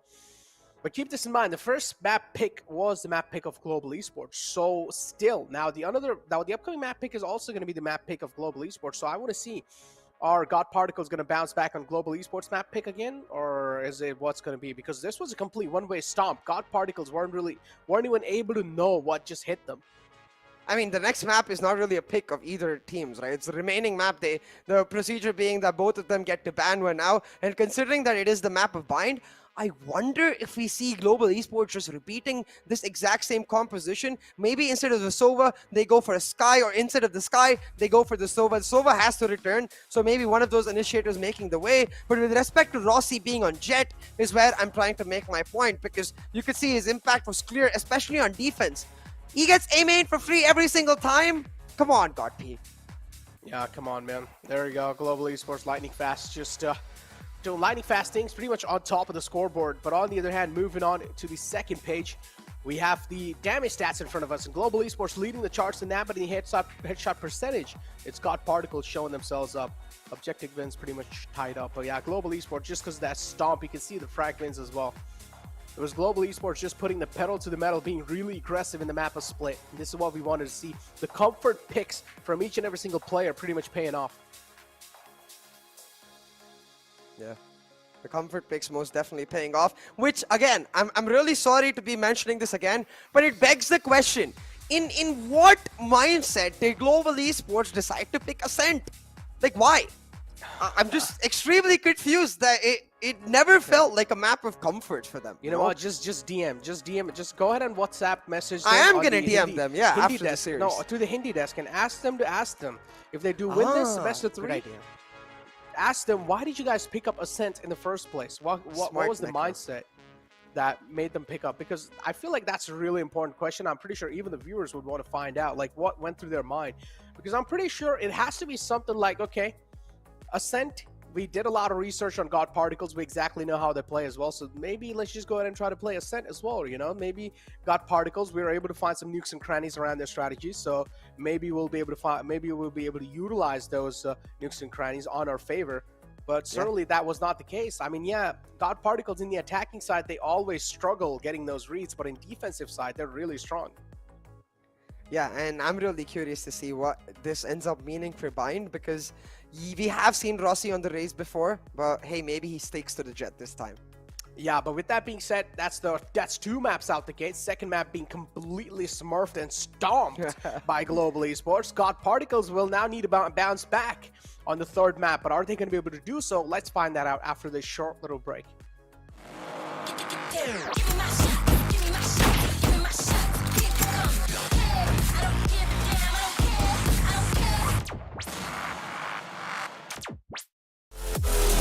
It's a one signal, give a sign. Pull your gun from your trigger.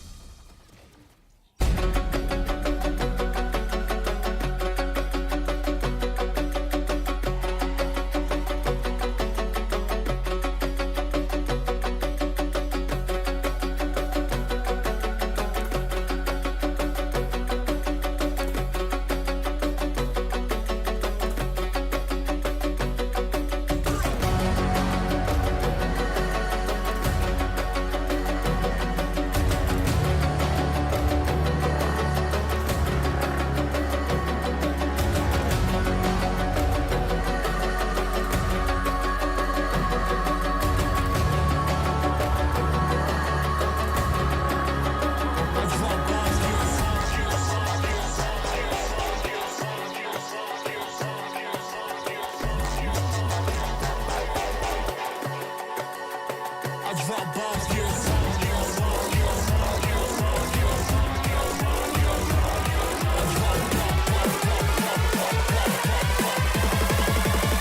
I drop bombs, yes.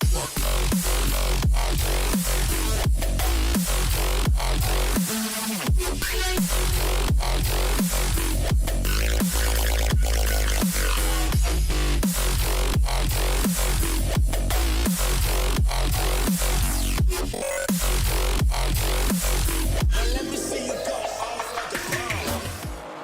Give me my shot, give me my shot, give me my shot. Keep it coming. Hey, I don't give a damn, I don't care, I don't care.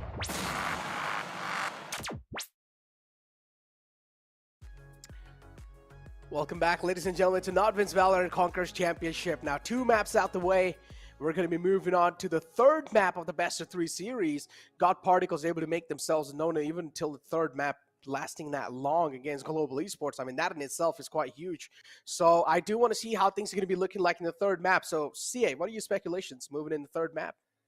I have a weird feeling that this is once again going to be a quick map because I don't think that GE are going to stick to that race composition. Because if they do, then it's going to be the opposite of what I'm saying. I don't think with Raze they're necessarily like, again, no shade to Rossi. He's definitely showed us that he's capable of pulling off the same level of performances on that Raze as well. But I think it affects the team entirely because they don't have him creating as much space or being as necessarily prolific on that pick. Now, look, we're moving inside the map of Bind. Raze is really good on Bind just to clear out some backsides as well. The paint shells can be really crucial as well. But again, this is where it comes down to that comfort pick. Comfort pick is what really matters, and we saw Rossi pretty much giving him that comfort pick, letting him play on that Jet. He can have a lot much more fluidity playing Jet. He can pretty much have room for error with the operator. Usually he doesn't really make a lot of errors, but if he does, he's going to be able to get away with it. So I honestly feel like Rossi should be sticking with the Jet, and they should just go for some comfort picks, nothing else. Yeah, 100%. And talking about comfort picks for the side of God Particles, Shivi is 100% going to be playing the Sova in this pick. You're going to be seeing, as you can see, Sova, 96% pick rate, the West Asian. I assume Scarguard is going to be playing the Astra, but he might be switching on to the Raze because 100% Knight is going to stay on the Jet. So that's where, like, I feel like the composition of God Particles is almost decided with Logi on the Viper. So the 3 things we know for sure is Shivi on Sova, Logi on Viper, Scarguard and Jet. And I think that, Scarguard on Astra. And I think that decides the other 2, with the Jet most likely going to come in for Knight Rider. Now, the only change I can imagine happening from their previous comps is where Ember plays Sky. I feel like he might pull out the KO this time. Look, KO last time we did see it been pulled out by Shivi. It wasn't really able to do that great. So I honestly feel like they should keep their hands off of KO for a while. Ember was good on KO on Ascent. He really was good, but I still feel like Ember is really good at other agents as well. So I feel like, again, this is where it really does come down to. If Ember is really comfortable on KO, go ahead, use that KO. KO is really useful currently, no matter what map it can be. So KO is pretty much useful right now. So you can go ahead and try to use KO. But again, the problem with KO is that once you have the KO in the team, you need to rely heavily on the KO. So it's kind of like you're also putting a lot of pressure because the KO player knows his utility matters quite a lot. Each and every single utility that he's using, including flashes, the team will be playing off of it.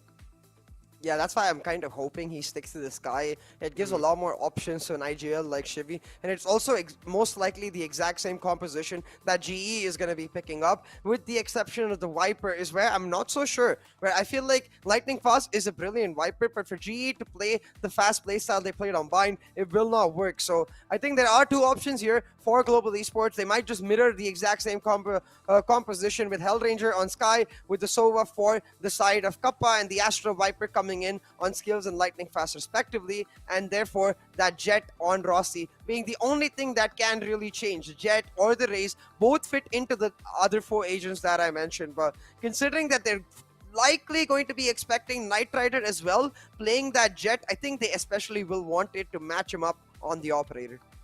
Yeah, I mean, trying to match him up on the operator. But again, I mean, Rossi is just really good. Look, I honestly feel like all Global Esports really need to do is just go for the save at the start. You know, to make sure that, just tell Rossi, okay, Rossi, save as much as you can. Okay, buddy, we need you to get that operator. All right, even if Rossi's not able to save, just make sure someone else on the team is able to save and get able to drop the guns to Rossi.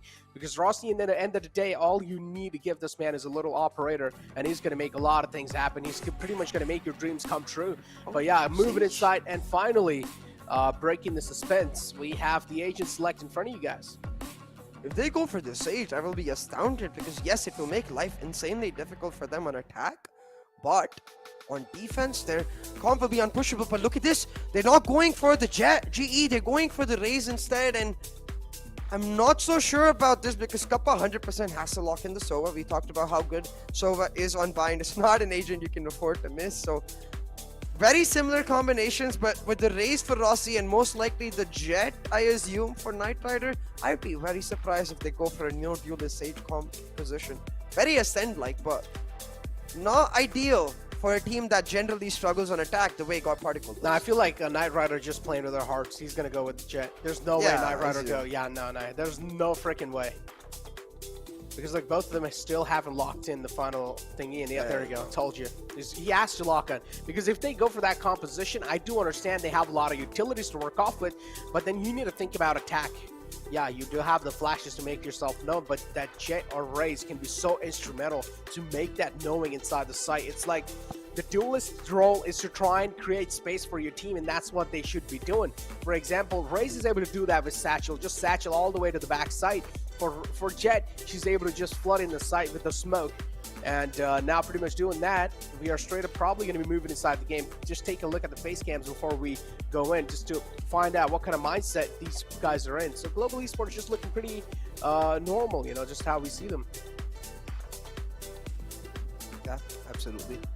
So Global Esports will have to see if they can just clearly establish the fact that right now, what's important for them is, after that stomp, reassuring every single one of their fans that, hey, it's not just about the Jeffrey Rossi, we can make you work with a different agent as well, because it's not Rossi that I'm looking at really with this composition, it's the rest of the team, how they play around him, because very similarly to the KO, the Raze is not as simple to build a composition around as it is with the Jet. Jet, you can just be like, okay, go peek, you can dash away, you can be that flex player in our defaults that is moving around continuously, but the Raze has specific positions that she's way better at than other players. Like Hookah is one great example, Shar is one great example, even U-Haul, but you don't want her playing B-Long, for example, but the Jet, she can play every single angle because her job is quite simple. So I want to see how they're going to build their defaults around that. I want to see how they're going to adapt to what God Particles bring around that simple factor, because they don't have the basic idea that Rossi go peek, Rossi go kill.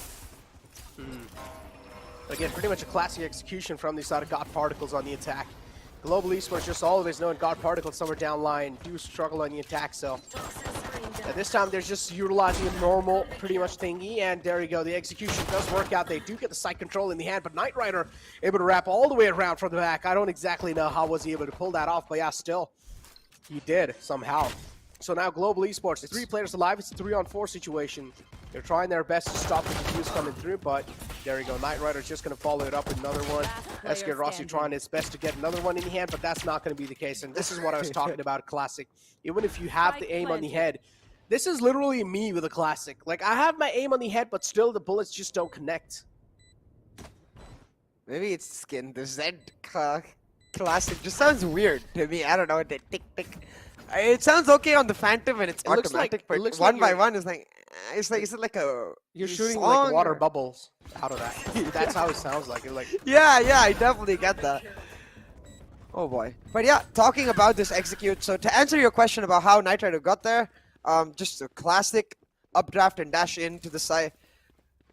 Sorry, not updraft and dash in, just a classic dash in with the... Yeah, actually, it was the updraft, I think. I don't think he bought a Cloud Burst in this round. He was on the Frenzy, so an updraft dash in to the side got him to the back, even though his teammate ended up dying in a 1-for-1 trade, and U-Haul is able to wrap, and as you could see, they went for the defender side spawn, the Heaven backside plant where they could play from that area, so something very much planned for God Particles.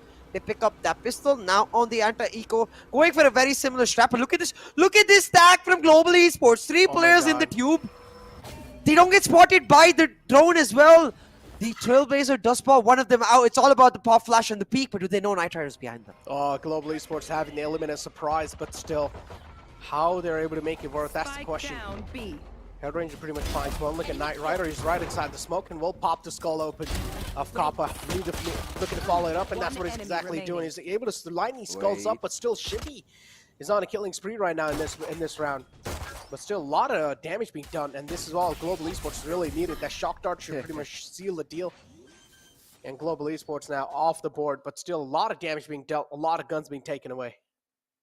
3 men down. That's okay. Down B. And I love seeing these things, man. You know I do, because on Ecos you can afford to go for such gamble plays. You can afford to catch people off by surprise. And Hellranger being like, okay, Shivy, enough of all of this. Let me show you what I've got. Hack Ranger truly coming online. I really like that name, Necro. Making sure that they damage the heck out of Guard P's economy. And hold on, I was caught off guard by a second by GE's buy. Rossi going for that. Judge playing that U-Haul now. I consider that a full buy on Bind. The Judge is broken on this map. It's so good in certain angles. Oh yeah.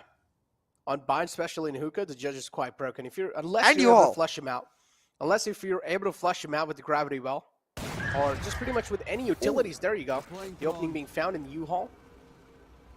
No, that's Hookah. Oh yeah, that's Hookah, my bad. Man, you were talking about U-Haul, and that confused me. That confused me with the Hookah.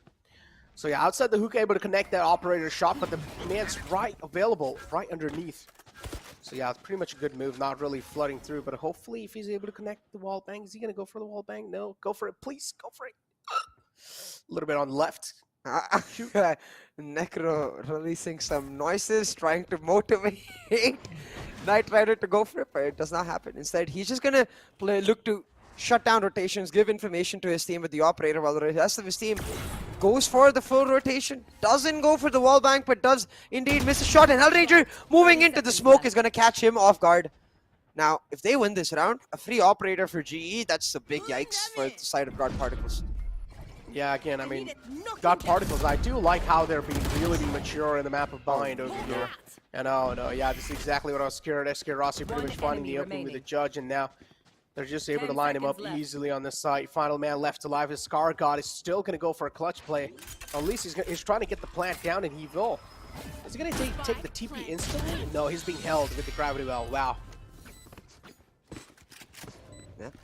And I really love the way they shut down that Hookah, especially with Rossi tipping in. He was the judge, Hell was the jury, and together they executed them. Okay, buddy. All right.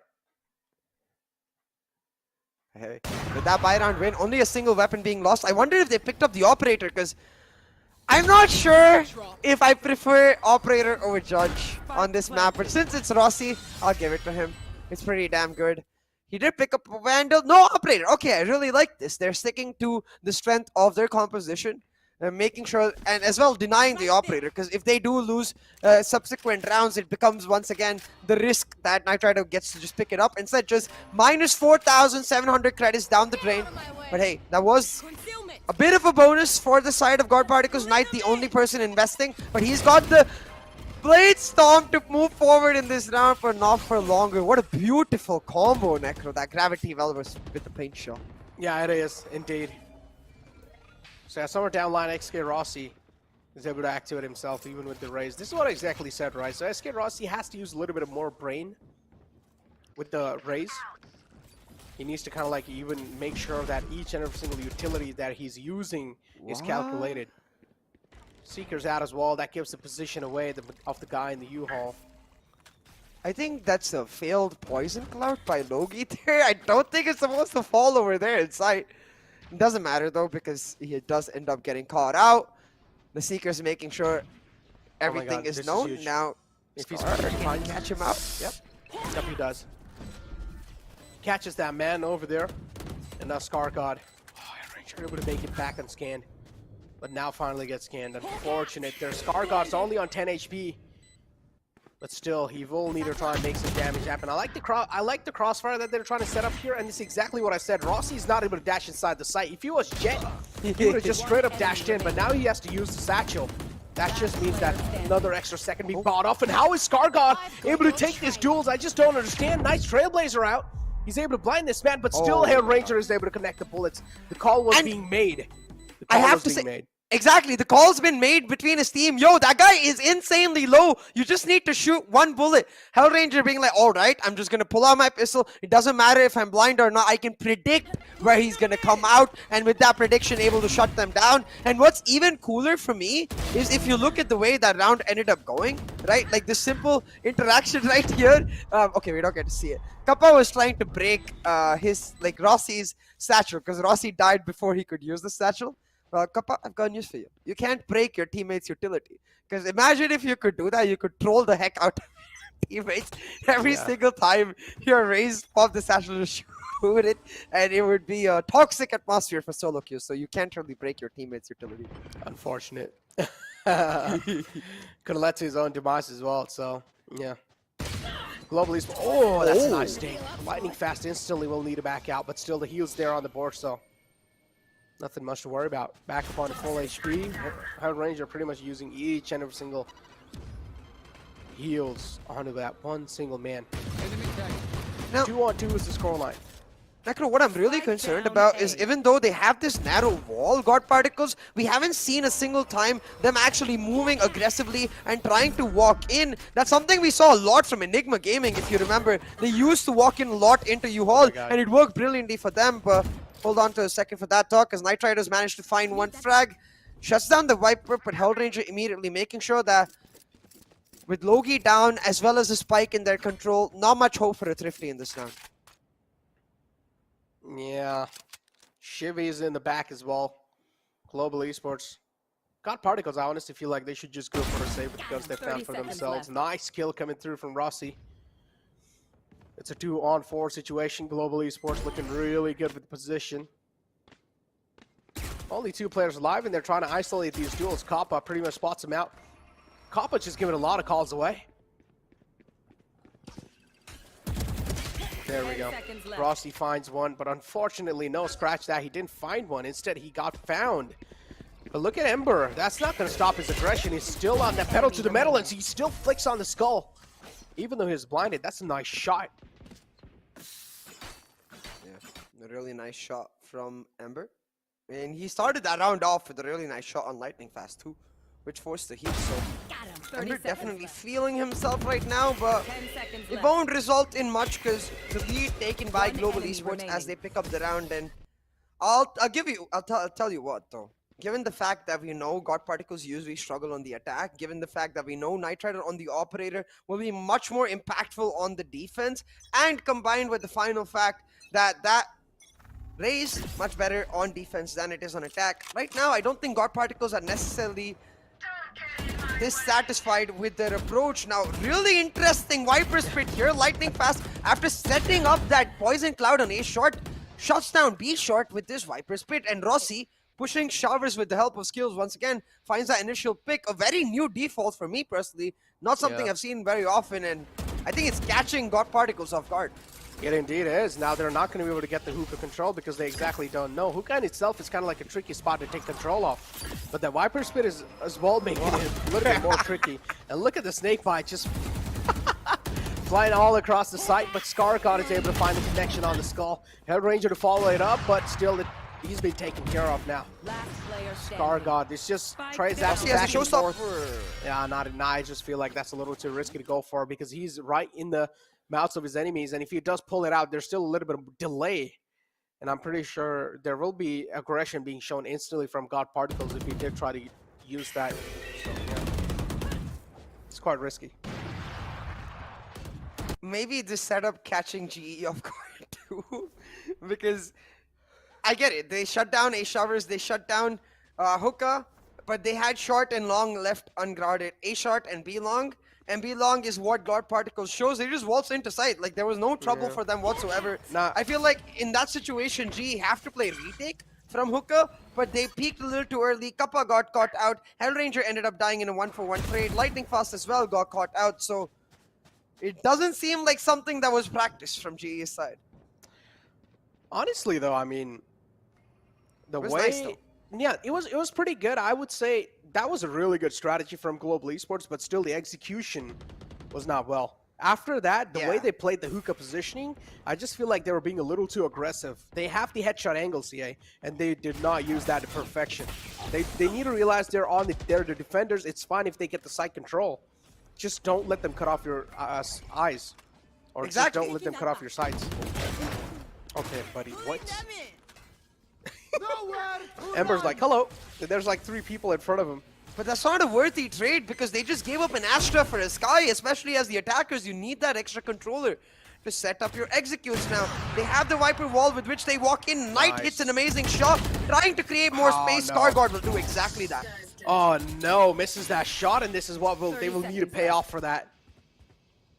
There we go, both the players being spotted, but that was a huge distraction because Shivy connects that shot. I know it was not intended, but still.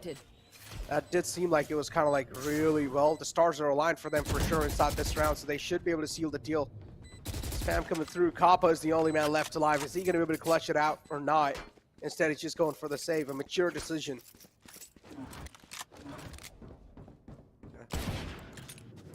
Yeah, he does have Phantom. Just making sure had his share out. Like I was talking about, right? Like in that round, again, it feels like GE are trying to do one too many things.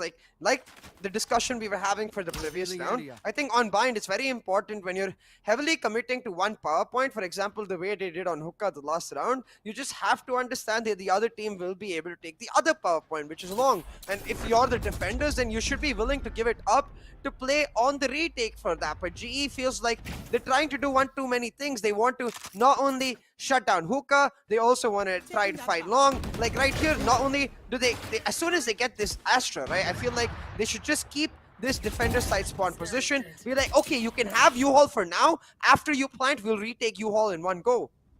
Man, this is just going back and forth, and they do really need this timeout because after that win, God Particles getting themselves a little bit around lead. So Global Esports somewhere down line, being the defending champions, certainly on the defensive side, they're not looking that great. So God Particles are able to find some nukes and crannies, and they need to realize, as we've been saying over and over again, God Particles is not really a good team when it comes to the attacking side. They really thrive in defense.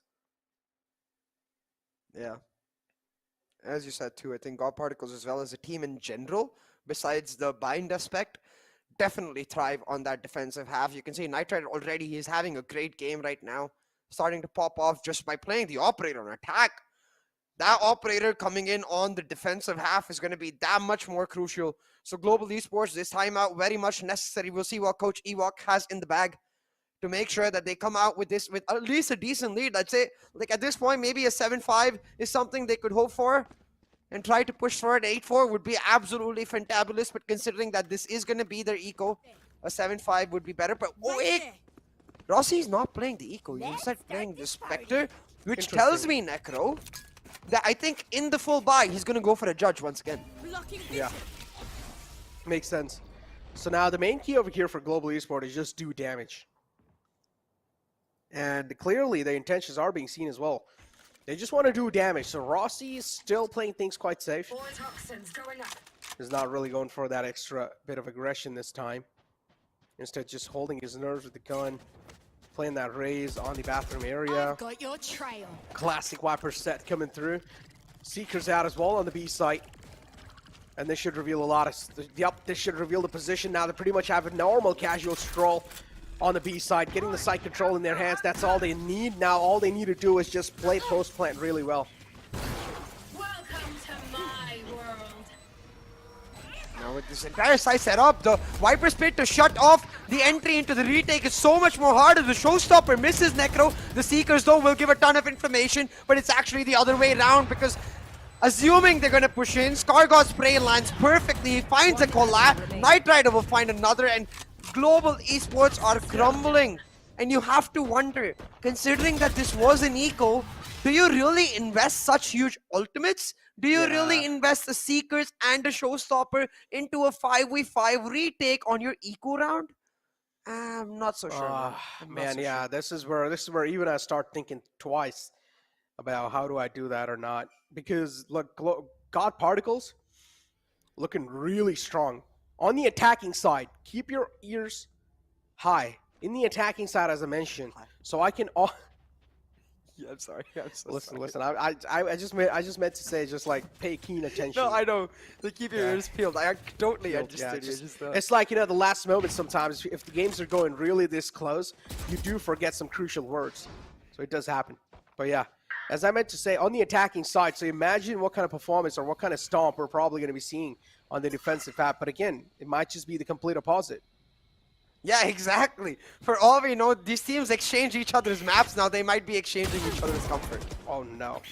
Knight Rider lands a shot between both the players and only to back out. Position given away. A nice wall coming through even from the side of Global Esports. They've been doing this for a long time now.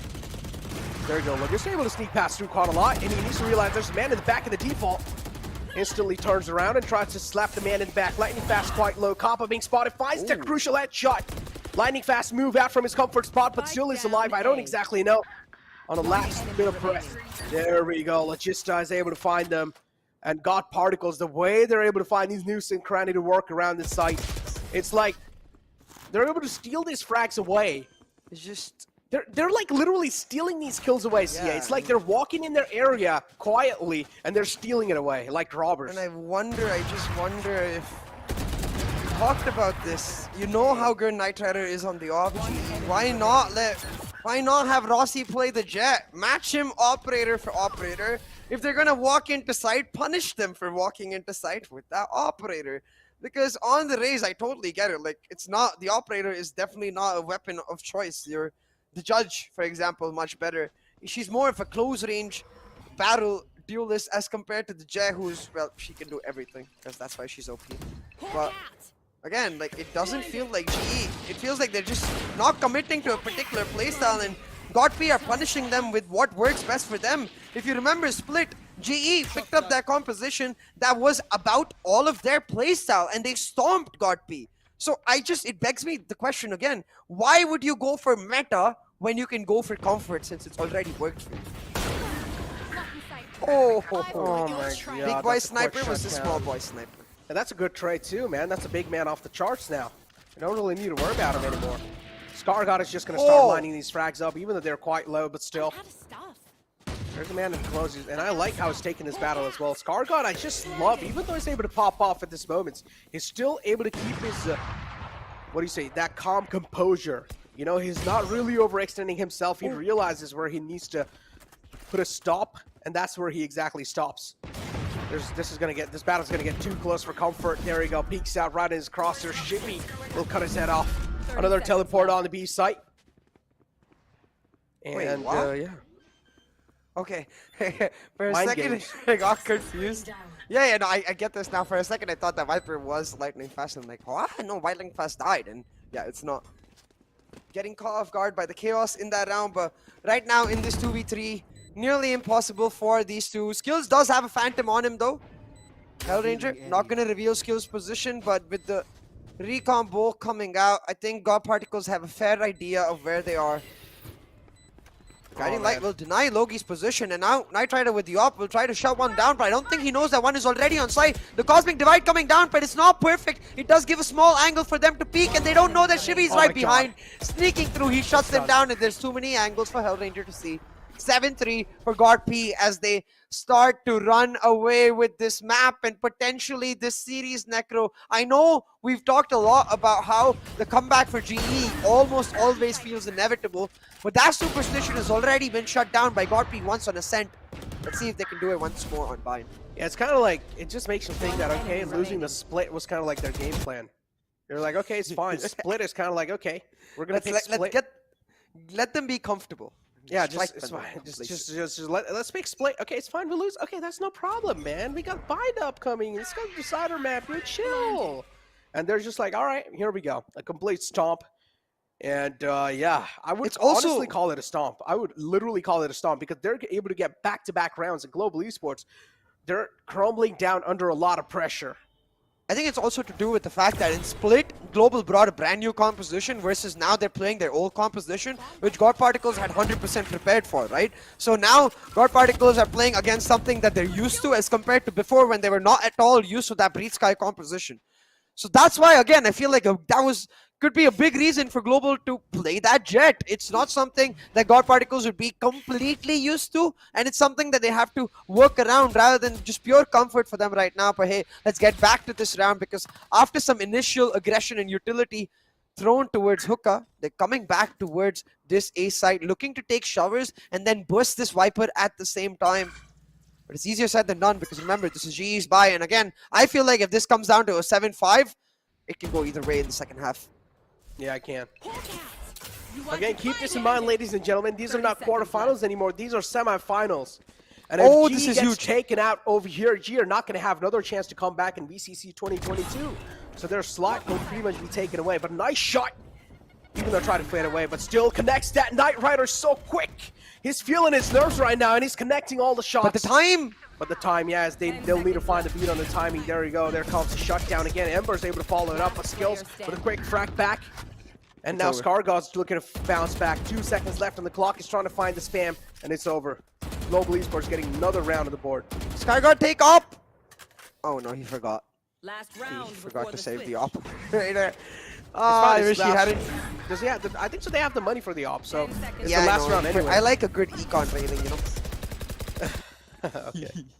Nah. But yeah, they definitely do have the money for the operator. They won like what, 5 rounds back to back before this, so most definitely on a roll with the economy built up. They don't really care. They wanted to damage G's economy instead, and to a certain extent, they were able to do so. But Rossi on a Vandal with no shields, I'm a little bit concerned now. Get out of my way.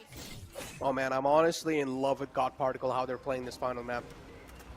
A lot of mind games being played from their side, but still, it's fine. Even the 1 round slips away. This round really does matter quite a lot for God Particles. Hunter's Fury out, not really able to find the mark with the Hunter's Fury. It's quite unfortunate. But instead, did he just find 2 more attacks with that? No, he didn't. No. So while Lightning Fast was running around trying to dodge that, Knight Rider just dashed in and slapped him with some daggers. Yeah, he just took a lot of map control with that. So he was just trying to run away. Knight Rider took a lot of map control in hand. The all control is still present for G, but still peeks out in the spam, and no. Global Esports, their lifeline's fading away inside this first half. Trying to secure the final round of the first half. That's a nice paint shell. Is he going to flush him out of that spot, though? That's the question. No is going to be the answer instead. There we go. Another mind game's being played. They'll easily be able to stroll on the site. Global Esports, they're just being played with the teleporters, and their emotions as well are being played inside this game. Nice trade from Skargod. A huge distraction will lead to his demise, and now it's all down to Kappa. But nothing's left anymore. It's God Particles just impressing every single person in the chat, and also us. Yeah, certainly impressing us. And it's not like the first time they're doing it, right? They've done this before. They're going to do it again. The only difference being this time they won that victory. And they're ever so close to they did it. this But time, I can't shake the feeling. I just simply can't shake the feeling that they were in Hellrainger this who called position it too. before. It's Sorry? Hellrainger who called it this time, the timeout. Oh, yeah. So It's clearly- like now I feel like Hellranger's gonna take things under his hands. Yeah, I think it's going to be talking about how they want to play the first few rounds, because conditioning, again, a very important part of that Astra Viper setup. So maybe going to talk about, hey, put that Viper wall here for the first 3 to 4 rounds. We're going to walk in for maybe the first 2, and then we're going to start changing up our defaults depending on what information we get. But how they condition in those first few rounds and whether or not they win the pistol is going to be crucial to the question of whether they can come back or not. Because, man, Knight Rider was way too good on the operator on the attack. If they let him get an operator here on the defense, well, I think it's time for GE to start thinking about wildcard then. Oh man. Keep this in mind. The big bosses, there are quite a lot of big bosses already who've qualified for the grand final playoffs. So yeah, moving in from here and qualifying for the big events, which is the grand final playoffs of the VCC. That's where the real stuff goes down, ladies and gentlemen. That's where all these teams are going to duke it out for the 2 slots. Okay, 2 slots, my bad, in the VCT. So let's find out what's going to be the outcome over here. A little bit of neutral face, exactly the emotions of Global Esports right now. They're not happy, not sad. They just want to keep their game faces on. Yeah, it's all about the initial momentum and confidence in the first few rounds, Necro. If they're able to get some sort of boost into their momentum, maybe they can make it through. But look at this, an aggressive push from Skargod. Kappa should spot him out, take him down, and that's going to be huge. He's the top fragger for God Particles. Are God Particles starting to get a little complacent? You have to wonder. It's fine. It's just the first frag, though. They can try and equalize it out. It's just a pistol round, and there you go. Talked about this. Now pretty much it's equalized, and yeah. Trade's pretty much on equal now. It's a 4-on-4 situation. It's just a pistol round. Got to rely heavily on that aim. Shivy is just going to walk into him, isn't he?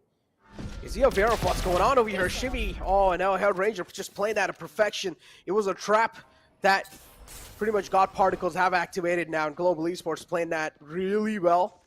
Ember will be set up over here, though. Is he going to be expecting Ember? Yep, Ember peeks out. Nice shutdown on Lightning Fast. That's a big man taken out. They don't really need to worry about it anymore. Another one to follow through, and that's all they really needed. Keep this in mind. The Astra's quite down low with your skills. One enemy remaining. 2v2 on the map right now.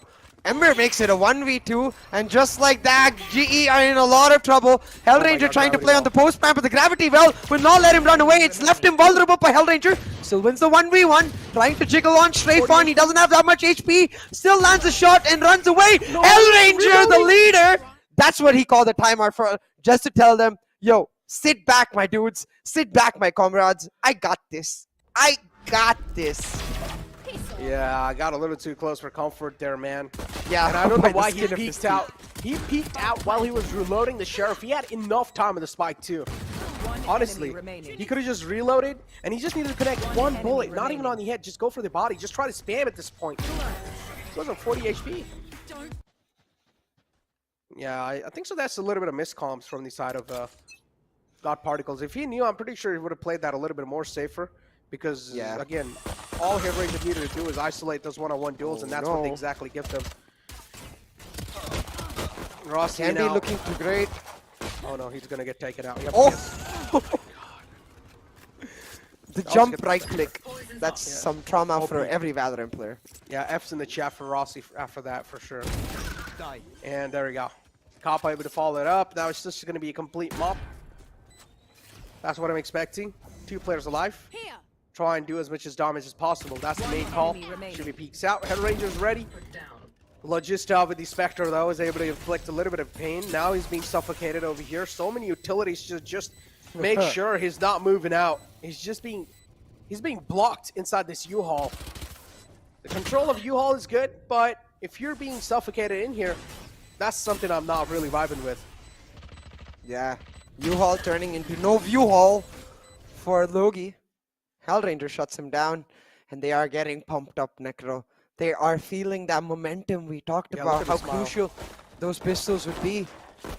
And I think most importantly for me, amongst all of this, is Rossi's confidence, right? Because in the defense, it didn't feel like he was... Like, you can imagine Rossi on Jet, even on the defense, he's going to move forward, look for aggressive peaks. Op or no op, he's continuously going to look to take the fight. He didn't seem like that on GE's defense, but in these first 2 rounds, certainly seems like, if not confidence, he certainly got some of that motivation back to like, yo, let's go, I got to get this done. But hey, it's easier said than done, because right now, those 2 were just the pistol and the anti-eco. Now God Particles get onto their buy, and I don't think just breaking their economy is enough in this round. I think GE need to win this bonus to make sure no operator for the side of Knight Rider, and Lightning Fast with that initial pick. The Astra down on the defense, that's crucial. Indeed, something that's really crucial. Oh my god, they're getting A-side for free. There we go. Oh, yep. Able to just stroll on the A side, but it's fine. At least it's 4-on-4, and that's also the Seekers out in the game. That's the only utility or ultimate that Global Esports had that they could have relied heavily on. Now Scar God is there.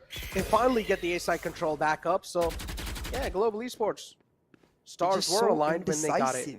Yeah, the indecisive nature. They're not, I feel like they're starting to panic. They're starting to double guess themselves. You can clearly see the paranoia settling. I think in that situation, Hellranger giving the call, or the team taking the initiative to wrap on Logi, who's completely alone. But as soon as Hellranger gets shut down, you can see maybe he himself telling them, guys, why haven't you planted yet? I'm keeping this guy here. And that's where I feel like a bit of miscomms, because if they wanted to plant, they should have done it in the first place, not way later when, as you could see, the flank from God Particles had come in completely. It's a 6, really 9, weird. And if they are 54. gonna wrap on Logi, just wrap all together. Maybe look for the rotate after that. It's just like do this, do that. They get stuck in the middle and lose a round that I feel like they could have easily won. But hey, it was the bonus. It is gonna be the buy now. Rossi shuts down Knight Rider and off to a good start. And keep this in mind, I mean, 9 rounds on the board for God Particles, and they're really good at defense, so... Yeah, they just need one more round in their pockets to make it 10, and if you do see the double digits, that's when you really do start building up a lot of pressure on yourselves. But still, Global Esports is an experienced team, so I'm expecting them to hold their nerves to the gun. Kappa has just a sheriff in the hand. Global Esports somewhere down the line, they're not really able to recover back from all the damage that has been dealt onto them, but Hellranger's the only man. He's kind of being the Captain America over here. Trying to save the dreams of the Avengers. That is Global Esports. I think we can call him Captain Global instead. No, or Captain Ranger. Captain India. Nah. No? Captain Okay. South Asia. Let's go. Captain S. Nah, that doesn't sound as nice though. Yeah. But hey, let's talk about this round real quick because this was the full buy for the side of GE. Kappa was the only player without a weapon and he's going to be able to pick up a weapon for himself. And with that, the economy of Godpy is broken. Now with Knight Rider going for a Marshal, okay, thank God. No, never mind. He's going for a Sheriff now. He's not going to have enough money for the Operator. So what I'm assuming is in the full buy, he's going to play with the Blade Storm and bring the Operator 2 rounds later. But by then, it might just be equalized because now you can see, expecting that aggression in God Particles Eco, holding that angle, skill shuts him down. GE are starting to understand the way Godpy want to play this. Nice, more kind of like I feel like God Particles try to be really aggressive and Global Esports did realize, okay, this is going to be eco round, so there might be aggression coming through. So, yeah, just playing things a little safe there. In the eco rounds, you do want to try and isolate some close range duels. You do want to get real up close and personal, but look at this. Oh, this is huge. Does spot the teleport come through, and he's probably going to be able to find this frag onto SK Rossi as well. So there we go. Vandal in the hand of Scar God. That's all they need, man. Scar God is the man. Just activate himself and just activate him in the game. And he can try to clutch things out. It's a 3-on-4. It's certainly doable. I'm just very confused as to Rossi why he would get caught like that, but hey, nevertheless, it should be a simple enough round for GE to close. I wonder if Scar actually looks to save his Vandal because it could go a long way to helping them build up their economy for Knights up, but no, he's not going to do that. Instead, he's starting to move in aggressively, and he's going to lose that Vandal. There we go. But it's still, I mean, it was something that he got for free, so he was like, all right, you know what, I might as well give it a shot. Oh! Talk about giving it a shot. That's what he gave a shot for. Well, just finding a nice headshot, putting on a show for a second. But yeah, pretty much like a one-punch man. But yeah, like the reason I wanted him to save that the Vandal was because think about it mathematically, right? For a second, 2,900 credits that he's able to save. I'm not sure what his shields were, but maybe more in that regard. But at least 1,900 with the penalty attached, and it will go a long way for him to then get the Knight Rider Operator with maybe even a heavy shield. Does have an Operator with light shield now, so close enough, I guess. Maybe the call was given by Knight Rider that, hey, I have enough money, man. You don't really need to save this Operator right now. So now, this round, oh so crucial. And a technical break. Okay, a small technical break does get over real quick. And we'll have to see if Knight Rider is able to create the same impact on the Operator, because you can see, very aggressive on this A-shot angle. He might just spot out Rossi here. But no, Rossi knocks on the peak instead. Oh my god. Skills, Will. Why skills? Why? Oh, that's the controller out as well. Yeah. No. They still have the wiper available. That means if they do want to make the... Yeah, there we go. If they do want to make the execution happen. But now keep this in mind. This wall is just to take the U-Haul control. They're not really going to be having any of their control anymore. And the ultimate used this wall, not really doing Oh, he ran out of bullets. Oh, ran out of bullets. And there we go. Shivy strikes in at the right moment. It caught Particles. The stars are aligned. The luck on their side in Global Esports. Oh, no. They're just going to hit their heads on the knees. I don't know, but luck, man, that's just I a am lack of scratching my head at awareness. this point. I'm scratching my head. What just happened at that point? Yeah, first, why does skills peak? If Rossi is not peaking, your duelist is not peaking. I don't understand why the controller has to peak right there. Should never be skills going down. Even if Rossi goes down, I kind of get it. They're trying to check right there the angle. But even Rossi has the boom bot for that. So it's just a very weird interaction altogether. And then Hellranger, I mean, I get it. He's just trying to get that player out real quick. But at that point, not a smart strategy. And oh boy, oh boy, oh boy, oh boy. That's not how you want to lose that by round. Like, I understand if you get outplayed, but right here, why skills? Rossi, even if he can boombot, maybe he can satchel, go for a jump peek. Skills just walks into that crosshair like, Yeah, such an awkward moment, man. Such an awkward 30 moment. seconds left. Yeah, Rossi needs to start putting the pedal to the metal, man. I don't like how safe he's playing over here. Rossi, just amp your aggression up, my man. Well, they've only got one round. They lose this round, they lose their bye. It becomes 11-8 and a free match point for God Particles. So it's now or never, do or die. Usually in those moments, SK Rossi thrives. So we'll see if he can do right now, because Kappa don't do it. Please don't give Knight the peek. Yes! The drone comes out instead. Kappa is the smart man. I like Kappa. God Particles, man. It's like a little mistake from inside of Global Esports, and God Particles are not letting it slip by. They're just instantly capitalizing on it. Absolutely love this. And Global Esports are the defending champions too, man. And God Particles is one of those teams that are considered to be on the underdogs. There we go. Finally, this is what I like to see. A little bit of aggression being shown, but no. Talk about bouncing back. Here comes the bounce back through from their side. Head Ranger getting a little tagged up. Seeker's out. Now it's a 2-on-2 situation. Head Ranger's trying to bounce back, but Scar God has a 3K.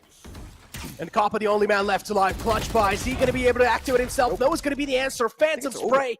Not really there. And Global Esports. Oh, things are slipping by from their hand, and as you mentioned, now the economy broken too. Global Esports not looking good. This is looking extremely scary, Necro, and with the economy broken, they have to make a tough decision now. Do they go for the force, or do they play for overtime? And I guess the answer is we go for the force, because if you look at that last round, that was just Scar popping the heck off, because G did everything right. They walked into a short, they pop flash, they shut down two members with lightning fast. But right now, it doesn't feel like they have any road of comeback. God Particles unwilling to give up, but Rossi's trying to make the moves. He finds the shot for a 1-for-1 trade. That's good enough. Still, for G, that's worth it. They get the U-Haul control. They're going to try to move in, but they're getting caught unaware again and again. But with Knight shut down, maybe they have some hope. Yeah, this cannot just keep on going like that. So 3-on-3 situation now. The pressure's equal on both the sides. No, actually, scratch that. Global Esports having a lot of pressure because they don't even have the guns to work off with, but lightning fast. Able to get the operator in hands and is able to make some impactful plays happen. Now it's a 2-on-3. God Particles, both the players were on A site. Now they'll need to rotate back all the way. Global Esports should find a free plant. But again, yeah, just taking a little too much time there. Ember's going to let the plant happen and try and pretty much opt out first. Oh, nice gravity well, but a little too late on that. Ember will find a free stroll in the site, taking his sweet little time to find out the enemies and try and isolate these duels. Kappa, oh my god, this is getting too close, man. Getting me kind of nervous, and a nice wall right there. Cosmic Divide coming through from the Astra. This is what we talked about. Astra just being so critical in these moments and so useful. Look, they're pinging that star from the defenders, knowing that the gravity well is going to come in as soon as they peek, but they still die to it. Shivy, though, is flashed off. Can't trade for Ember. He was flashed off. He ran out of bullets. Last second my lord, oh my god. Oh, they could have won it. Awkward moments. Yeah, they could have just won it right then and there. You can see the stress on Kappa, and it's that gravity well, man. They knew it was coming, but they still go together. I wish one of them had peeked and just played for time. That's that one moment where you shouldn't double peek ever. Yeah. 11 rounds on the board for Global. I mean, for God Particles, and Global only have 9. Oh, this the is eco is broken. Yeah, the eco is completely broken, and now there we go. The tables have been flipped this time. God Particles, and now the pressure's on them. Oh, the Hero Vandal is down as well. Scar God was the only player there. Knight will be able to pick it up, but Scar is that top fragger. It's fine though. They still have a little bit of more stylish players, so they can try and work off of that. Global Esports now just realizing having a man advantage, and these are the kind of nukes and crannies they're just leaving for God Particles to work off with. Ember able to find Hell Ranger. That's a big man taken down. And now Global Esports. Again, like, they do find the site control. Oh. I'm just going to say, like, Skills was not watching that angle. Why doesn't Hell Ranger know that? Or why hasn't Skills communicated that? These small missed comms, I guess it won't matter in this round because Skills was able to pick up a 2K. But these things we don't expect from GE, right? Yeah, there we go, though. They're able to bounce back from this. There we go. Man advantage now neutralized. are pretty much equalized. Knight Rider, the final man left alive. He has the Vandal in the hand to try and clutch it out. 74 HP, not really working that well. But still, the Cloudburst peeks out in 2 players. Global Esports playing that perfectly, but keep this in mind. Global Esports are still alive in the game because of that little luck they had. Unfortunately, Ember ran out of bullets. Honestly, I'm going to be really critical here, man. I'm going to be really critical here. I'm not expecting these kind of downsides from exactly. defending Like, champions. You shouldn't be caught off from a flank coming in from A short. Like, Hellranger needs to be aware that there's a huge possibility of that happening, or Skills needs to be watching his back if Hellranger, like, just too busy trading for Rossi on B short. Like, I don't think there's ever an excuse to let that happen, and it's quite weird for Global Esports. Like, any other team, maybe I give it to them, but these are our defending champions, as you said. Yeah, man, defending champions certainly not really living up to their name over here. 10-11 though, still the scoreline is pretty close, and now God Particles will need to make each and every single utility, bullet count. Knight Rider, oh my god, could have just peeked out and get a whole death right there. Oh my god, able to smoke and instantly walk away, and Ember's able to follow it through. That's all they need. The man advantage heavily shifting over now to God Particles. Even though the man's quite low, it's fine. He has the operator in the hand. One bullet needed. Now, Global Esports going for the full rotate, using the Trailblazer to check if there's someone still in the Viper's pit. They know instantly, but since they spotted out only Kappa, I think they have the read. As you can see, Logi setting up the Viper wall for B as well. It feels like Global are running out of options because they're certainly running out of time. Yeah, they are. 37 seconds left in the clock, and as you mentioned, they'll now need to beat the timing over here as well. Knight Rider is able to get the shot off, and now he's instantly going to back off in the backside, and that's all they really need. There we go. A flood comes through. They're not really able to burst in properly. Knight Rider is just adding on a lot of pressure. Now it's a 2-on-2 situation. Oh, this is getting too close for comfort, even for us and even for the viewers that are in the chat. Rossi has an operator. Oh, he's just going to, oh my god. Rossi has an operator. That's all they need. Rossi to be the operator is going to be... Rossi has there we go. He is going to be the Captain America this time. Not really the captain, but still the savior. Nah, he's the Spider-Man. Nah, that's... Come on, he jumped into the site like a Spider-Man. Even though Knight Rider was able to put his teammates to sleep, he was the one shutting him down, picked up the operator himself, found the last 2 frags to equalize the scoreline, Necro, and more importantly, destroy the economy of God Particles. Against all odds, against every expectation, GE fighting. Indeed, they fight back, they stay strong, and now they're on the brink of match point. But I'm not going to give it to them just yet because, honestly, with all the awkward moments in this map, anything can happen still. Man, both these teams are giving it all they have. Just, oh my god, I just want to see some claps in the chat to hype each and every single player. Let's go, give the claps. 11-11 is the scoreline. This is way too close, and also, as you mentioned, Broken Bites coming in from the side of God Particles, so indeed all the odds stacked against them. And oh no, 1 frag slips by. That's Knight Rider taken down, and now they're Global Esports. They're playing this to perfection, but ScarGod's still able to line him up. 2 massive frags, and now the man advantage pretty much being equalized. Missing a lot of shot skills. That's not a good thing. ScarGod on Hughes 3K doesn't really have a lot of HP to work off with, but still, he can try and make it work. 2-on-2 situation. ScarGod doesn't really have the HP advantage. Flashes inside the Viper's pit. A little bit of toe being spotted, instantly being shut down. Shivy on the Marshall. All eyes on Shivy to try and take it to match point for God Particles. But on the other hand, Global Esports, they're looking really strong. Match point. Oh, we said that together. Series point. Necro, yeah, we're really synced up. Yeah. Series point as well, though. And from 8-4 down, from 1 map down, remain fighting. 12-11 up. Honestly, just please give me an overtime. Please, I'm not ready for this map to be over. Just give me an overtime, please. Pretty please? Wait, what? Double operator? I'm sure they have phantoms nearby, don't get me wrong, but this is a very interesting default. They're fully expecting the aggressive nature of Knight Rider to come through here. They're waiting for him, and they shut him down!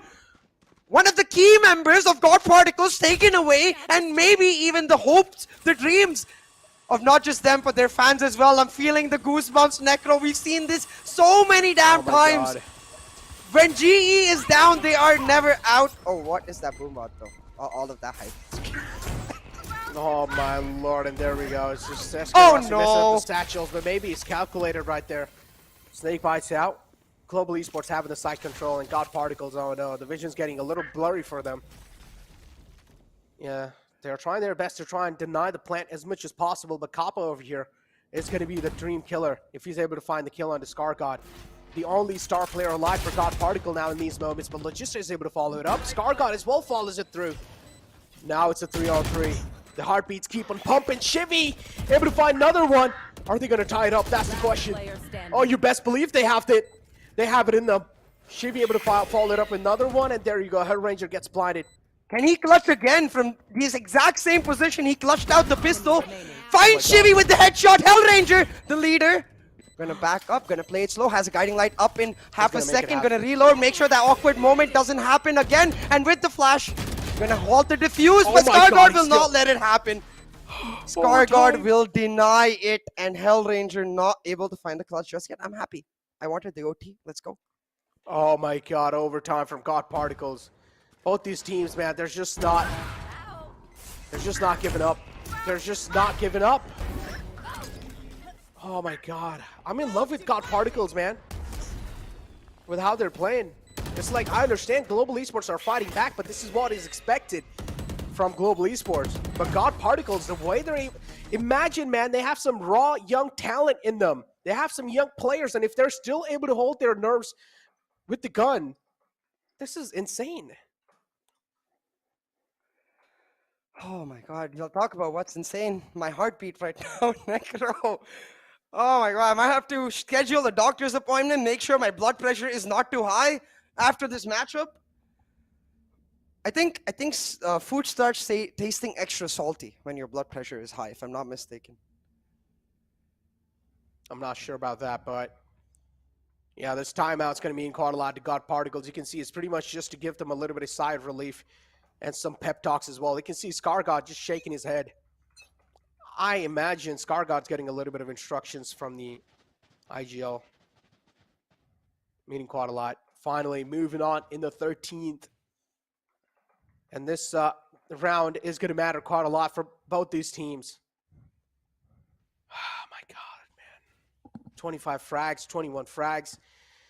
At this point, if any of the teams do fall down from such a high, they're going to feel really bad, especially Global Esports. Oh my god, but God Particles, this is literally, God Particles are looking to make a history. And history it will be indeed. Oh, SK Rossi's pulled out his favorite operator. We talked about how he wasn't looking too confident on defense. Well, you can see that confidence is back. It just feels like this man, when he's pushed down, when he's feeling the pressure, he turns into a diamond. You know how like a coal turns into a diamond under pressure? SK Rossi, great example. Just feel the silence right now because this is the calm before the storm. And there we go. Logista still wins that duel somehow. Skills falls down, and there we go. A little drive-by from Ember to try and stop the captain. The ball giving them the complete flow of U-Haul, but still, Global Esports, this is getting a little too close for comfort. Lightning Fast is still alive on the site. All eyes on Lightning Fast now, and they're able to hold it down. The roller coaster! And there we go. I can't even sit anymore, Necro. Dude, I can't do this. Dude, honestly, it's like, this is taking a lot of energy out of me, but at the same time, this is pumping me up as well. Exactly, right? Like, I'm so exhausted, but I can't sit down. I am in this huge trench of adrenaline, and I'm lapping it all up.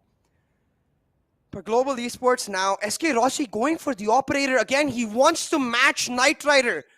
In the last round, he was able to get the frag to make sure Knight shut down with the operator once again, the satchel to set up his peak. Knight goes Knight this time. Yeah, Knight Rider pretty much just going to be clipped off in midair, but there we go. The trade's there, so that's all they really need. Oh, the second frag could follow it up, but it's fine. Lightning Fast is there, but on the other hand, the opposing Viper as well, pretty much doing Viper things. One enemy remaining. Kappa finally able to shut down the Viper, and now it's all down to the final man alive. It's a one-on-one situation. Clutchpa versus Shivy. The IGL of the opposing team, and Oh, still the hopes and Lord. dreams are alive. Oh my god. God Particles, just give it up for them in the chat once, please. Yes, please. For both teams, honestly, just give it up for both of these teams. But yeah, definitely for God Particles after that round. Shivy pulling out the clutch against all odds. Logie finding that 2K. You could see it on Scar's face. These players rarely ever emote, but he's feeling the pressure. He knows that he needs to step up. He is that top fragger. 13-13 on the scoreline, Necro. I mean, yesterday we went 36 rounds with Global Esports. Honestly, it might just happen again. Is the history going to be written down in the VCC where God Particles, a complete underdog team, takes out the defending champions in the semifinals? Can be a huge storyline because, as I mentioned, if they get taken down over here, Global Esports isn't going to have another chance. The hopes, the dreams will be shattered. And a lot of fans in the chat as well, for sure.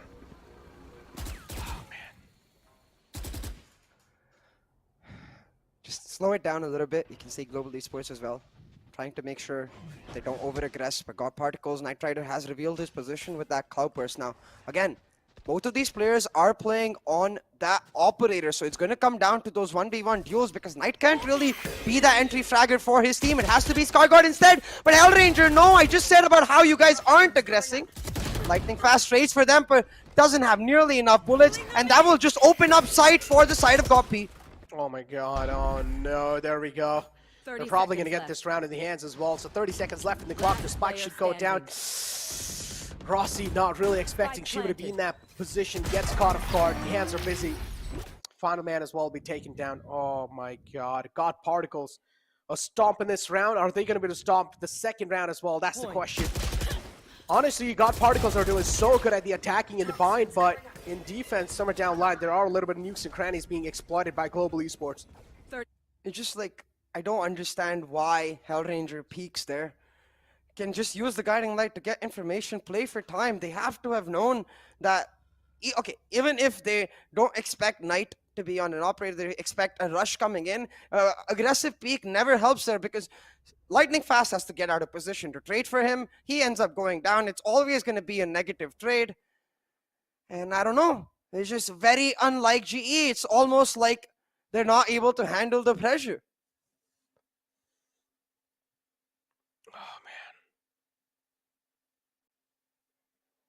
Oh my god.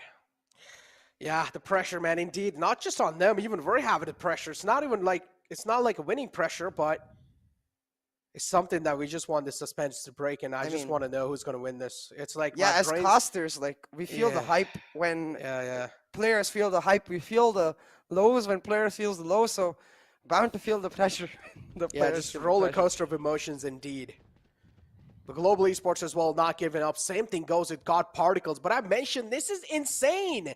Coming inside 2022, God Particles, they were pretty much unknown. And now, look at this. They're making a name for themselves in the semifinals. And this is quite huge.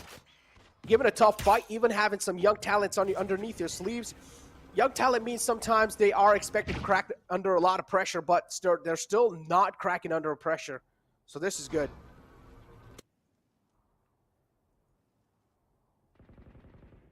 Now you can see the way Global Esports have set themselves up. They're trying to play on the late round rotations. But Knight Rider with the operator, he's getting hella aggressive. It's going to come down to this duel. I feel like this round, Kappa, don't do it! Oh my god. Ah, can just use the drone instead. They're giving Knight Rider some free peeks. He finds the first blood. Yeah, now he's out for blood. He's hungry. He smells that. He smells the victory coming. Opening man advantage being found, and now pretty much God Particles are going to try to move off of that. Nice recon to make sure that no one's going to be on the long side, and now they exactly know there is no one available. So you can see the proactive nature kicking in from the side of God Particles too, just moving back to the A site, expecting the switch up coming through, and that's what exactly happens. The operator is going to be trained as quick as possible. So Global Esports better be ready, but a nice gravity well to try and stop that. And oh my god, this is so key. This is so key, but still Global Esports, they're able to shut it down. Stop it, God Particles. You're just playing with our emotions at this point. Why would they aggress into the TP right there? I feel like they saw the finish line and tried to take it a second too far, but It gives Global Esports a route back into this map. Necro now with the spike planted. 2 players in A short. It should be a simple enough post plant, especially with the way you can see Skills is moving on into the showers angle. Way too many angles for Knight to clear on the operator. And okay. Knight Rider starting to sneak in through there. Shivy doesn't spot anyone just yet. And you can see now Lightning Fast has joined him as well. Hellranger effectively making the call here. I'm going to be the distraction. You guys need to clutch it out. Oh, if Shibi's able to get this frag, that's going to be huge. One enemy Little attack through, but it doesn't matter. Skills is able to get the frag, and now all the pressure on Knight Rider with the operator. Man needs to hold his nerve with the gun. He's able to find one. 2 players are stacked up on the bathroom, but the time's running away, and he doesn't have a lot of time. There we go. This just keeps on going. Another overtime on the board. Ladies and gentlemen,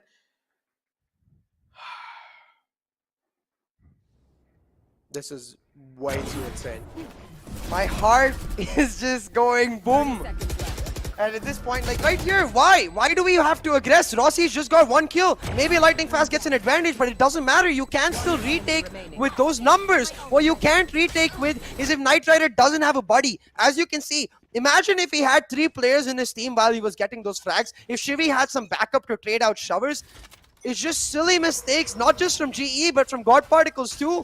Both of these teams really feeling the pressure, and of course, we have to acknowledge that these mistakes are a result of those pressures. So it's going to come down to which team can really drone in, focus in on this right now, and find the win. Now, the operator does tag Scar through the wall, but he's getting a ton of utility thrown in his face.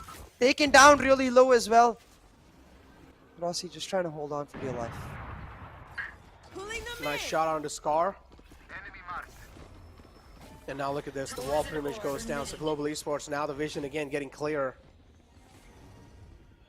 There's a little bit of a damage advantage going through Global Esports. Each and every single HP will be counted.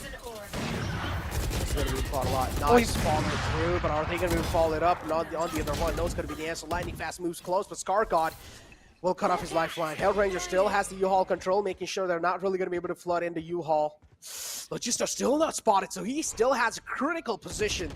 A crucial position indeed. Do they? Oh, and Scar shuts down Kappa. Yeah, I think they have an idea, but they're not able to shut him down. Rossi, though, finds that first pick onto Scargod, and suddenly the spike carrier has been dropped. Necro. Knight Rider in an impossible position. All he has a classic, but hey, you know what? You say it's the best weapon in the game, and it might just work out. Knight Rider trying to dash through, but Rossi's tracking is on point. Hands on the face for Knight Rider. He knows how much pressure there is. He knows that this is now match and series point for Global Esports. And look at Hellranger. Look at Hellranger. Guys, just calm down. All he says, I can't read lips, but I definitely read what he was saying there, because it's a very common statement that we say a lot. The Ronaldo gesture coming through as well. Calm down, please, just calm down. And we'll have to see, can GE calm down enough? Oh, look at this though. A key change being made here. Rossi isn't carrying the operator, he's carrying a rifle. So maybe we get to see a very aggressive rush mid-round. Overtime match point, and a burst is probably the game plan. Feel this silence, ladies and gentlemen. I'm going to give it 5 more seconds. Just feel this silence. But no, the silence is broken, and Knight Rider is able to break it as well. A frag being opening, the frag to open up things, and Knight Rider still having the operator in the hands, trying to inflict a little bit more damage. Wait, no! Oh my god, oh no. He failed the recon, for which Knight Rider looked, and he died because of a failed recon. Oh no. That's not how you want to lose the match. That's not indeed. Still 2-on-3 situation, Global Esports. The defending champions having the man advantage with God Particles looking to make a history happen, and now the man advantage being equalized. But just instantly falling back as well, just giving them their own no comfort idea spot. there. Yeah, Scargod from the back lines is trying to wrap around, and Skills. Oh, what's going on? Are they still able to go through another OT? Let's go! Another overtime on the board, ladies and gentlemen. Keep it going. Again, just really weird decisions. Why push that smoke? You have a man advantage. Why not go for the plant and let them come out of the smoke to try to deny that plant? Global Esports, God Particles. Both of these teams are amazing, but right now, they're making certain decisions that just can't be understood. I'll give you what, man. I'll give them this. They're making up for one hell of a match. So damn entertaining. Now look at this again. Knight Rider, very similar to what Rossi did, opting for that rifle. Whereas Rossi on the defense, of course, going for that operator. Given the way the pings have went, I think this is going to be an extremely fast execute again from the side of God Particles. And since there's only 2 players on site, I'm kind of scared, Necro. Oh. Look at this. On the attacking half now. Oh, that's nice. Cut off right there. Lightning fast, life fades away. Pretty much, he saw his own death with his own eyes. Magista sneaks in, and oh no, Skill's a little too busy, a little too tunnel vision on some other angle. That's not really that useful. Spike planted as well on the side. It's a 3-on-4 situation. God Particles having a clear man advantage. Ember peeks out, a Knight's double peek, and Knight Rider's on a killing spree. He's going full godlike mode over here. Rossi spots out Knight Rider. Rossi taking a lot of damage from the snake bite, and he will finally be shut down as well. God Particles, just give it up for them, man. The way they're able to keep up against an experienced team. This is more than impressive, CA. Yeah, How many times are you gonna win our hearts? And boy, oh boy. At this point, I think Global Esports, they're gonna start questioning themselves. They know they should have won this map, I think, several times by now. But honestly, the same could be said for God Particles. So let's see if they can get back into the focus zone, because look at this, Rossi's back on the operator, so is Knight, but Knight's not going to get any peek. Neither is Rossi. Both teams playing quite cautious right here. It's going to come down to just those individual duels. I don't think there's much of just strategies attached here at this point. Rossi taking quite a bit of damage. Will get healed up again. It doesn't really feel like the teams are necessarily going full brain mode, trying to outthink the other. It's just coming down to fundamentals and basic deals.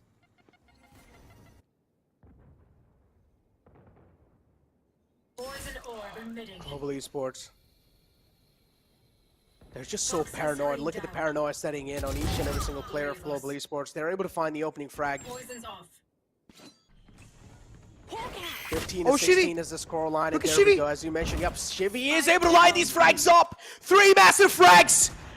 And oh my god, God Particle, the stars are aligned, and it seems like Global Esports, they're crumbling under a lot of pressure. The defending champions certainly not really look like they're defending anymore. 2-on-4 situation. This is a little too close for comfort. But they're trying their best to make it close. Another Trailblazer peeks out, and now look at this. Over. Match done. Lightning fast, trying his best. It's over. Yup, it's over. 3 HP in the hands of, oh my god, Rossi falls down, and there we go. God Particles take down the defending champions of VCC 2021, and they put their name in the pages of Indian esports Look history. at Knight Rider. I mean, please. Wouch. 100%. Sign them, guys. Sign them. Sign them. Oh boy. Oh boy, oh boy, oh boy. Hey, that's a pretty cool bottle too. Knight Rider. And on the ball. I love it, man. Please do sign them. This team deserves it for sure. You can see, man, his hand is shaking as well. His hands are shaking. Yeah, like, of course, after that much of a thriller of a match, what a game. Knight Rider, what a beast. He's certainly the MVP of this series. Scarguard is the backbone of this team. You can see how much it means to them, and yeah, he's about to cry. He's about to burst into emotions. He's about to burst into tears. Oh my god, Global Esports. They literally write down their name in the pages of Indian esports history. God Particles coming in unknown, not even signed by an organization, and just able to take down the defending champions, one of the oldest teams, having some legends lined up like Hellranger, SK Rossi, and God Particles, just shutting them down like that in the semifinals and just pretty much breaking their dreams. And making their own, because now God Particles, irrespective of what happens in the finals, but honestly, I think they're the favorites now going into the finals. It makes sure that they get to go to wildcard, at least one way or another. Like this, all of these rounds was for their VCC life. They keep themselves alive. They move on to the finals, and now they're looking to win it all, get themselves into the top 8 of South Asia. into the grand finals playoffs, and they are definitely looking like the favorites after taking down the defending champions. We're talking about the defending champions, man. That WOD review is going to be one torture of a session because so many silly mistakes. Even Shivi's flank in the last round, exactly what happened to Hell a few rounds back, where someone should be watching a short or they should know that can happen. These sort of mistakes, just not what we expect from the defending champions. Not at all. The Godp, what a game, Godp. And realizing it's just a group of friends playing, and let's just take a look at the scoreboards and let's just find out how it really did look like. Lightning Fast with 34 kills and Knight Rider with 33 freaking kills. Oh my god. Someone please sign them. Hashtag sign God Particles. They should be trending on Twitter all over the place. I want to see this just going off all over the place because God Particles deserve to be paid for what they're doing. Yeah, and they deserve to move forward with that. And Knight Rider 33-21-3. What a man. But yeah, again, I have to say, I wonder what would have happened if Rossi was on the Jet. I wonder what would have happened if Rossi was able to match him. Clearly, Godp are the better team today, but it doesn't feel like GE actually tried to beat them. It felt like GE were almost a little too stubborn in their own right, and I have to give so much kudos to Godp for staying true to their identity, you know, staying true to their style. They understood that, hey, this is how we want to play the game. This is how we want to keep moving forward. Even the Jet on the map of Bind, we talked about this for GE. For Godp itself, I'm sure Scargard could play the Raze and Knight Rider could play something else like the Sky, but they're like, no, we want Knight on Jet. He's comfortable on that. We know he's going to be able to use his op to take us to places that we never thought possible, and he does exactly that. Brilliantly done. Brilliantly done. Yeah, there's just, it's like, at this point, I do understand Global Esports is also, they just gave it their valiant effort, but I'm just so impressed by God Particles. It's hard for me to get, just hashtag sign God Particles. That's all I want to see, man. That's all I'm going to say as well. Like, I'm pretty sure after this entire VCC ends, I'm probably going to be tweeting out hashtag sign God Particles, and we should be able to see a little interview lined up as well in the future. But yeah, for now, the MVP of the entire best of 3 series over here, and kicking out some of the most badass teams at this point, that was Global Esports. Yeah, God Particles, they've made a name for themselves. With 58 kills, Knight Rider is able to show that he is the true rider at the Knights. But yeah, I have to give it to every single one of them. Knight Rider, what an absolute beast. Scargard, for me, he's the backbone of this team. So consistent every single time. On any pick, Sky, Astra, whatever you want him to play, he'll play it and make sure he pulls out the performance. Logi, Ember, both of these players so new, but they play such complex agents still. Ember learning that Astra, for example, to allow Scar to play that Sky, or vice versa, to even have that versatility in the team. For new players to be able to do that so efficiently, it's phenomenal. And last and definitely, most definitely not the least, the captain, the IGL, the leader of this team. Shivi's got the strats by the book, and currently he's got the teams by their balls. Indeed he has. And talk about that. The second semifinal as well is going to be a close one. It's going to be True Rippers versus VLT. Is it going to be the same storyline that we saw? A team that just comes out of nowhere and just storms through the best of the teams in India and just proving us wrong to say that they are actually the best. Yeah, I want Godp to win it, man. Yeah, I honestly want Godp to, but again, as we mentioned, there are a lot of killer bosses in the grand final playoffs that have already secured their spot, so it's not going to be an easy journey. There's going to be way much more tougher competition, way much more closer competitions in there too.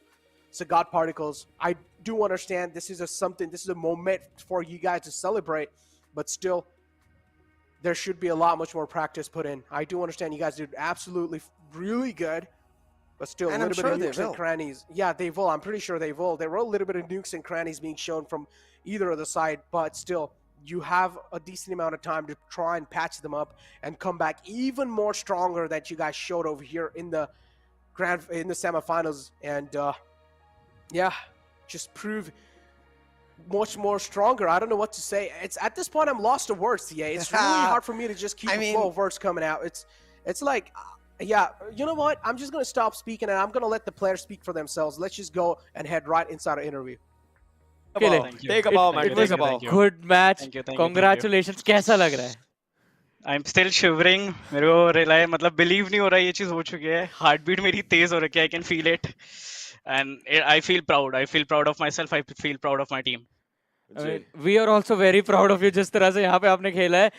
एक चीज कारगोट जानना चाहूंगा कि I mean किस तरह से आप लोगों ने अपने आप को रीसेट किया बाइंड पर आने के लिए, क्योंकि स्प्लिट पर लास्ट टाइम आप लोगों का मैच जो था वो मैच पॉइंट से बस रह गया था and then Global esports we know उन्होंने डिसाइडर भी जीत के अपने नाम किया था. इस बार स्प्लिट पर ऐसा लगा कि आप लोग अर्ली शटडाउन हो गए थे. बाइंड के लिए कैसे रीसेट किया आपकी टीम ने? We were actually ready. We had practiced bind as well. We were ready that we know that even if we're losing split, even if we're gonna lose this, we're gonna take it 2-1 no matter what. We were full focused. There was no emotions that we had lost just another map. We were fully focused. We were ready, and we just knew that we have to play our A game and we might be able to win. Ji. And that is what happened. काफी ज्यादा बेहतरीन and स्कारगॉड एक सवाल यहाँ पर बन जाता है. लास्ट टाइम आपने फ्रैक्चर पर हराया था ग्लोबल ई स्पोर्ट्स को, हालांकि उससे आगे थोड़ा सा सफर डगमगाहट वाला रहा था. आई वांट टू नो उस समय के बाद अभी तक क्या होमवर्क रहा है टीम का? बिकॉज देखिए, कोच के बिना खेलना, किसी और के बिना खेलना, प्रेशर इस चीज का होता है कि हमारे ही ऊपर सब कुछ है एंड वहां से सपने लेकर के आकर के आगे बढ़ना. आई वांट टू नो क्या माइंडसेट था उस हार के बाद, फ्रैक्चर की जीत के बाद, मैच के हार के बाद आज तक का? Okay, I'll tell you. When we won Fracture, we were pretty confident of the other two maps as well, but they didn't go in our favor, obviously. But what we took from Split was that we did lose the map, but what we took was that we were winning 12-4. Yeah. We lost on clutches. Obviously, they earned those rounds, but we knew that we were still better at some point of time. So we knew that we were doing good. We were on the right path. We had the right approach to follow, and we just knew that अगर हमने फिर से ये चीज same करी, हमने फिर से अपना ए गेम खेला ना, we are the ones who's gonna stop ourselves from losing.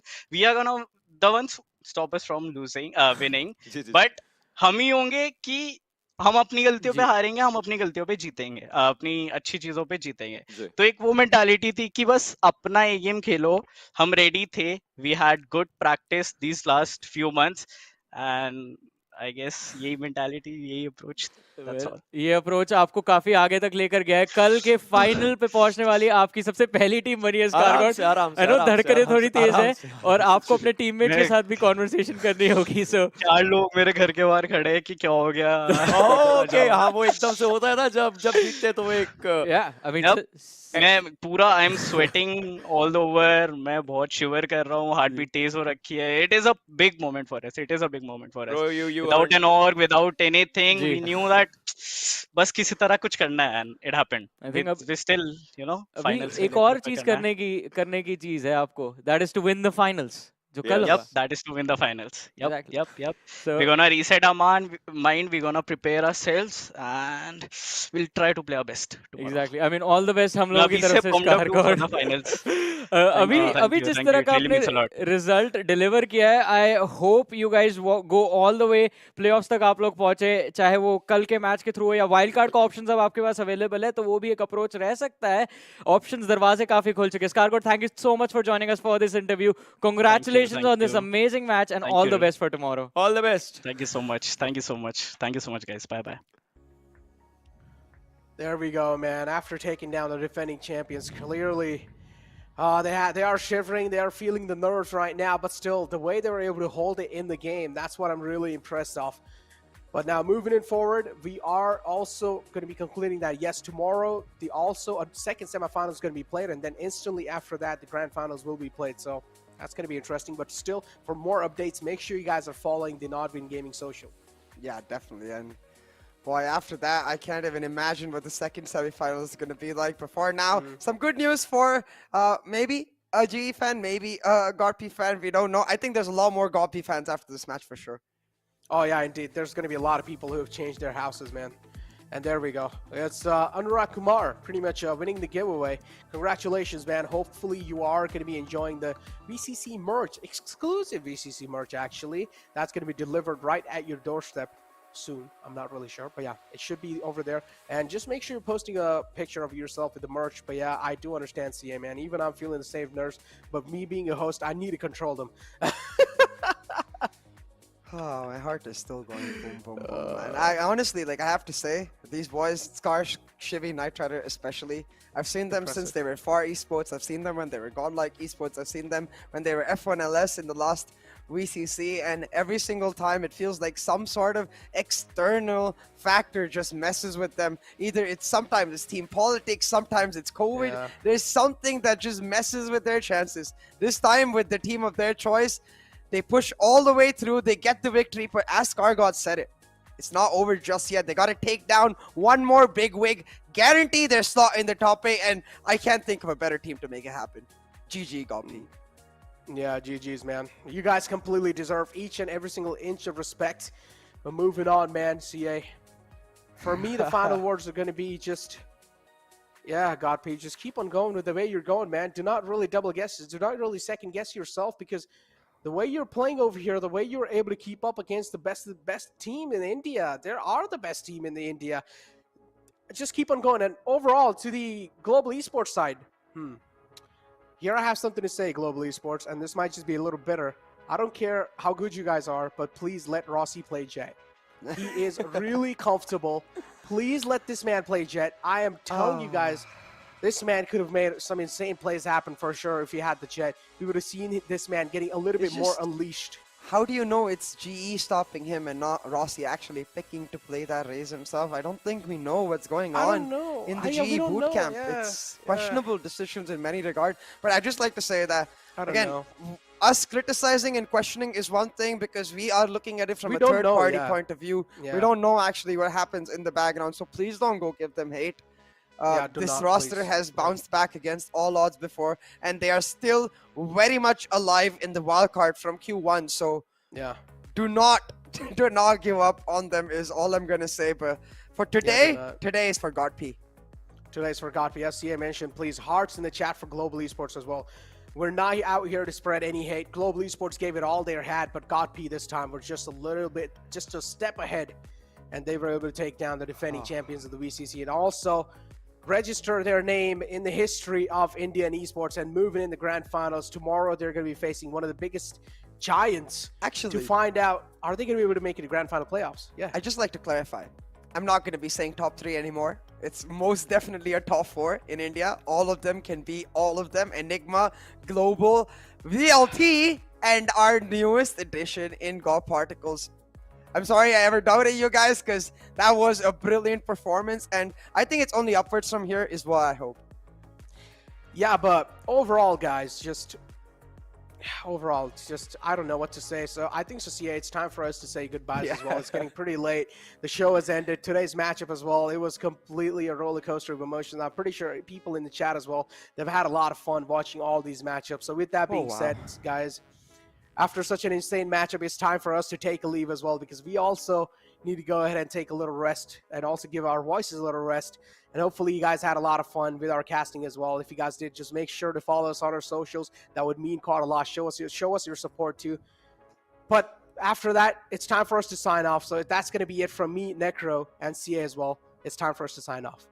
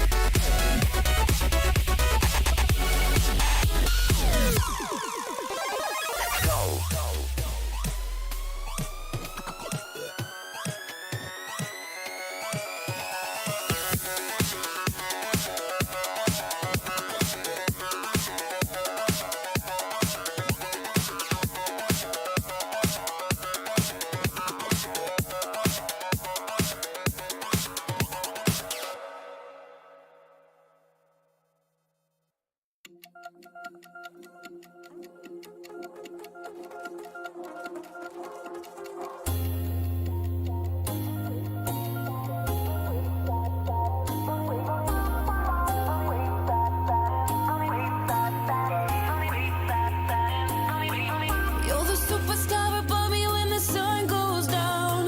The one and only who can light this town. And when you're feeling like you're burning out, I will remind you that you're a superstar and you don't need a golden crown. 'Cause everybody needs a hero now. And when the weight is like £1,000,000, I'll stand behind you. 'Cause you're a superstar.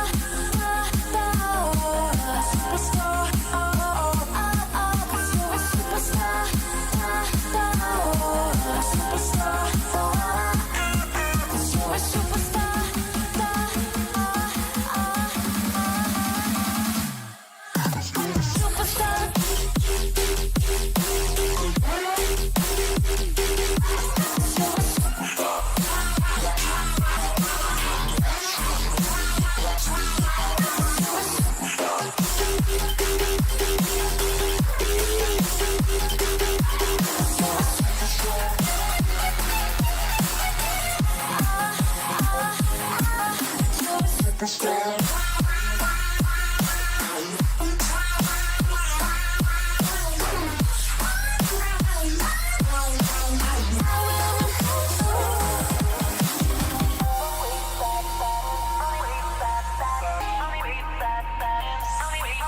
You're the superstar and you don't need a golden crown.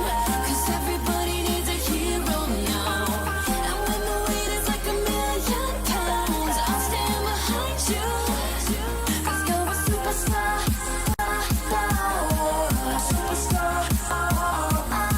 'Cause you're a superstar. Superstar. You're a superstar.